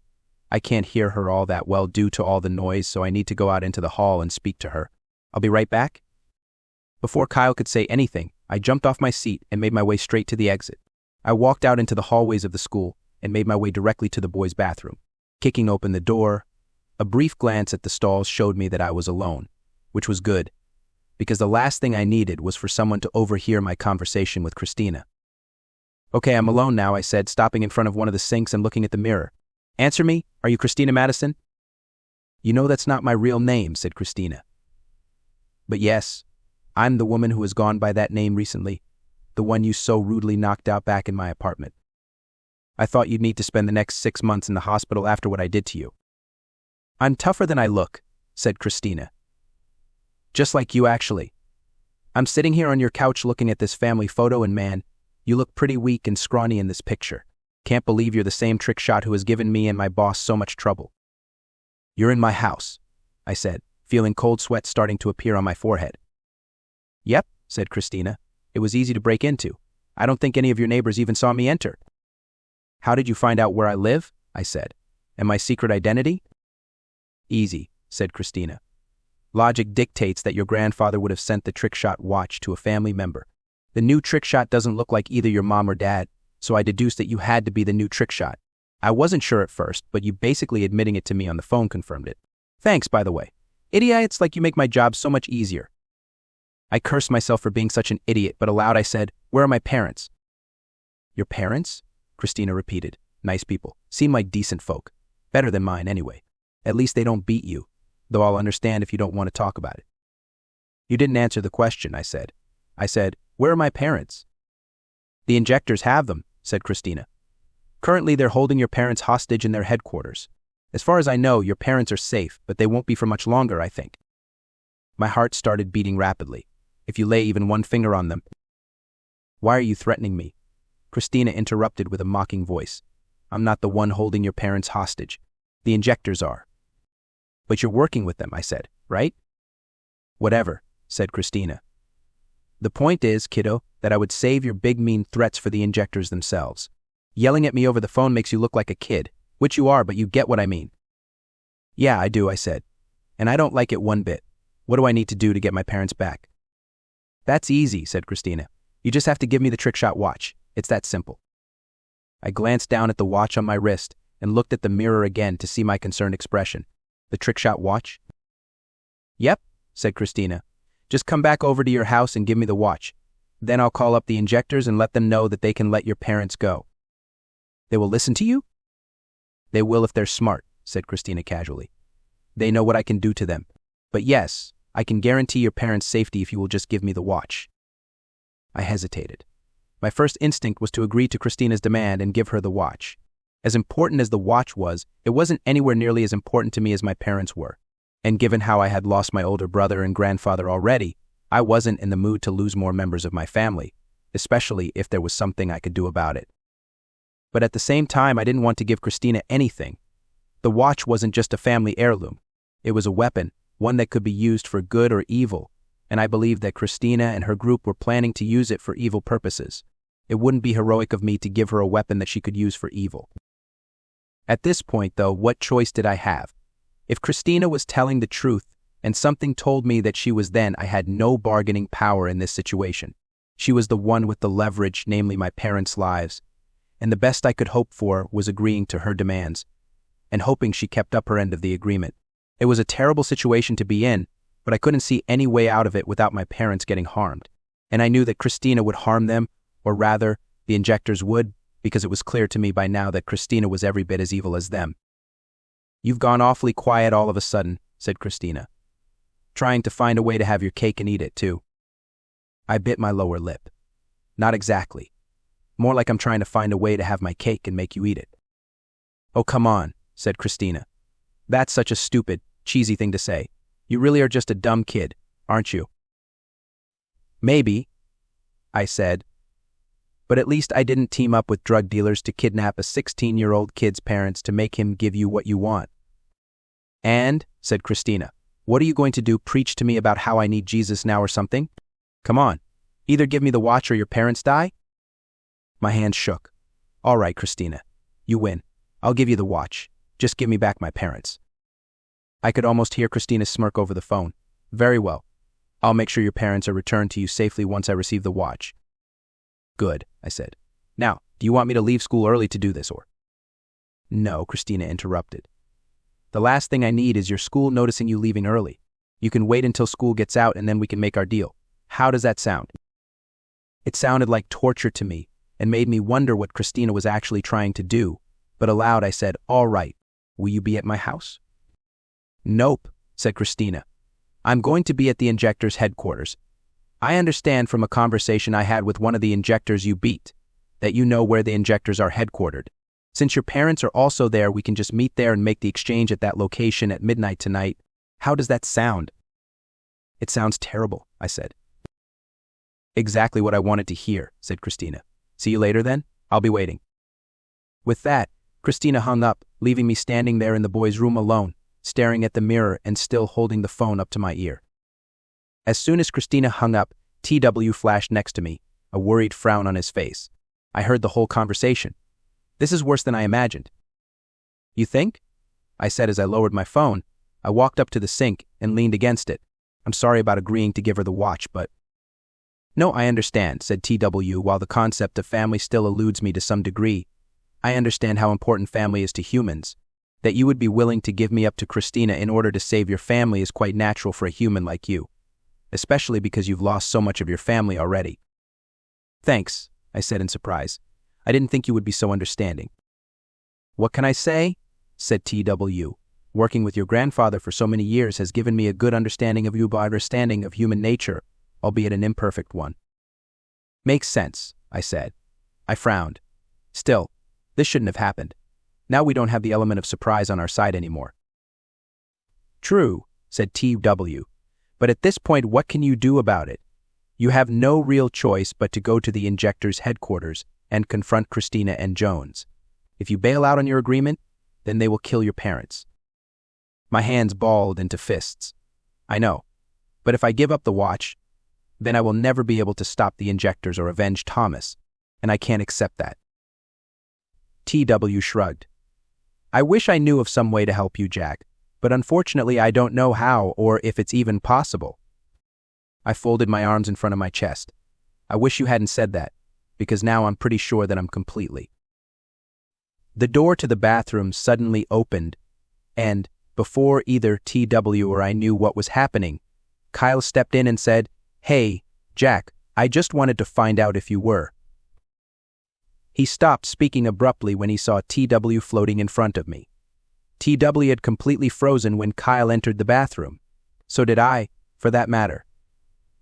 Kyle just stared at TW and TW just stared at him, as if neither could believe what they were seeing.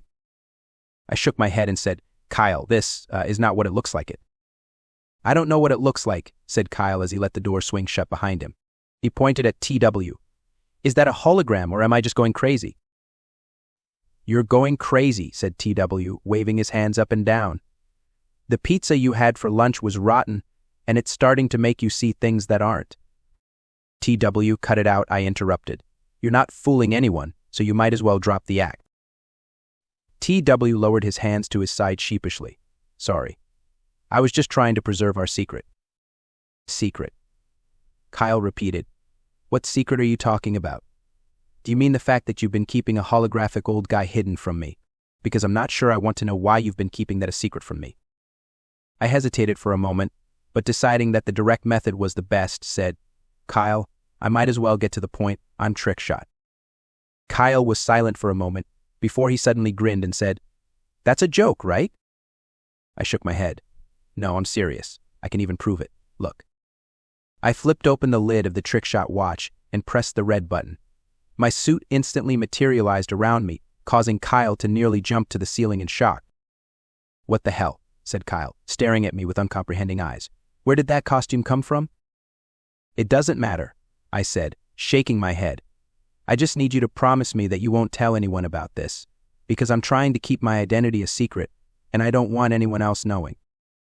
Kyle hesitated, but after a moment he nodded and said, "Okay, Jack, I'll keep your secret. It's what friends do, right? But I'm going to have to ask why you've kept it a secret from me." "Because I wasn't sure you were ready for it yet," I said. I put my hands on my chest. "I'm still not entirely comfortable in this suit myself, so I wasn't sure how you would react to it." "I think it's cool, but I have so many questions," said Kyle. "When did you get the costume? How do you have superpowers? And just who is this hologram anyway?" I answered all of those questions as quickly as I could, giving Kyle a small recap of everything that had happened since my 16th birthday. I left out a lot of unimportant details because I didn't know how much time we had left before someone else walked in on us. I did, however, take off my costume just to be safe, now that there wasn't a need for Kyle to see me wearing it. T remained visible but was ready to disappear into the watch at a moment's notice if necessary. "Wow," said Kyle by the time I finished telling him my story. "That's a lot to take in. If I hadn't seen your costume or this hologram guy here, I wouldn't have believed any of it." "I know it's a little hard to believe, but it's all true," I said. "And now I have to save my parents from the Injectors. And to do that, I have to give them the Trickshot watch." Kyle scratched his chin. "Couldn't you go to the police and tell them about this? They might be able to help us arrest the Injectors and save your parents." I shook my head. "No, if I did that, the Injectors would probably just kill my parents. And that's assuming the police would even be capable of taking down the Injectors, which I doubt they are." "But you can't just go and give the Injectors the watch," said Kyle. "That's crazy. If any of the Injectors had access to the watch, they could cause all kinds of trouble, much worse trouble than they can do now. You have to keep it." I shrugged. "I would like to keep it, but I value my parents more than I value the watch. I wish I could have both. But it seems like I have to choose one or the other, and I think you know why I chose my parents." Kyle nodded, though he still had a troubled look on his face. "Man, Jack, I wish you told me about your superhero stuff earlier. Then I might have been able to help you somehow." "No, it's fine," I said, waving off Kyle's concerns. "There's nothing you can do to help. Please don't feel so bad about it. It's not like you're a superhero yourself who could help." My sentence trailed off as an idea occurred to me. The idea percolated in my mind like coffee, quickly turning into a full-blown plan, whose details were rapidly becoming clear to me. "Jack," said Kyle, "you look like you were just hit by lightning." I looked at Kyle and smiled. "Kyle, I think I know how you can help me with this. I've got a plan, and I think, if we all do our parts, it could just work." Hours later, at midnight that night, I flew through the sky, my cape flapping behind me, heading directly to the headquarters of the Injectors. It was a cloudy night tonight, which meant I was unlikely to be seen by the people on the streets below, which was good, because I wasn't very comfortable with being seen in public just yet, mostly because I didn't want the police to see me and try to arrest me for being an illegal superhero. Then again, I didn't really enjoy flying through the clouds, because they were a lot wetter than they looked. Nonetheless, my costume and goggles kept me mostly dry, and according to the watch's GPS system, I was almost at the Injector's headquarters. When I first put the address which the Injector had given me into my phone's GPS app, I had been surprised to discover that the Injector's headquarters was not some seedy abandoned apartment building on the outskirts of town, but rather a large, 6-story building in the middle of Rumsfeld itself. The building was a relatively new one called the Peter Glow Building, so named after the billionaire Peter Glow, who built it in the first place. It was supposed to be a new office building that businesses could rent office space from, which many businesses used for that exact purpose. I would never have expected the Injectors to set up shop there, but at the same time I could see the logic behind it. After all, no one would ever expect the most infamous drug cartel in town to be set up inside a legitimate business building where plenty of real, honest businesses did work. I did wonder, though, how they had managed to go so long without arousing the suspicions of the police or anyone else who used the building. I figured they had to be using a fake business name and front to trick people into thinking that they were just another business trying to make a profit. But it didn't really matter to me how they had managed to conduct their business, because soon their entire enterprise would come crashing down around them, and they wouldn't even see it coming, assuming, at least, that my plan worked. There. According to my watch, I was now directly above the Peter Glow building. Pausing in midair, I slowly lowered through the clouds until I emerged from the underside of the clouds and got a good look at the Peter Glow building itself directly below me. The Peter Glow building was even bigger in person than in the pictures. Though not the tallest building in downtown Rumsfeld, its newness made it stand out in comparison to the other buildings around it that had been built much longer ago. Streetlights reflected off its windows, while the words Peter Glow Building in front of the building glowed white. "There it is," I muttered. "The headquarters of the Injectors themselves." TW flashed into existence next to me, a worried look on his face. "It certainly doesn't look like the place where drug dealers would set up shop, now does it?" "No, it does not," I agreed. "But that's why they chose it, obviously. I can only imagine how they've managed to do business in there for so long without being caught." "Drug dealers are often cleverer than most people give them credit for," said TW. "But in any case, their business is about to be upended, isn't it?" I nodded. "Yes, which reminds me." I pulled my phone out of my pocket and dialed Kyle's number. I only had to wait one ring before Kyle answered and said, "Hey, Jack, are you at the location?" "Yes," I said. "I'm above the Peter Glow building even as we speak. Are you ready to call the cops?" "Yeah," said Kyle. "Do you want me to call them now?" "Of course," I said. "It will take the cops at least 10 minutes to get there, which I estimate is how long it will take for me to have my meeting with the Injectors. By the time I'm done talking with them, the police should have the building surrounded and the Injectors will be trapped like rats." "Right," said Kyle. "I'll call my cousin. He's pretty high up in the police department, so he should be able to get things going quickly. And he'll definitely make sure to keep my tip anonymous to protect me from the Injectors in case things go wrong." "Good to hear," I said. "Now, I'm going to hang up, because I don't want to be late for my meeting with the Injectors. See you later." I hung up the call and put the phone back into my pocket. I glanced at TW, who disappeared back into the watch, and then started to descend to the roof below. As I descended from the sky, I briefly went over in my mind the plan that Kyle, TW, and I had hammered out only hours before. It was a relatively simple plan, all things considered, but I was amazed we had managed to figure it out so quickly. I guess that's just what happens sometimes when you only have a limited time to come up with a plan. The plan was this: I would go to the Peter Glow building to meet with the Injectors. Ostensibly, I was to give the Injectors the Trickshot watch in exchange for my parents. But in truth, I would do whatever I could to distract the Injectors long enough for Kyle to call the cops and tell them about the Injectors' headquarters. I needed to distract the Injectors long enough for the police to arrive and surround the place.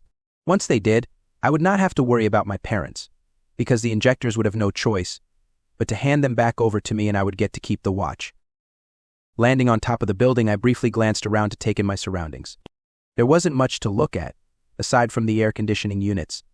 I didn't see anyone other than myself, which made me wonder for a moment if I had picked the wrong building.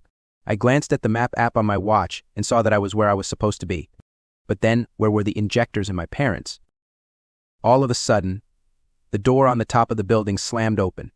5 figures walked out of the doorway. 3 of them Injectors, each one armed with a rifle. The other 2 were Christina Madison, who I would recognize anywhere, and a mysterious black man with long dreads and a very professional-looking business suit. The black man in particular caught my attention, because he looked way too important to be a mere lackey like the other Injectors. The 3 Injectors spread out slightly, standing in between me and Christina and the other guy. They were probably the black guy's bodyguards, which meant I already knew who he was, though I didn't say that aloud just yet, because I wanted to be sure. "Hi there, kiddo," said Christina, waving at me, a very fake and mocking smile on her lips. "And you're actually on time for our meeting. And here I thought you might chicken out at the last minute and run away like the scared little boy you are.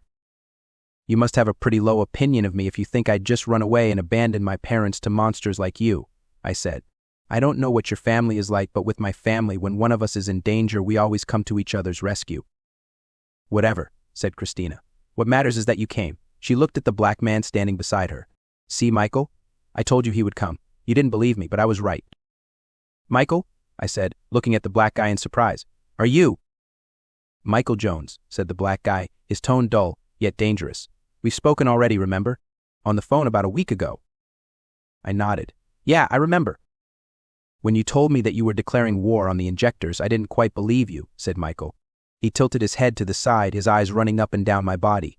"Or, rather, I thought you were going to be more intimidating than you actually look. You're barely more than a kid." "A kid who has already put 20 of your guys in jail," I said. "But you can call me just a kid, if that makes you feel better."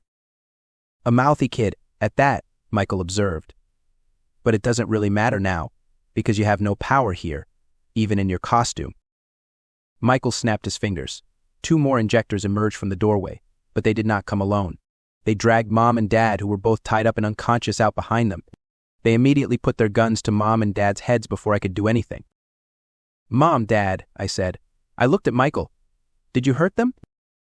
"My men knocked them out, but they weren't hurt very much," said Michael. "They should suffer no permanent injuries, assuming, of course, you keep your end of the deal and give us the watch." My hands balled into fists. I didn't know how much time I had left before the police showed up, but it couldn't be much longer. I needed to drag out this meeting as long as possible, which meant finding ways to keep them from suspecting that I was trying to stall this meeting. "All right," I said, folding my arms in front of my chest. "You promise not to kill my parents if I give you guys the watch." "That's the agreement?" "Yes," said Michael, nodding. "I thought Christina already explained it to you." "She did," I said, shifting my weight from foot to foot. "It's just that I'm not entirely sure I can trust you, given who you are." Michael frowned. "I understand your reticence, but trust me, I don't like killing indiscriminately. I would rather not kill your parents than kill them, but if I must, well, then I will do what I have to." I smiled grimly. "Is that why you had a bunch of your guys hijack a school bus and threaten to kill a bunch of high school kids? Because that sure seemed necessary to me." "Mouthy," Michael said. "Very mouthy. Perhaps a little too mouthy, wouldn't you say, Christina?" Christina nodded. "Yep, it sure would be a problem if that mouth of his, pissed you off, wouldn't it?" "It certainly would," said Michael. "And if I got angry enough, I might accidentally tell my men to kill his parents. I've been known to act rashly when I lose my temper, and that would certainly be something I might do if I were to lose my temper just now." I understood what they were trying to say. They were losing their patience. The longer I dragged out this meeting, the more likely it became that my parents would die. I still didn't hear any police sirens below, but it looked like I had no choice but to hand over the Trickshot watch to them. "All right," I said, "here you go." I held up my hand and pressed the button on the watch. As soon as I did, my costume vanished, leaving me in my normal street clothes. I took the watch off my wrist and held it out toward the Injectors. "Here," I said, "take it, and once you take it, I want both of my parents back, just to be clear." Michael nodded. He said to one of the Injectors, "Take the watch." The Injector nodded in return and walked over to me. He grabbed the watch from my hand without looking at me and walked back over to his boss. For one crazy second, I had this idea of tackling the Injector to the ground and taking the watch from him, but I didn't move, because I knew there was no way I would be able to survive without the suit. It made me feel weak and powerless, but it was the truth. The Injector handed the watch over to Michael, who took it and turned it over in his hands interestedly. Christina leaned over toward him, her eyes locked on the watch like she wanted it more than anything else in the world, but she didn't take it. Maybe Michael would give her the watch after this was over, though for some reason I didn't think he would be terribly likely to just give her such a powerful weapon now that it was in his possession. "All right," I said. "Give me my parents, now." Michael looked up at me suddenly, as if he had forgotten I was even here. "Your parents? Ah, right. Well, I'm not very interested in handing over hostages because I'm aware that you haven't actually upheld your end of the deal." "What?" I said. I gestured at the watch. "Dude, I just gave you the watch. And it's the real thing, too, not a fake or anything like that.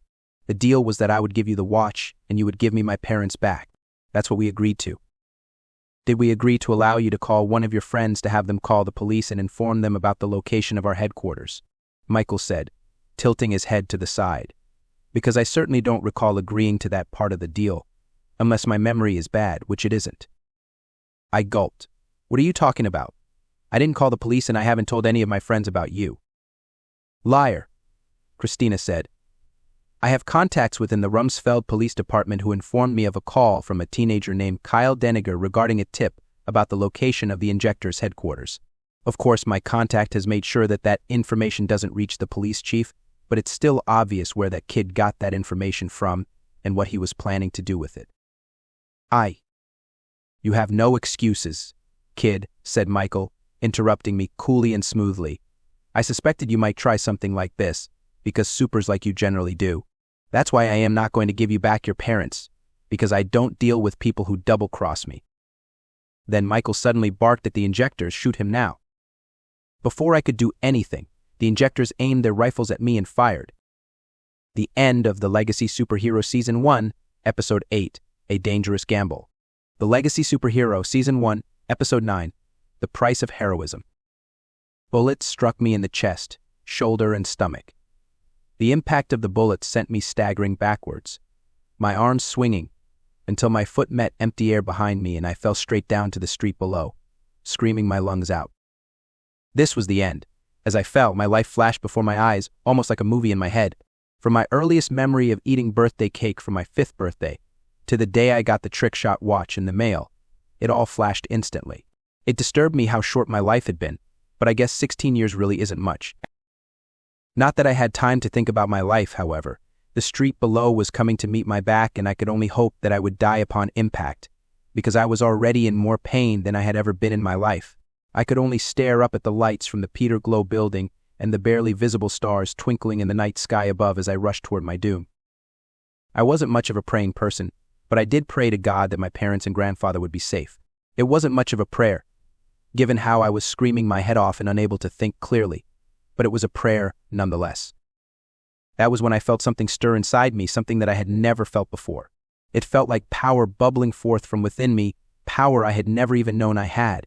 It filled my bones and body like water, flooding my entire being and making me even more aware than I already was. And right before I splattered against the pavement below, I stopped. That's right. I just stopped in midair, hovering inches above the cracked pavement below, like I was being suspended from a rope. And it occurred to me where I had felt this before. It was how I felt when I was flying in the Trickshot suit. But how was I flying now? I didn't have the Trickshot watch, nor was I wearing the Trickshot costume. There was no way I should have even been able to float, yet here I was, hovering above the pavement below like I was lying on my back in a pool. I had no idea how that worked, but I decided not to question it. I immediately flew back up, straight toward the top of the Peter Glow building. It didn't take me long to reach the roof again, and by the time I did, I was more exhausted than I'd ever been in my life. I landed on the roof and fell on my hands and knees, panting and gasping for air, my lungs burning. Looking up, I saw that Michael, Christina, and the Injectors had already gone back inside the building.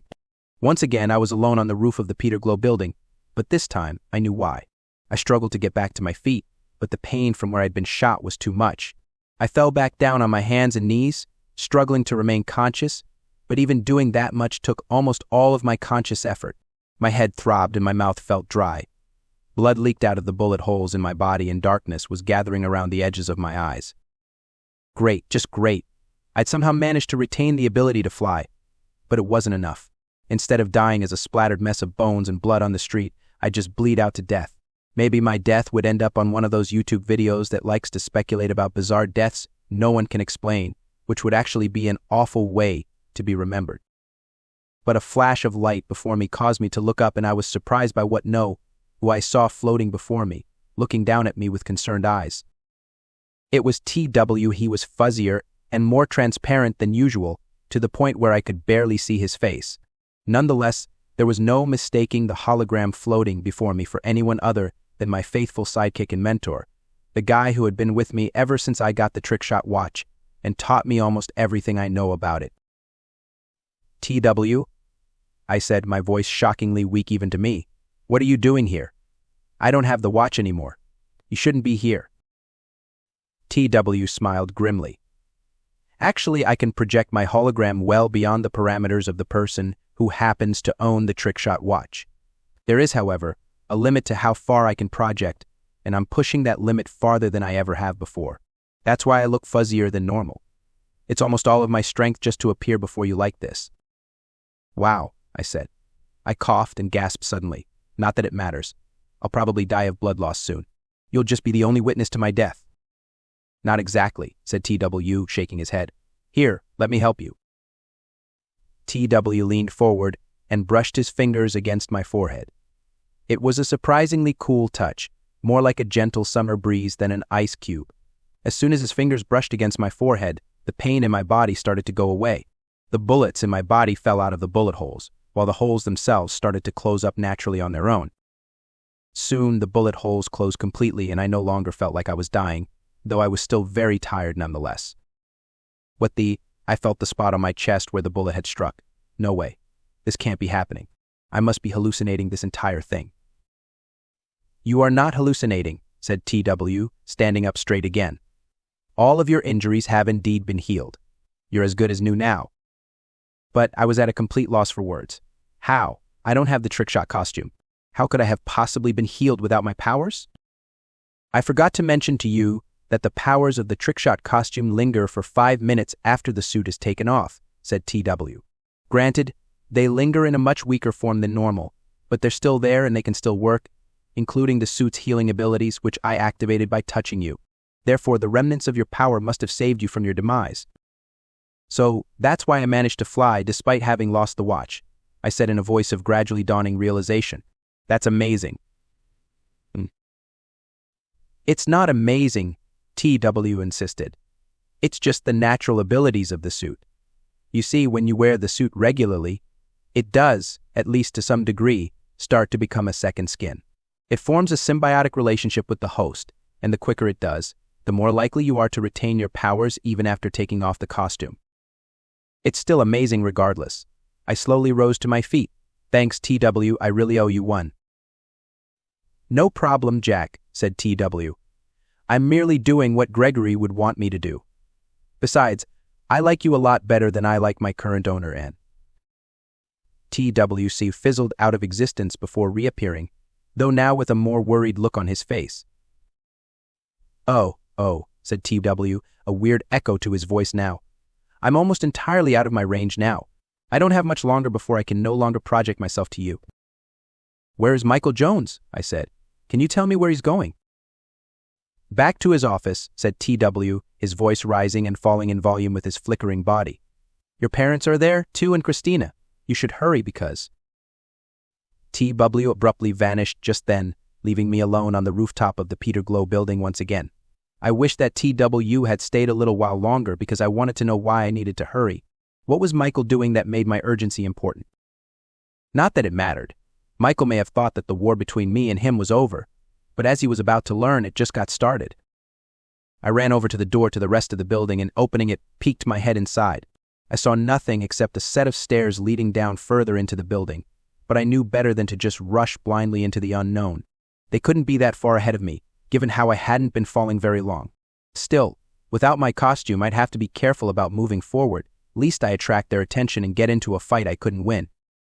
I began walking down the stairs slowly and cautiously. I wanted to walk quickly, but I was afraid of my footsteps being heard. So I moved as silently as I could, taking each step one at a time and pausing to listen for any sounds below. It was oddly quiet, but it made sense, given how they didn't expect anyone to come down from the roof. As far as they knew, I was a splattered mess on the street where I couldn't hurt anyone. I couldn't wait to see the looks on their faces when they found out that I was still alive. Reaching the bottom of the stairs, I found another door, this one with a tiny window that allowed me to look out into the hallway on the other side. Peering through the window, I saw that the hallway beyond was empty. I didn't see either my parents or the Injectors, but I knew they had to be somewhere nearby. Just as I was about to open the door, however, one of the doors in the hallway outside opened. I immediately moved my head away from the window and went very still, listening to the sounds of footsteps on the carpet. Very carefully, I peered through the window again and saw two Injectors who I recognized as being a couple of the jerks who shot me walking toward this door. Uh-oh. If they entered the staircase and saw me, I'd be dead for sure. I looked around for a place to hide, but in this small space, there was no real hiding place. I just moved over to the other side of the room and crouched as low as I could. When the door opened, it would block me from their view, which would mean they wouldn't see me immediately. And if they walked up the staircase, then I would also have to bet on them not looking down and seeing me either. It was a terrible situation to be in, but it seemed like I found myself in terrible situations a lot nowadays. The door opened. It nearly slammed into me, stopping just inches from the tips of my shoes, and then the two Injectors entered the stairwell. Luckily, they didn't look around when they entered. They just started walking up the stairs, talking to each other all the while I stayed as still as I possibly could against the wall, hoping against hope that the Injectors would not look down and see me crouching there like a kid playing hide and seek. "This seems like a waste of time," said one of the Injectors in a low, gruff voice. "No way that kid could have survived being shot 3 times and falling from a 6-story building."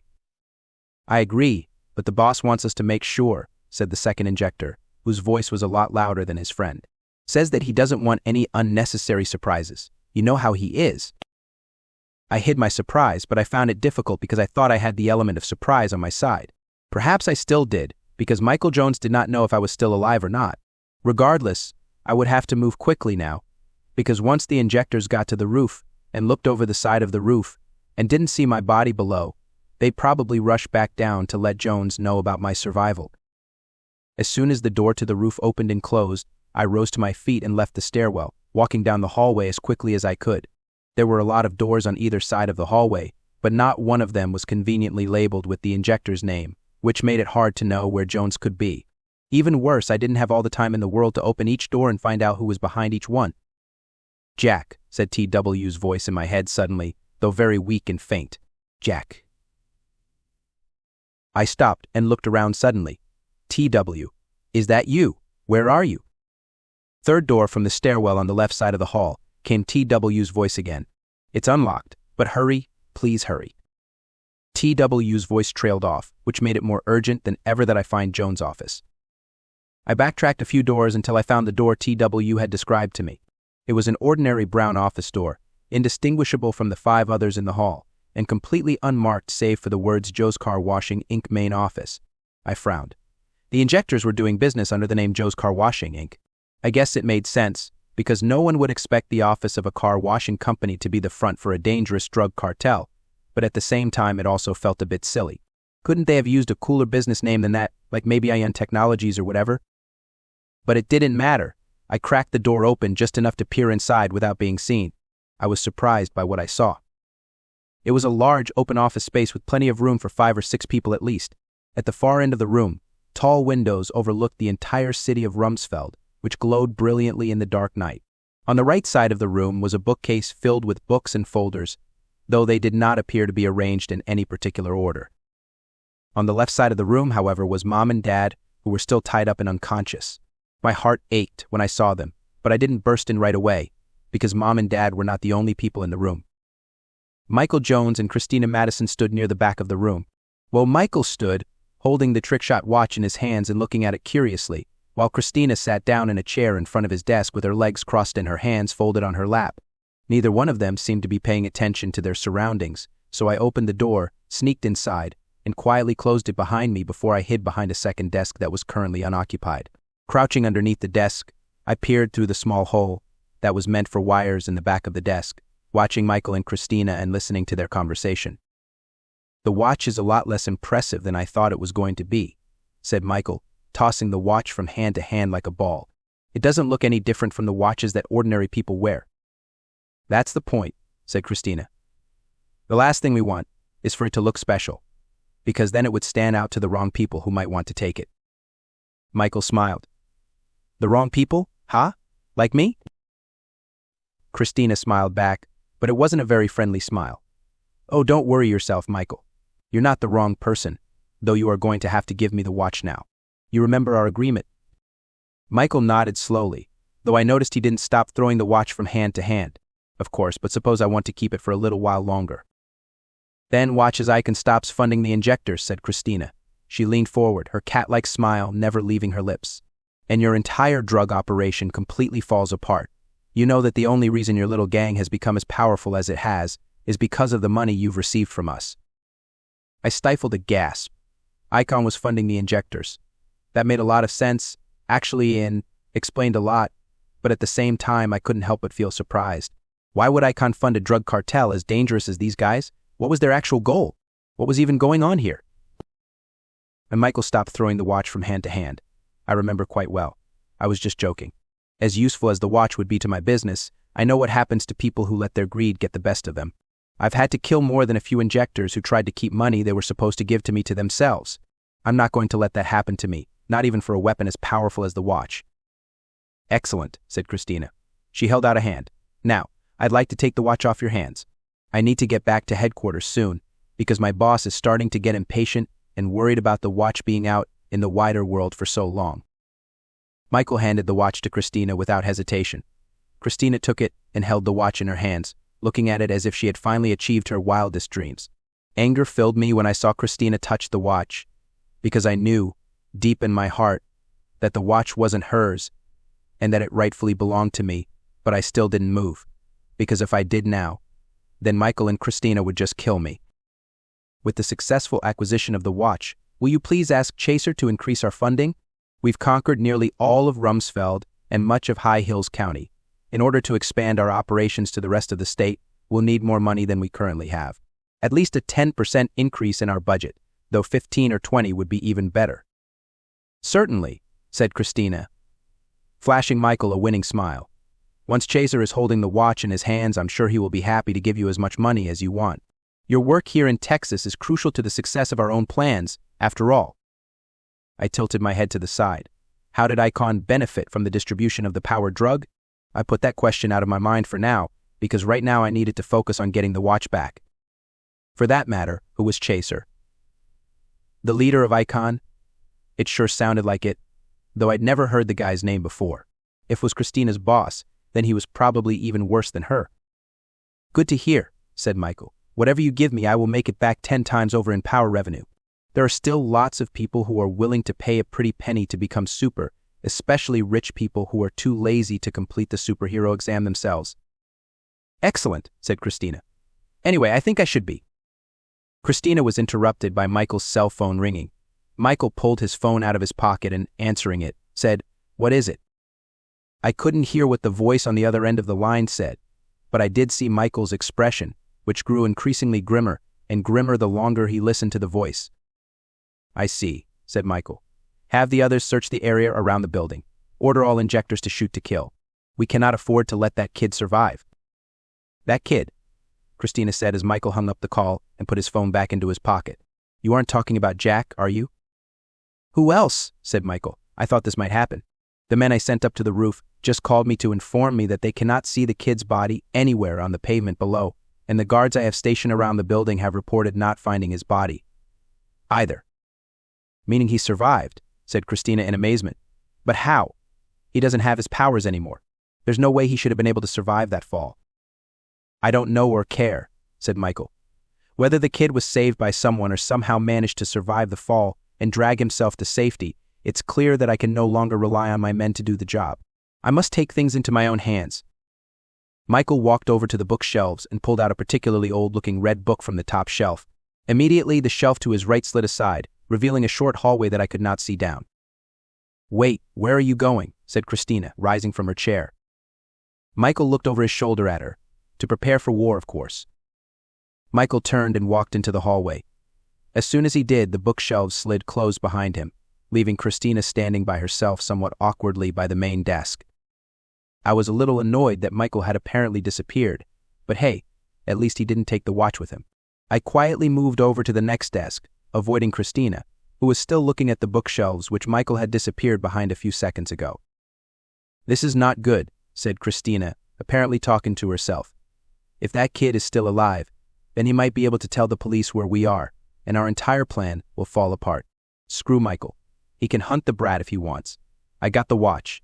I'm going to get out of here before everything goes to hell." Christina walked around the desk and toward the door as quickly as she could.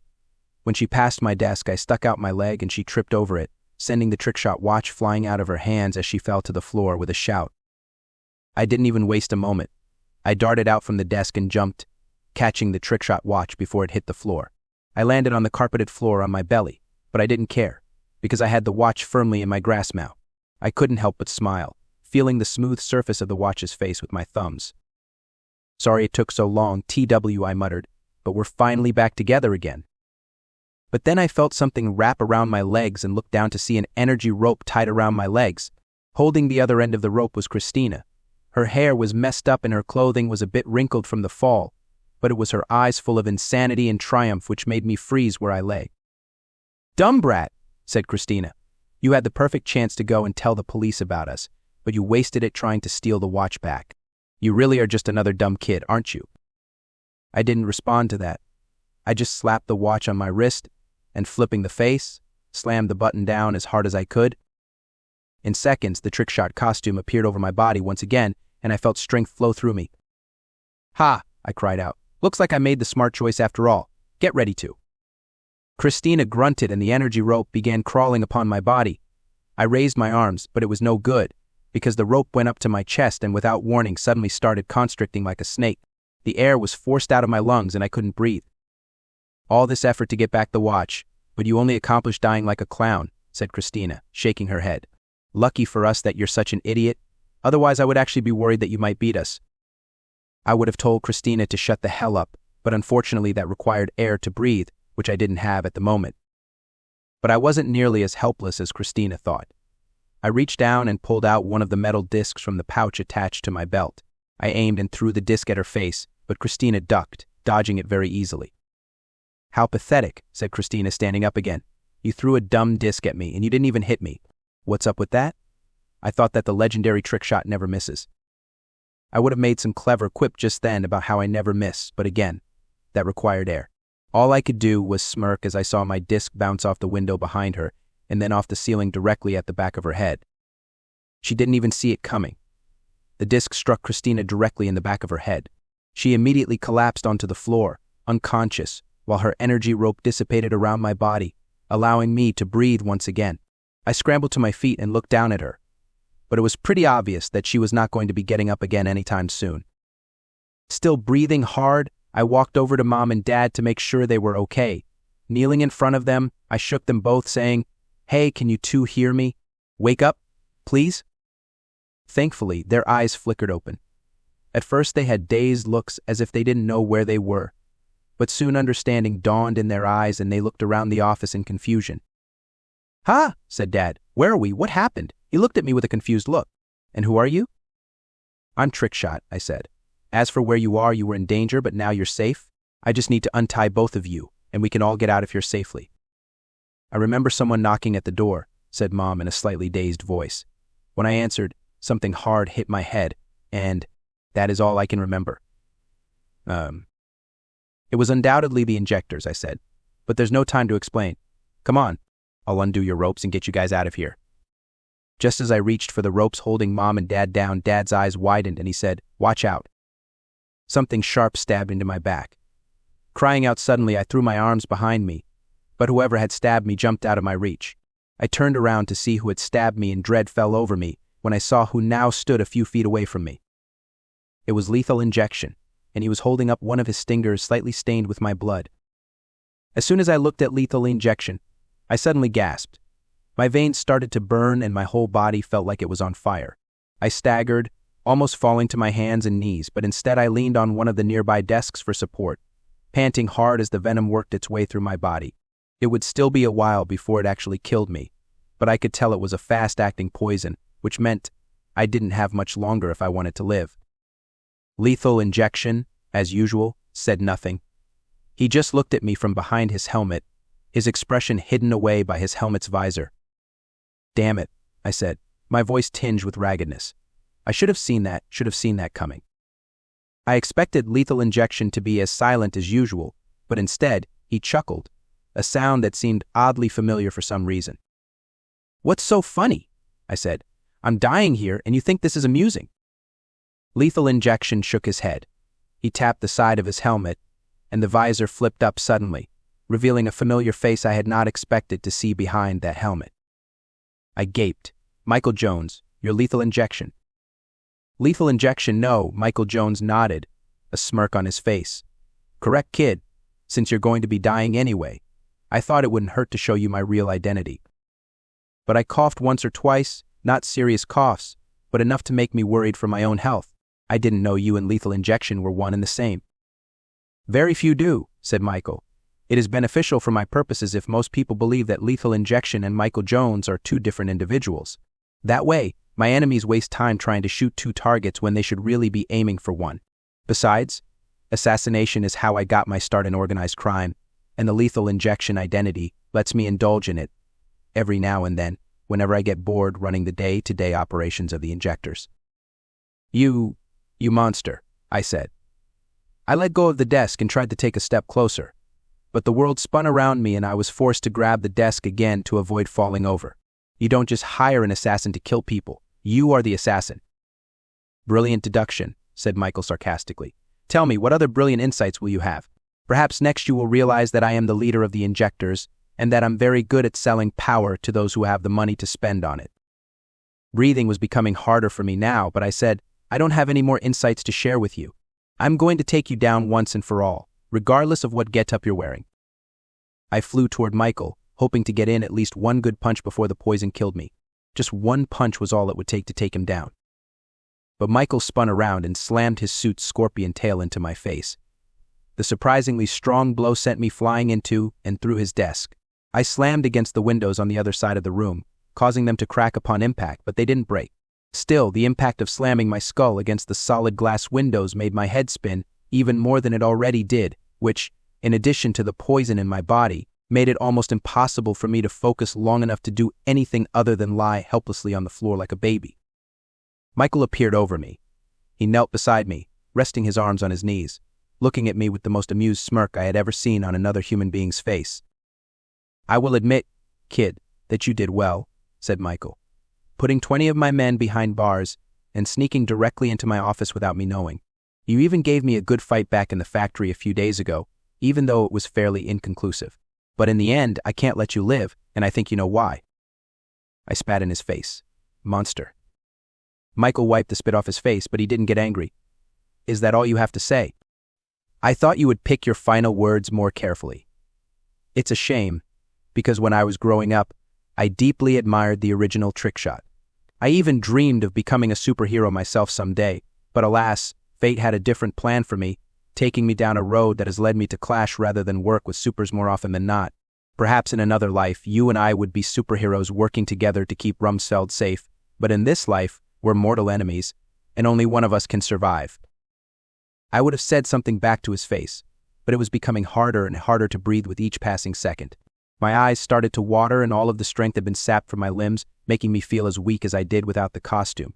Darkness was tugging at the edges of my vision, and soon the poison would reach my heart or my brain, or maybe both, and I would be dead. My costume, I knew, could remove the poison, if given enough time to do so, but I was afraid that I didn't have time for the costume to force the poison out of my body. Even if it did, there was nothing stopping Michael from shooting me in the face with the acid from his tail, acid that would kill me just as easily as, if not more painfully than, the poison currently coursing through my veins. Michael stood up and dusted himself off. "Look at this. I went to all of the trouble to put on my lethal injection costume, only to kill you in a matter of minutes. It's somewhat of a hassle to get into and out of, but I can't complain.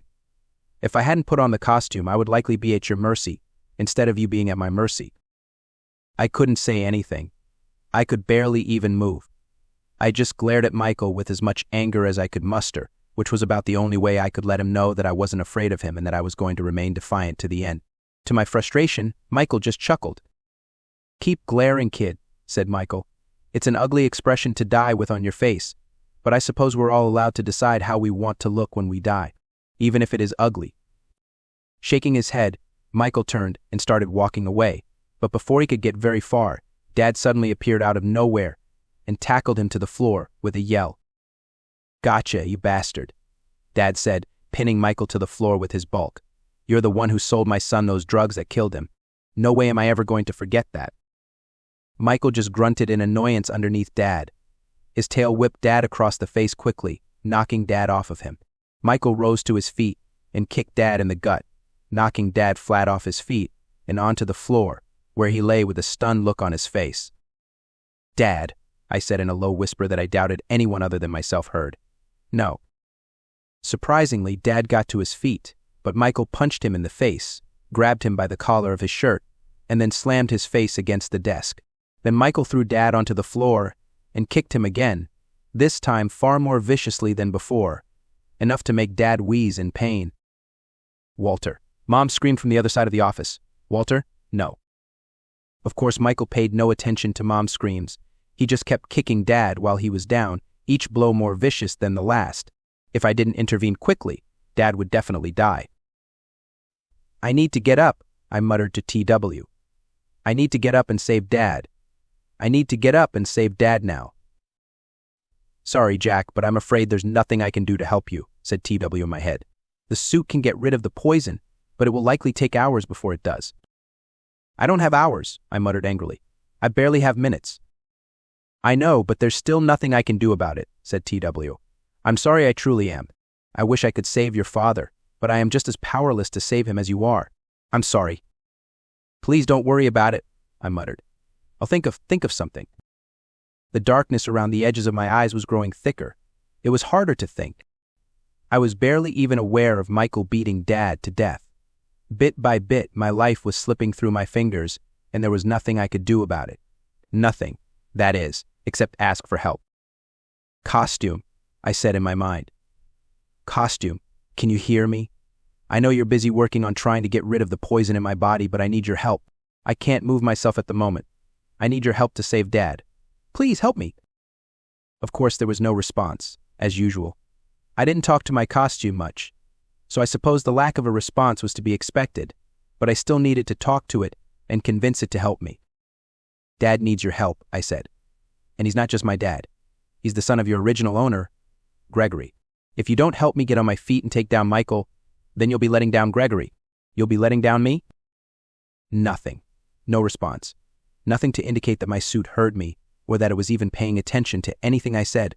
Maybe it still didn't respect me enough to listen to anything I had to say, or maybe it was too focused on getting the poison out of my system to pay attention.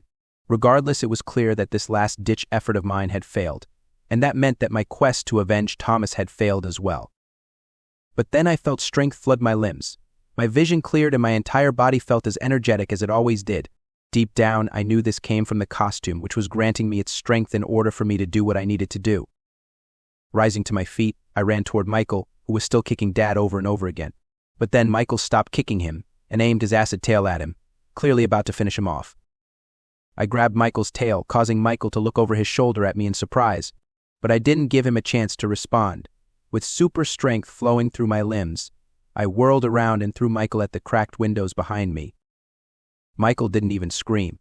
He just flew through the air, a stunned look on his face, as if he could not believe what was happening, and smashed straight through the solid glass window as though it wasn't even there. Then Michael vanished over the edge of the window, and seconds later, I heard a faint thunk below to indicate that Michael had hit the ground. The end of the Legacy Superhero Season 1, Episode 9, The Price of Heroism. The Legacy Superhero Season 1, Episode 10, A Hero's Promise. 1 week later. I climbed aboard the school bus almost as soon as it came to a stop before my house, saying hi to Mr. Smith, the bus driver who had just recently gotten out of the hospital after a successful surgery that removed the bullets from his body. He just nodded at me politely, the way he did to every student who climbed aboard, and immediately started the bus up again even before I took my seat. I made my way past Ryan Bond and his girlfriend Steph, who were laughing and talking with Ryan's fellow football teammates, and past Debbie Ackerman, who was chatting away happily with one of her friends whose name I did not know. As I passed them, I overheard Debbie mention Trickshot, but I didn't linger to find out why she was talking about my alter ego, though I could guess, given how my alter ego had been the main topic of conversation everywhere I went this week. Soon, I spotted Kyle, who sat in his usual seat near the back of the bus and was looking at his phone when I plopped down next to him and said, "Hey, what's up?" Kyle nearly jumped when I sat down next to him before looking at me and saying, warning next time, "Okay, you know how I don't like surprises." "Sorry," I said. "What were you looking at on your phone?" "Just the latest news on the Injectors," said Kyle as he put his phone back into his pocket. "Jones is going to court in a few months to decide if he's going to prison or not. There's pretty much no way he won't get at least a life sentence behind bars, though it remains to be seen if his lawyer will be able to get him a lighter sentence." I frowned. Has Jones finally awakened from his coma yet? I thought the doctor said he wasn't going to wake up for months. "Looks like he's already awake," said Kyle. Trickshot really did a number on him, tossing him out the window like that.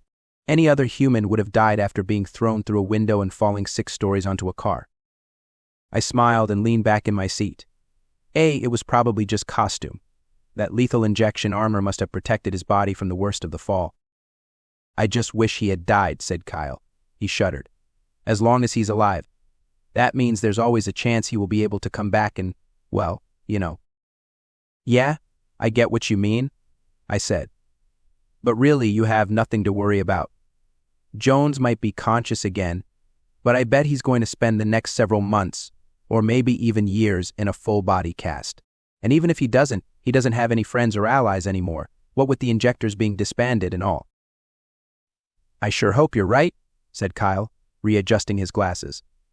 "I'm just worried he might come after Trickshot. He can try, but I don't think he will do any better than he did the first time," I said with a chuckle. Yeah, probably," said Kyle.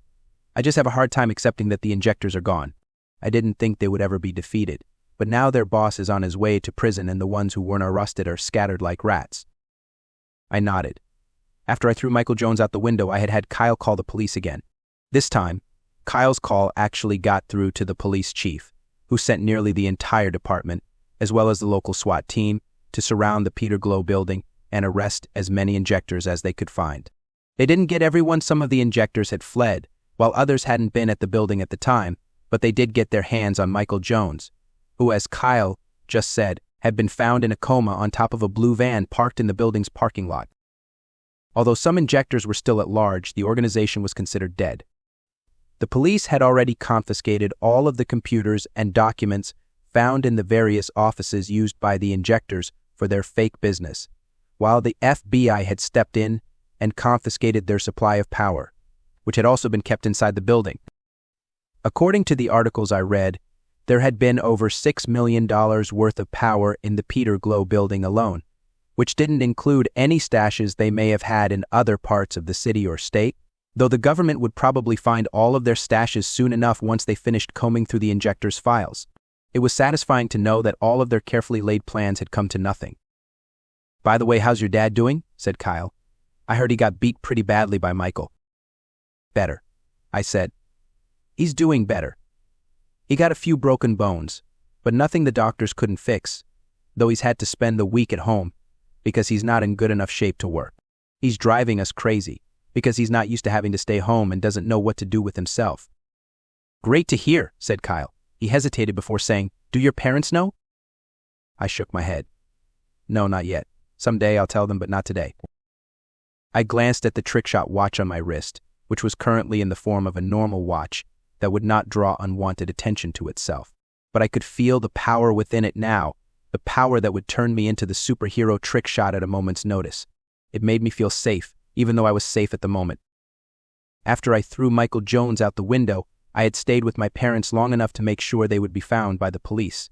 I had considered telling them my identity there and then, but they had seemed so confused and scared that I didn't dare tell them anything else that might make them even more upset than normal. So I just told them that I was a superhero trying to keep them safe, which they seemed to buy at the time, at least. As soon as the police arrived, however, I flew back to the house, where I quickly took off my costume and awaited the phone call I knew would inevitably come through my phone. When the police called me to let me know about my parents, I had to pretend to be as confused and frightened as they were, though as the days went on, I became more and more confident as I helped take care of Dad and do a lot of the chores he normally did. It helped that the costume managed to rid my body of the poison even faster than before. According to TW, because I had already been injected with that poison once, the costume had developed immunities against it, which was how it managed to heal me quicker than normal. I still planned to tell my parents about my true identity someday, but for now, I didn't think they were ready for it. I had learned so much about the Trickshot watch and the costume and its powers over the last 2 weeks, but there was still a lot I didn't know, a lot I needed to master. TW told me as much the day after the fight at the Peter Glow building, informing me that while I had done a good job against Michael, the threat which grandfather had warned would attack Rumsfeld was still out there, and I still needed to prepare for the day of its arrival. "Hey, what happened to that Christina lady?" Kyle said, interrupting my thoughts. "You know, the one who impersonated that detective that died 10 years ago." I had almost forgotten about Christina. I don't know. When the police got there, they didn't find her body in the office, even though that's where Trickshot left it. That was the truth.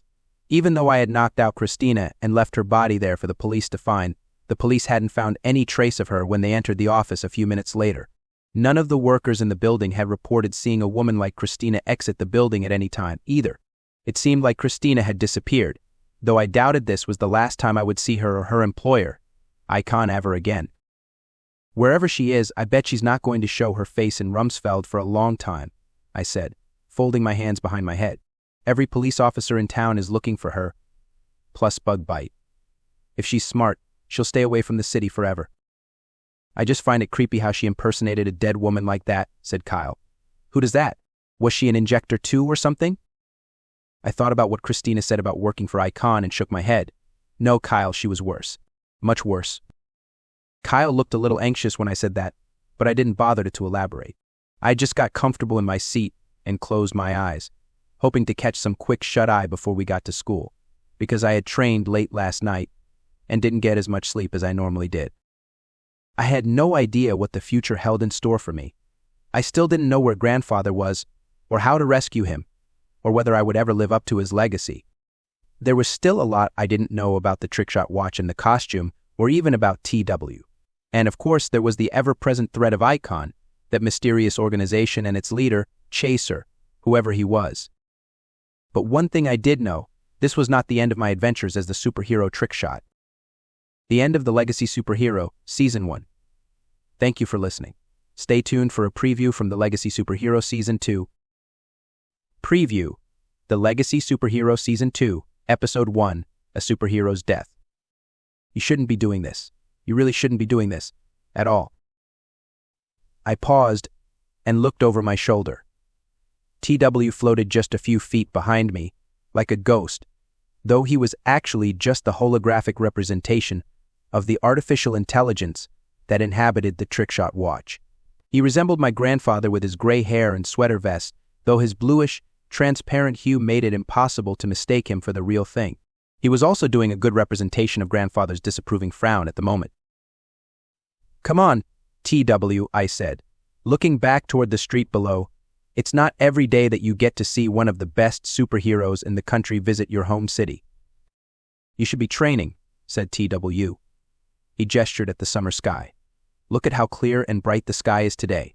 Perfect for testing your flight capabilities, rather than crouching here on the roof like some kind of bandit." "I can already fly pretty well," I said without looking at TW. What would more flying do? Besides, I thought I wasn't supposed to fly around during the day because that would risk someone seeing me, which I thought we both agreed that we're not trying to do. TW sighed. "You know what I mean. You've come a long way in the month since you started training, but you've still got a long way to go. The threat Gregory told me of is still coming and you need to be prepared for it, whatever it is, and whenever it gets here." "Yeah, sure, whatever," I said, still without looking at TW. "I'll cross that bridge when I get there. Right now, I just want to see Baron Glory. Once I see him, we can go back to training, okay?" TW made a disapproving noise behind my back, but he didn't argue with me. TW could be a pretty stern teacher when he wanted to be, but I was still perfectly capable of ignoring him when I needed. It helped that he was just a hologram, so there wasn't anything he could do to make me obey him. I did feel a little guilty for ignoring him, but come on, I'd been training ever since summer vacation started. I deserved a day off from my training. But I had to admit, TW had a point about me skipping out on my training. Ever since I defeated the drug cartel known as the Injectors and sent their leader and a good chunk of its membership to prison. My motivation for training and learning how to use my powers had not exactly plummeted, per se, but it no longer felt as urgent as it once did. Sure, I still trained regularly, but I wasn't as focused as I was before, and it wasn't as enjoyable as it used to be. It felt more like a slog than a treat, even though I was getting better and better at using my powers all the time. Regardless, the day was still fairly young. I would just train later after I saw Baron Glory himself. It was easy to distract myself from my own thoughts. Below, thousands of people filled the streets of Rumsfeld, talking, chatting, and moving around all the time. The noise was loud, almost deafening, but I didn't mind it, because Rumsfeld was normally a pretty quiet town, and seeing so many people walking and talking made things more, rather than less, interesting. Dad, on the other hand, had complained about how congested traffic was today due to how many people had gathered in the streets to see Baron Glory's arrival, because it made it harder for him to get to work on time. It would have made it harder for me to get to school, too. But luckily summer vacation started at the end of last month, so I didn't have to worry about going to school at all. Among the assembled crowd of people below, I spotted baseball caps and t-shirts with Baron Glory's logo, a sword crossed with lightning emblazoned in bright colors, making them stand out against the sea of masses walking or standing on the sidewalks. Vendors were hawking their wares, selling Baron Glory merchandise like coffee mugs and hats, though it all looked like knockoffs to me. Police officers patrolled the perimeters of the street, present to make sure that the crowd didn't get out of control. But most people paid little attention to the street. Most people kept glancing up at the sky, which made sense, because that was where Baron Glory was supposed to come from. Thus far, though, there was no sign of Baron Glory, but rumor was that the famous superhero was supposed to fly by overhead at some point on his way to a meeting with Bug Bite. No one knew why Baron Glory, who was actually from New York, was going to meet with Bug Bite, but I bet it was important, whatever it was. In any case, I hoped to catch at least a glimpse of Baron, because he was one of my favorite superheroes. He became famous about 5 years ago when he defeated the supervillain known as Titan King, who had tried to destroy the nation with a nuclear bomb. After that, Baron exploded in popularity, to the point where even people who didn't live in New York knew who he was. He was also the president of the National Association of Superheroes, having served for 2 terms so far, and was always consulting with federal, state, and local governments in regards to laws regulating supers. He even had a movie coming out next year about his fight with Titan King. I wished I could get an autograph from him, but given how I was technically an illegal superhero, I didn't dare risk showing my face to him. That's why I chose to hide behind the sign of Jerry's Pizza Shop, because it hid me extremely well from the crowds below, while at the same time having a large enough opening between the sign and the building itself that I could see everything going on below. Of course, I wouldn't stay here forever. Once I caught a glimpse of Baron Glory, I would leave. As an illegal superhero, it wouldn't be wise for me to draw attention to myself, no matter how much I wanted to meet Baron Glory. All of a sudden, a little boy wearing a Baron Glory t-shirt and sitting on his father's shoulders pointed to the sky and shouted, "Hey, what's that?" The entire crowd of people looked in the direction the boy pointed. So did I, adjusting my goggles to make it easier to see what was coming toward us. At first I saw nothing but the bright, empty blue Texas sky, but soon I saw a tiny speck on the horizon, drawing closer and closer to us with every second. The crowd below must have seen it as well, because I heard people suddenly chatting among themselves excitedly. A few people even began to blow air horns, though even the honking of the air horns was barely audible above the collective cries of the crowd. But I ignored all of the noise below in order to focus on the dot in the distance, which was getting bigger and bigger all the time. I crouched low, pulling my cape more tightly around myself to keep myself hidden, but I didn't tear my eyes away from the dot in the sky. This was it. I was going to see Baron Glory himself. I would be able to brag to my best friend Kyle, who was also a Baron Glory fan, about this tomorrow. It was going to be awesome. Soon, the dot got close enough that I could see it was indeed the good Baron. Like me, he wore a cape, but his was black, which stood out against his all-white costume.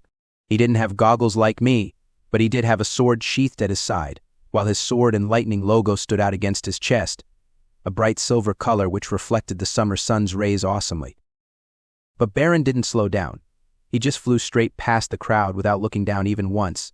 The crowd collectively turned to follow him, but before everyone finished turning, Baron was already gone, a mere speck in the distance.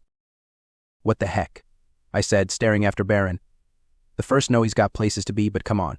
Surely he could have slowed down at least a little to say hello to everyone. TW shook his head. Well, you saw him, just like you said you wanted to. Can we leave and begin your training for the day? I'm getting bored of standing around here doing nothing. I bit my lower lip and looked down at the crowd. Disappointment was obvious on the face of every man, woman, and child present. A few people were futilely taking pictures of the empty sky on their phone, like they were vainly trying to get the speck known as barren glory on their phones at least once, while other people muttered among themselves in clear disappointment at the fact that they had taken so much time to get out here for what amounted to nothing. The police, on the other hand, looked relieved that nothing bad had happened, probably because it meant they didn't have to put themselves in harm's way. I couldn't blame the people. All of us had been looking forward to seeing Baron, but he had come and gone so quickly that he might as well not have come at all. I guess we shouldn't have been surprised. It wasn't like Baron had officially announced his arrival here or anything. It was just a bunch of people getting excited at the idea that they might see someone famous in person, even if only for a moment. Rising to my feet, I said, "All right, TW. I guess we can leave now. I did manage to see Baron, so it wasn't a complete waste of time, but you could have spent it in better ways," said TW. "I'm glad you're ready to leave anyway. I thought I might have to drag you kicking and screaming back to our next training session." I was about to point out that TW was a hologram, and therefore couldn't even touch me before I noticed movement in the distance, in the direction that Baron had flown. I looked in the distance and noticed a speck getting closer and closer to us. "Hey, what's that?" I said, pointing into the distance. TW looked in the direction I was pointing. Hard to tell, but probably nothing. Perhaps it's a bird or a plane, but whatever it is, it's certainly not. TW was interrupted by an audible sonic boom, followed by something flying by so fast overhead that I didn't even follow it. I quickly dropped back down to my knees and looked through the gap between the sign and the building and was amazed by what I saw. Baron Glory had returned. He was flying in circles above the crowd, who had gone momentarily silent in shock at his reappearance, but once they realized he was really here, people began cheering and chanting his name over and over again. "Baron, Baron," the people chanted. "Baron, Baron." Baron Glory waved down at the people as he flew. His attention was focused on the people in the street, so I doubt he would have noticed me even if I hadn't been hiding. As it was, I suddenly felt glad that I'd chosen to hide, because I didn't think I could bait Baron Glory in a fight. Baron Glory did a few more laps around the crowd, even doing a few flips and dips in midair to entertain the people, before coming to a stop above the very center of the crowd, where everyone would be able to see him. This put him close to Jerry's Pizza Place, though again, with all of his attention on the crowd, he didn't seem to notice me. "Hello, people of Rumsfeld, Texas," Baron shouted, his voice seemingly magnified by some unknown means. "I am pleased to see so many fans of mine have taken time out of their day to welcome me to this wonderful city. I was just on my way to meet with your local superhero Bug Bite, but when I saw so many of my fans here, I had to double back and give everyone a small show for showing up. I know that this wasn't convenient for many of you, so consider this a treat from me to you." "Wow," I said as the crowd broke into spontaneous applause. "He's so humble and nice. Pretty different from what I thought." "I think he's a show-off myself," said TW, floating next to me. "Those New York superheroes always feel the need to make a spectacle of things. They're almost as bad as the Californian supers, who seem to think they're living in those superhero action flicks everyone's watching these days." "They're not quite wrong, are they?" I said, glancing at TW. "Look at all of the people in the crowd recording Baron on their phone. I bet this isn't the first time he's been recorded by complete strangers like this." "I know, but there's a difference between doing the right thing and being a show-off just for the heck of it," said TW. "And Baron Glory seems like a show-off to me, whatever good he may have done back in New York." I rolled my eyes. TW may not have been grandfather, but he had inherited a lot of his personality traits over the years of working with him. One such trait was his constantly judging other supers by the harsh standards which grandfather had apparently held himself up to. I didn't see that side of TW's personality too much, but when it did show up, it could be grating even when he was right. "Anyway, I must be going now," said Baron Glory to the cheering and chanting crowd below. "As much as I love to stick around and talk to fans, I have an important meeting to attend to with Bug Bite, and I can't be late. I wish I could tell you what we're going to discuss, but rest assured that if all of our plans fall through, then not just the city of Rumsfeld, but the entirety of the United States of America will be safer than they've ever been before. The crowd burst into even louder cheers at that. Me, I was just curious what he and Bugbite were going to discuss. Was the National Association of Superheroes going to open a branch here in Rumsfeld or something? But before I leave, I have some gifts I can give to you all for showing up to greet me in such a warm fashion, said Baron Glory. He pulled something out of his pockets and held them out for people to see. Baron Glory branded stickers. Not only can you put them on stuff, but they're also collectible and I hear sell extremely well on the resale market. Stickers, TW said in disbelief. He's giving away stickers to the people. They look kind of cool to me, I said, especially if they're as valuable as he says they are.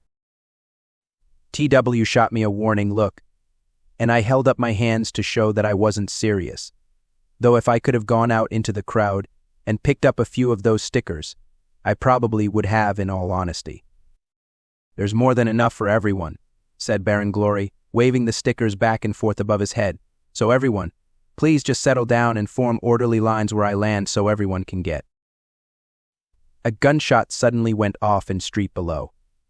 It was loud, sounding like it came from right next to me, but I didn't see anyone on the roof of Jerry's pizza place aside from myself and TW. But I had no time to wonder where the gunshot came from, because before the startled eyes of every person in the area, Baron Glory fell to the street below like a rock. This was a preview of the Legacy Superhero Season 2, Episode 1, A Superhero's Death, coming soon.